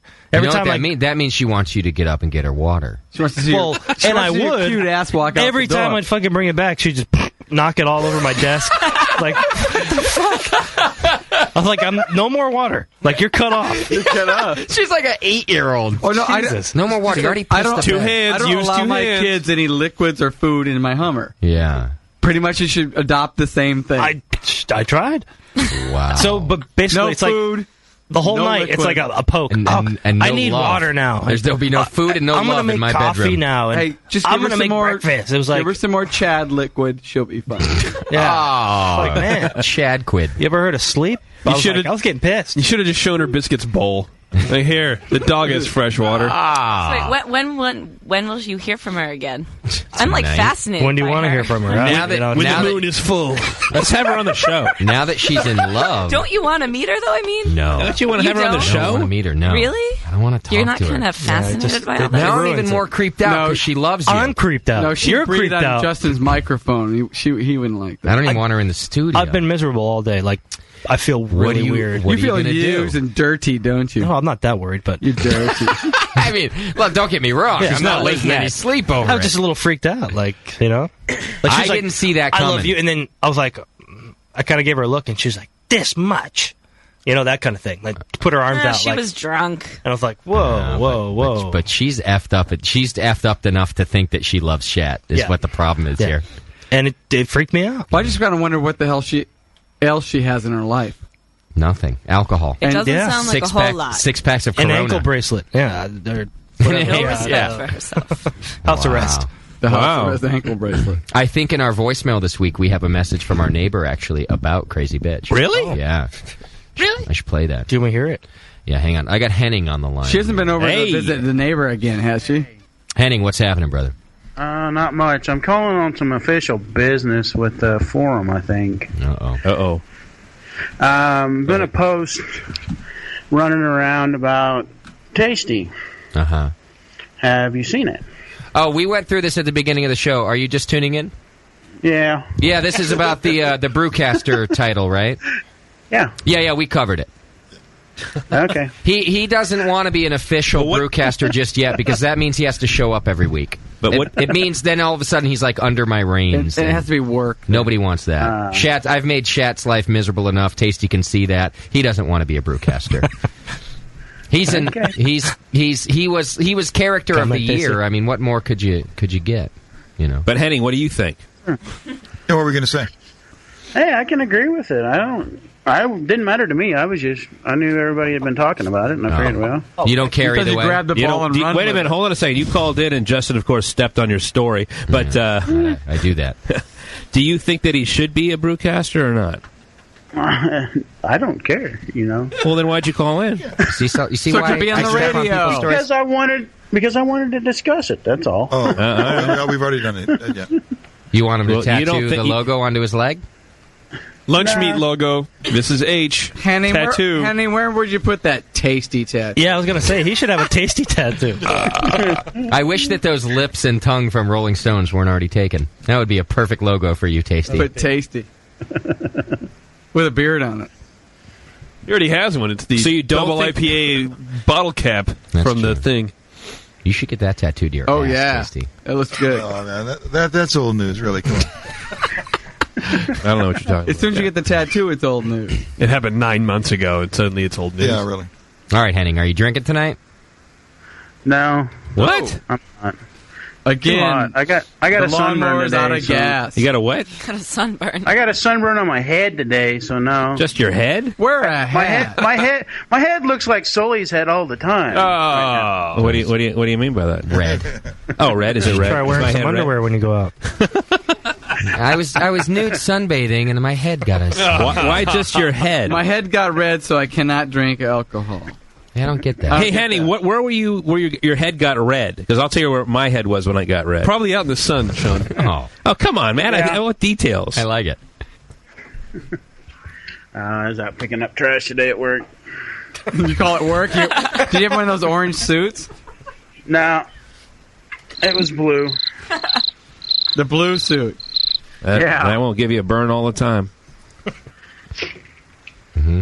You meet any new friends out picking up trash? Eddie, what are you drinking right now? You're out of your mind right now. He's not drinking. Nothing. You sound like you're just liquored up, and He's you're just like Henning. I love it. It's like talking to Henning is like talking to your drunk brother. Did Mrs. Henning put the smack down on you? Is that why you can't tell us? No, she's in bed. Oh yeah. Does she know you're using the phone? No, I'm on Skype. That's okay then. Yeah. So you're all alone in the basement with your computer on Skype. And you're listening to us. And what are you wearing? Your head's red. Henning, what are you wearing? Henning, you're in your underwear right now, aren't you? Yes. They're red, huh? I think I've seen that photograph. Are you a boxer or a brief man? Boxer. No comment. I think he's Well, briefs. you can tell us. I'll tell you. He's briefs. I guarantee Are you brief guy? Henning's briefs. Yeah, totally. I say he's boxer guy. Yeah. He is See? briefs. Are you freeballing it? No. Gotta be briefs. He's a briefs guy. Yeah. Boxers tend to twist your dudes up. I think they actually let them I ride say the free opposite. and Yeah, clear. I say briefs twist your dudes Yeah, well, up. they keep you contained. Yeah. Too much. No. Sully, you're not briefs. You can get in a bad twist with some boxers. I know that Doc is briefs. Doc's a briefs guy. No, I'm. What do you Big call, Tim, are you briefs also? sometimes- Just like your brother? Yeah, it's a what, brother what do you call it? You call him Tighty Whities. No. You call him Doc's Euro underwear. Oh, yeah. Oh, you have like the Italian cut brief, huh? Yeah. Yeah. He does. The high thigh. He has the Euro style Doc wear. Yeah, that's what it is. A Euro style Doc.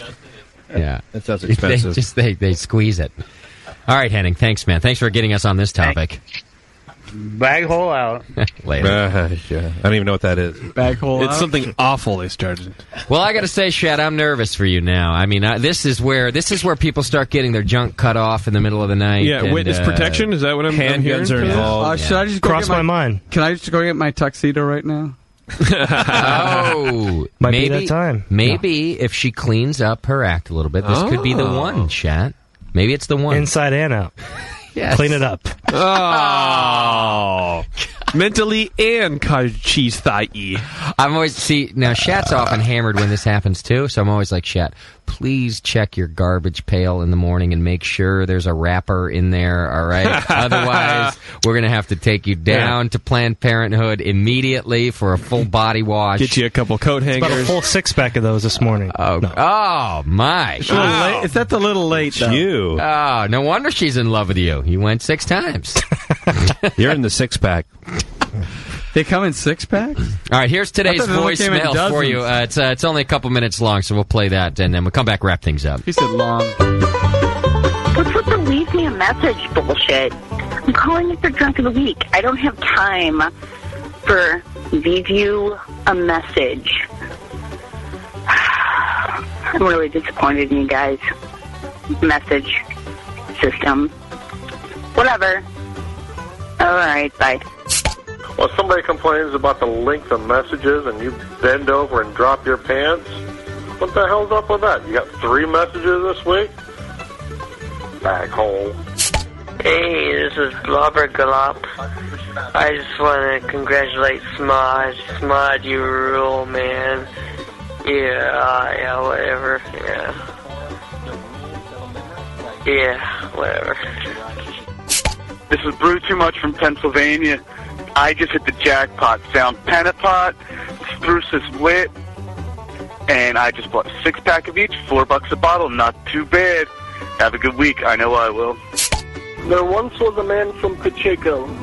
He thought he would start his own beer show.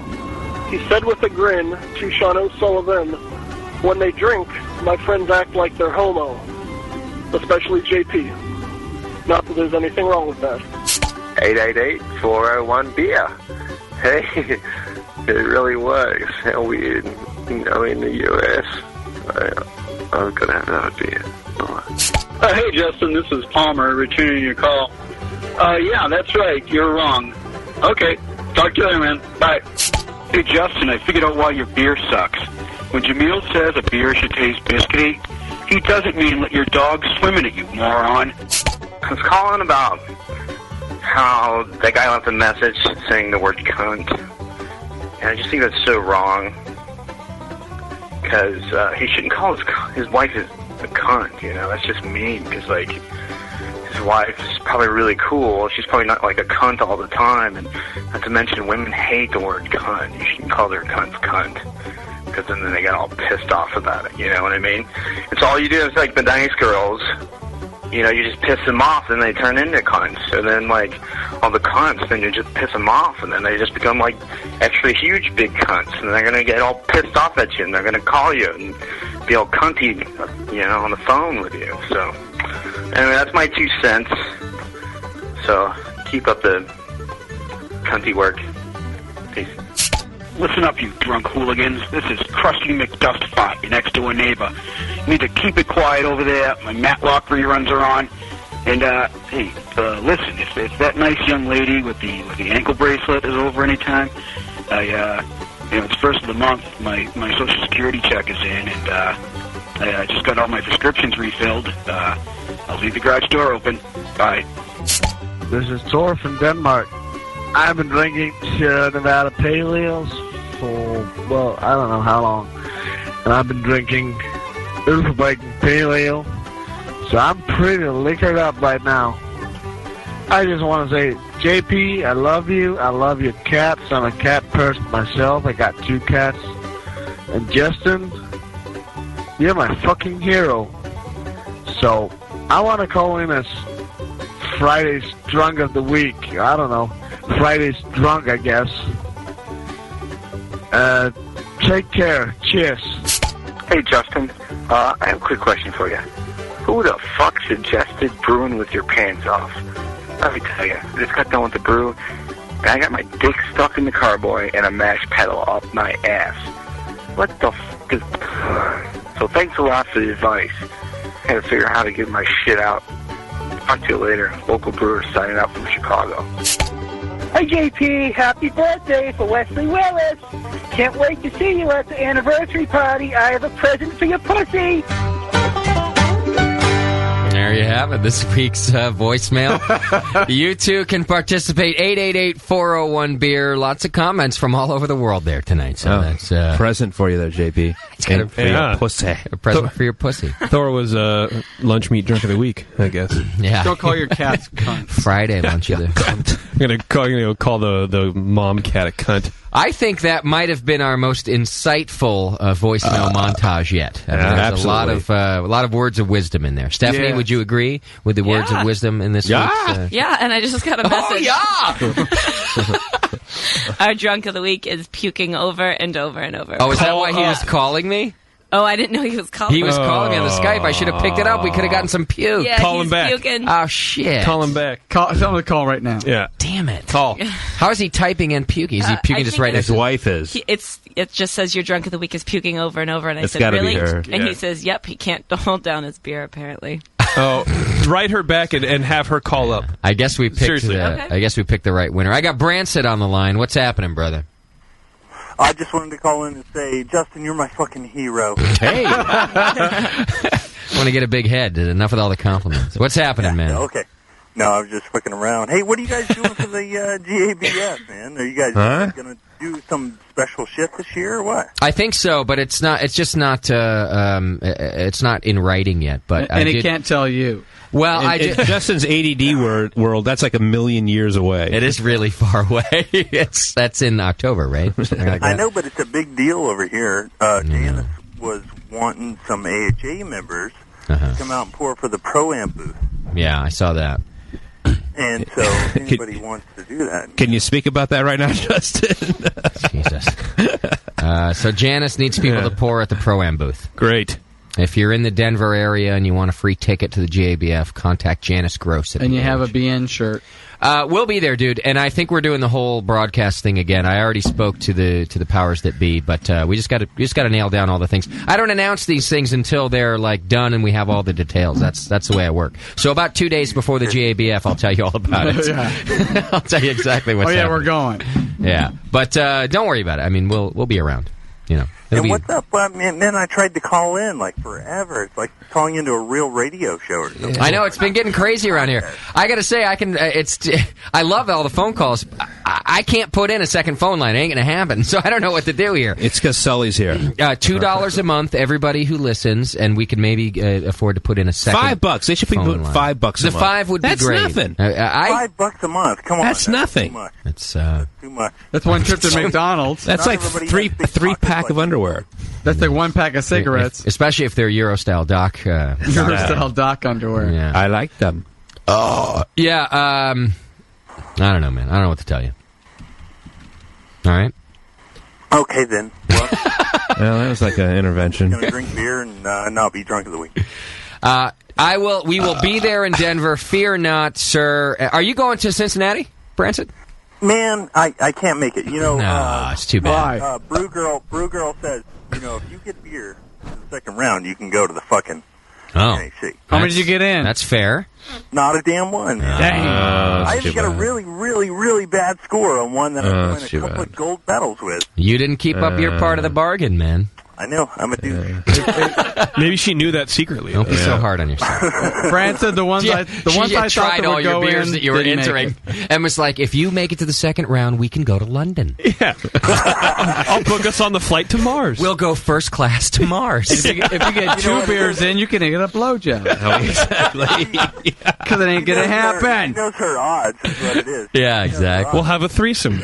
Oh, that's too bad. I was hoping to see you there, You can man. build a wobbly Yeah, H. well, what are you gonna do? All right, we'll see you in Denver. Don't worry, we'll be there.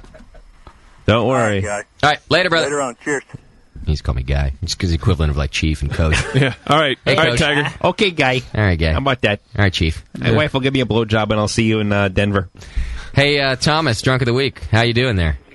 Yeah, I'm doing good enough, I guess. Dude, you just lost all your groceries, didn't you? You could say that, yes. No, I got an apple in the bin in the fridge. Where did you leave all your groceries? Like all over the floor, or did you make it to the toilet?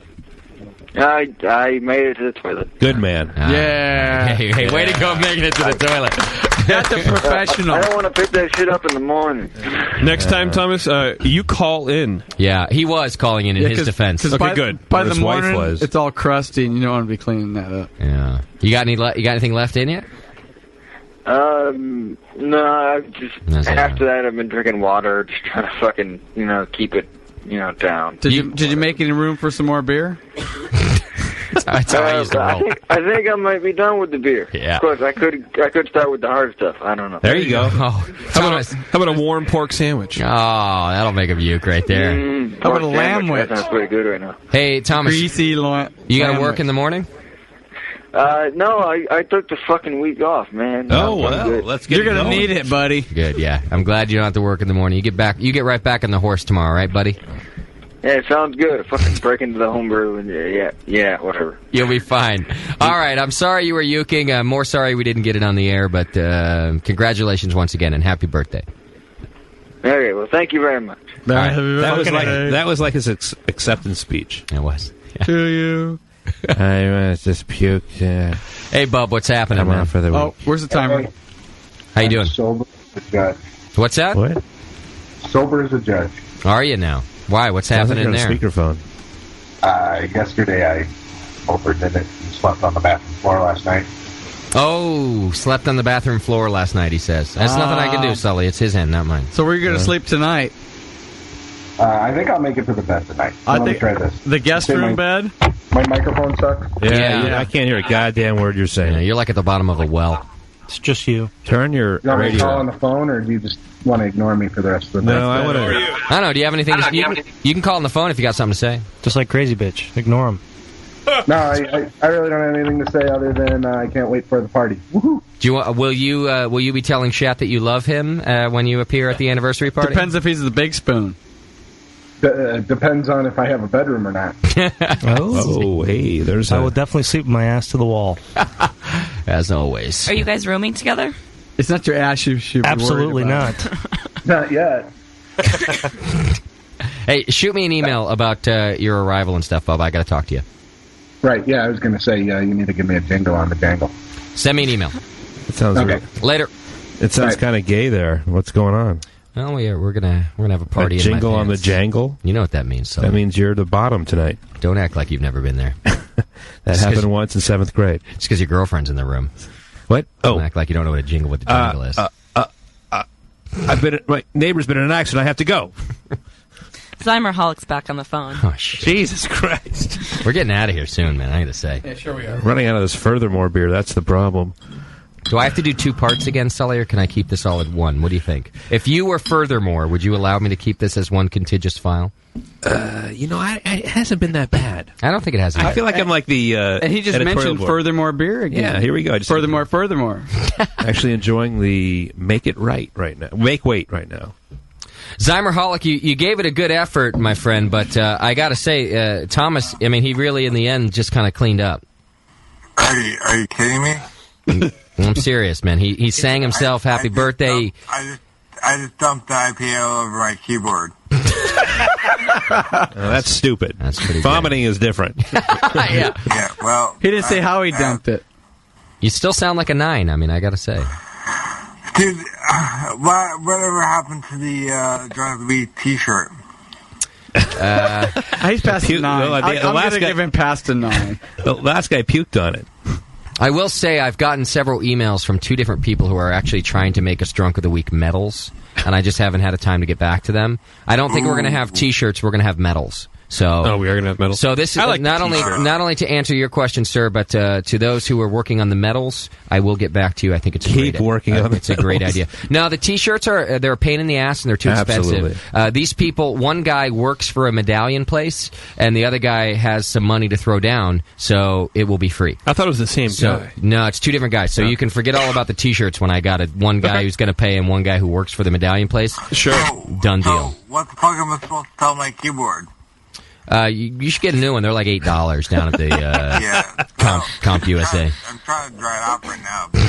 You're like me. You're trying to Even dry though they're $8, I'm like, shit. Where's the hair dryer? I gotta hose this thing off and dry it. I ain't paying $8. I'm sorry.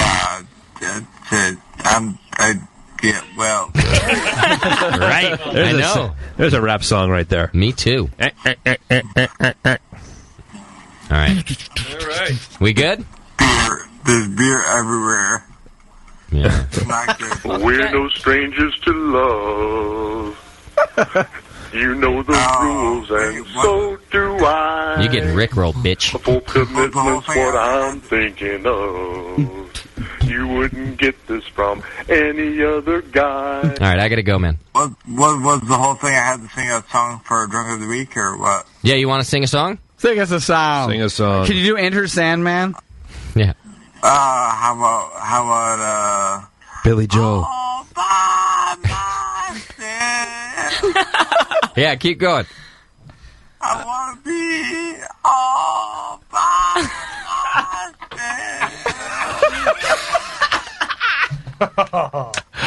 Do we need to have a do we need to have a Drunk of the Week this week? I think so, yeah. I think right there. It would be unprecedented, wouldn't it? Have we ever had a dual Drunk of the Week before? I don't believe we have. No, but see, that song just capped it off. I mean, his choice. I don't care how he said. He chose All by Myself as his sing along.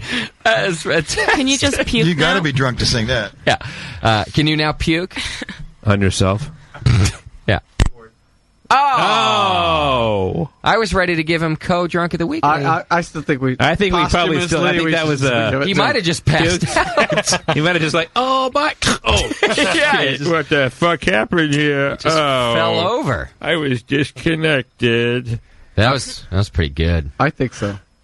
Co-drink. Yep. Co-drink. Co-drunk. Co-drunk. Yeah? Even with the hang-up? Oh, dude, that we song don't know was how priceless. I think we have to consult with He Thomas. could have fallen down and could just pulled that cord right out of it. He could have, the last guy sang happy birthday to himself. He also sang another song. Not on the air. Yeah. By the way, that was just a reported But he did incident. sing 2 songs. We should call him. We should have him call in and discuss all it. by myself. I mean, that guy's probably a huge metalhead. Probably drinks watermelon wheat and just pulled that song out of his ass. I mean, that's a beautiful thing. I can't believe he just. He's probably a big fan of American Idol and wears a dress sometimes.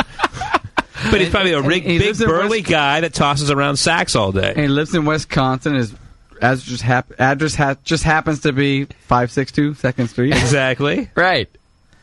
And the other one, too. It really was a nice He has to call back if we've ever waited for a call.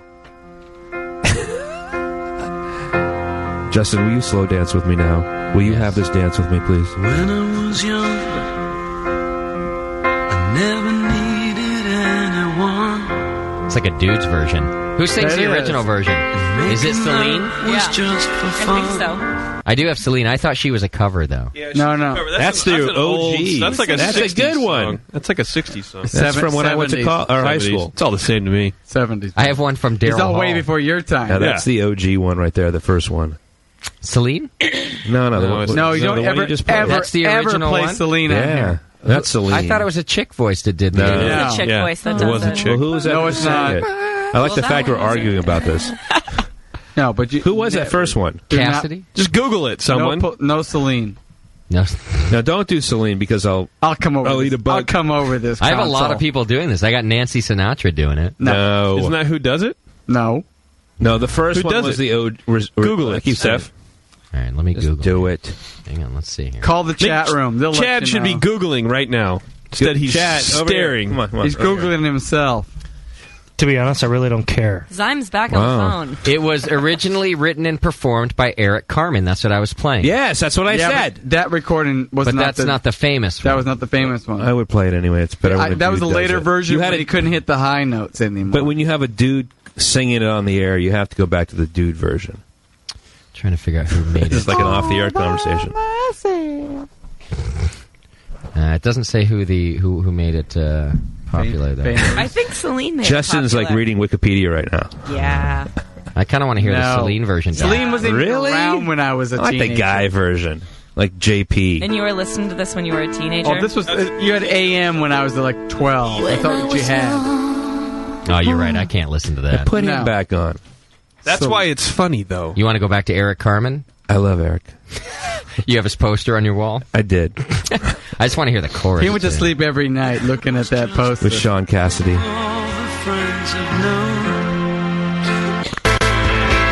Don't wanna be. Let's get to the chorus.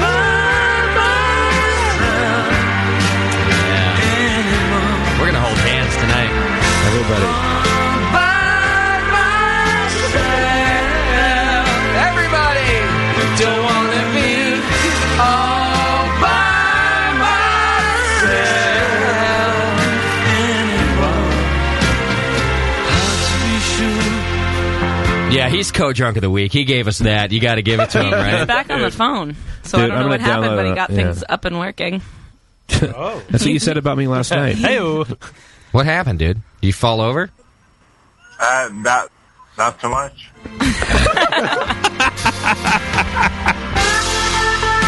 Oh, we came in just in time for the flute solo. Not yet. Yeah, it was a good. We just gave you co-drunk of the week, dude. Oh, dude, I want a T-shirt. We don't. Don't be so fucking They're in the store for demanding. $19.95. Yeah, I don't have any T-shirts. We need Dry the Week T-shirt. I'm going to dry hop your All right, it's in the mail. It's in the mail.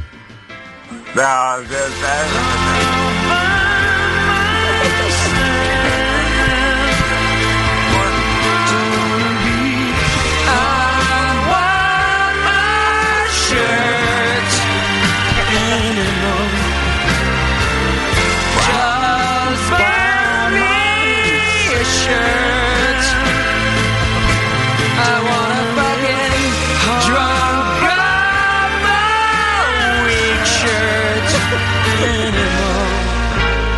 Buy me a shirt.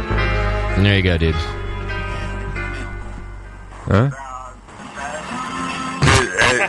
that's it. He's like tearing up right now, aren't you? He is tearing up. Something better's gonna happen from this. Well, you're in the running for drunk of the year. Just gonna put him over the edge. The piano solo. That's all I got. Just remember when you lost that dog that one year. Yeah. Your dad didn't say I love you. No, he's going to hang himself in the shower tonight. He's going to jump in front of a commuter train tomorrow. Your lunch was cold. You go, Eric Carmen. Just give it to us right now. Play it like you mean it. Give me some love. See, this was the original emo. I think you're right. You know, this is where it comes from. All right, dude. Later. Congrats. Later, man. Congrats, co-drunk of the week. Yeah. Is he assistant drunk of the week, or are they sharing the title? They actually walk up there holding hands. It's like a marriage in San Francisco. Well, you're all used to accepting it together. Yeah, they're together. They're life partners. Drunk of the week partners. Life partners. That would be a great photograph. I'd make a T-shirt of that, of these two jokers. Those guys are probably big burly guys dancing. They're holding each other with beards proud and smiles loud. I like how you're looking up at the ceiling like you're picturing all this. I am. Sully. I'm getting... I love it. I'm so gay. Not that there's anything wrong with that. Exactly. Oh, no. All right. We did not. No, you just dropped that right out. All right, Jonathan Price is trying to call me. I keep taking his call and it hangs up, and he's now... Who is that guy? He's begging me to take his phone call. I've been taking it every time, dude, but your end is hanging up. He should be begging. You should be taking it. All right. Just take it. I got him now. Let's see. Okay, let's hear it. Jonathan.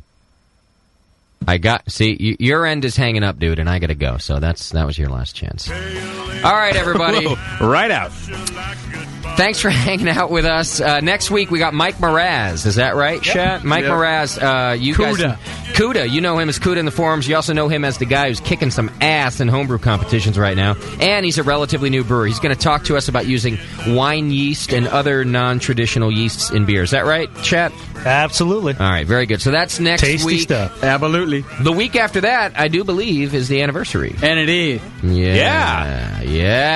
We'll be on our Vespas. You going to ride up? Did you say 2 weeks from now? Adrian just got... Steph just got one today. Now, Doc. 2 weeks. I don't know. JP will have his cat carriers there, right? in tow. What? I should bring Doc, you going to be there? Be awesome. You should not bring your cat. Yep. I'll be there. Doc will be there. You going to be there, Tasty? Absolutely. Is Crazy Bitch going to be there? That's the question. Oh. And Big Tim is talking about taking a little extra trip Tim's up gonna here. Be there? Come on, Big Tim. You got to make it. Maybe. What about you, JP? You going to be there? Listen to the fucking promo. Can we have a Crazy Bitch giveaway? I think we should, yeah. We'll raffle her off. Crazy Bitch for a night. Yeah, I'm going to be there. Just one text message away. Half of a morning. Maybe. Yeah. Really caught in that Vespa. One night and one shitty We're having our own breakfast. I'll tell you what. Only if she tells me she loves me. She will. I'm so creeped out. Does she listen to the show? Like, does she hear any of this? No. No. That's too bad. She fucks Shat. You think she has a computer? Whoa. I don't get it. Is that you couldn't possibly? I don't either. You know, Shat's actually a good guy. I'll make a... Well, you tell him. Make an honest woman out of her. Is that what you mean? He'd be the best boyfriend ever, other than Sully. Good save. That's fine. We're And maybe Ian. When you're out of state, you're out of mind. See now. Oh, wow. I think if you're like across And the you're going counter. home alone tonight. Again? No, he's not. Not if I play this tune. The women are lined up at the door already. And they're wearing Doc's underwear. That's I only need to hear the first line. Hey, Shoelight, I think this is your new stripper song. Oh, he's already getting the groove going. He's ready. Hi. Well. Sean O'Sullivan.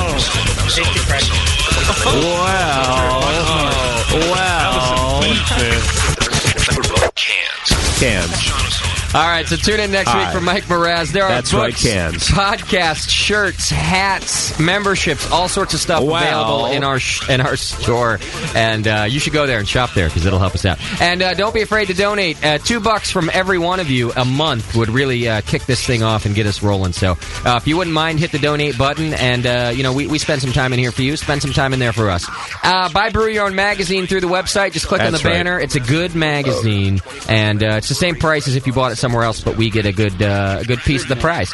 And then, if nothing else, if you're totally broke, if you're a starving student, and I can relate, just click on those ads that rhyme with frugal, because it doesn't cost you a dime, and they send us a quarterly check for that. So that's kind of cool. Pressure. Visit our sponsors, buy beer from them and beer supplies and all that kind of stuff. You can buy cans. Well, tasty crap can. Hi. And most of all, thanks to Aaron for coming on the show today from Furthermore Beer. Go to furthermorebeer.com, and I'm telling you, it's good shit. Good beer. So if you can get in touch with it, grab it. It's good stuff. All right, we'll see you next week, everybody. Hi. Sully, thanks for showing up today. Steffi, thank you for doing the chat room. I appreciate it. That's right. You can tell Sean hasn't been here long because he keeps chattering. Hi. It's his song. Can we get out of here because it's wafting over here? Yeah. Hi. All right, see you next week, Thanks, kids. Doc, for being here. As always. That's right. That's right.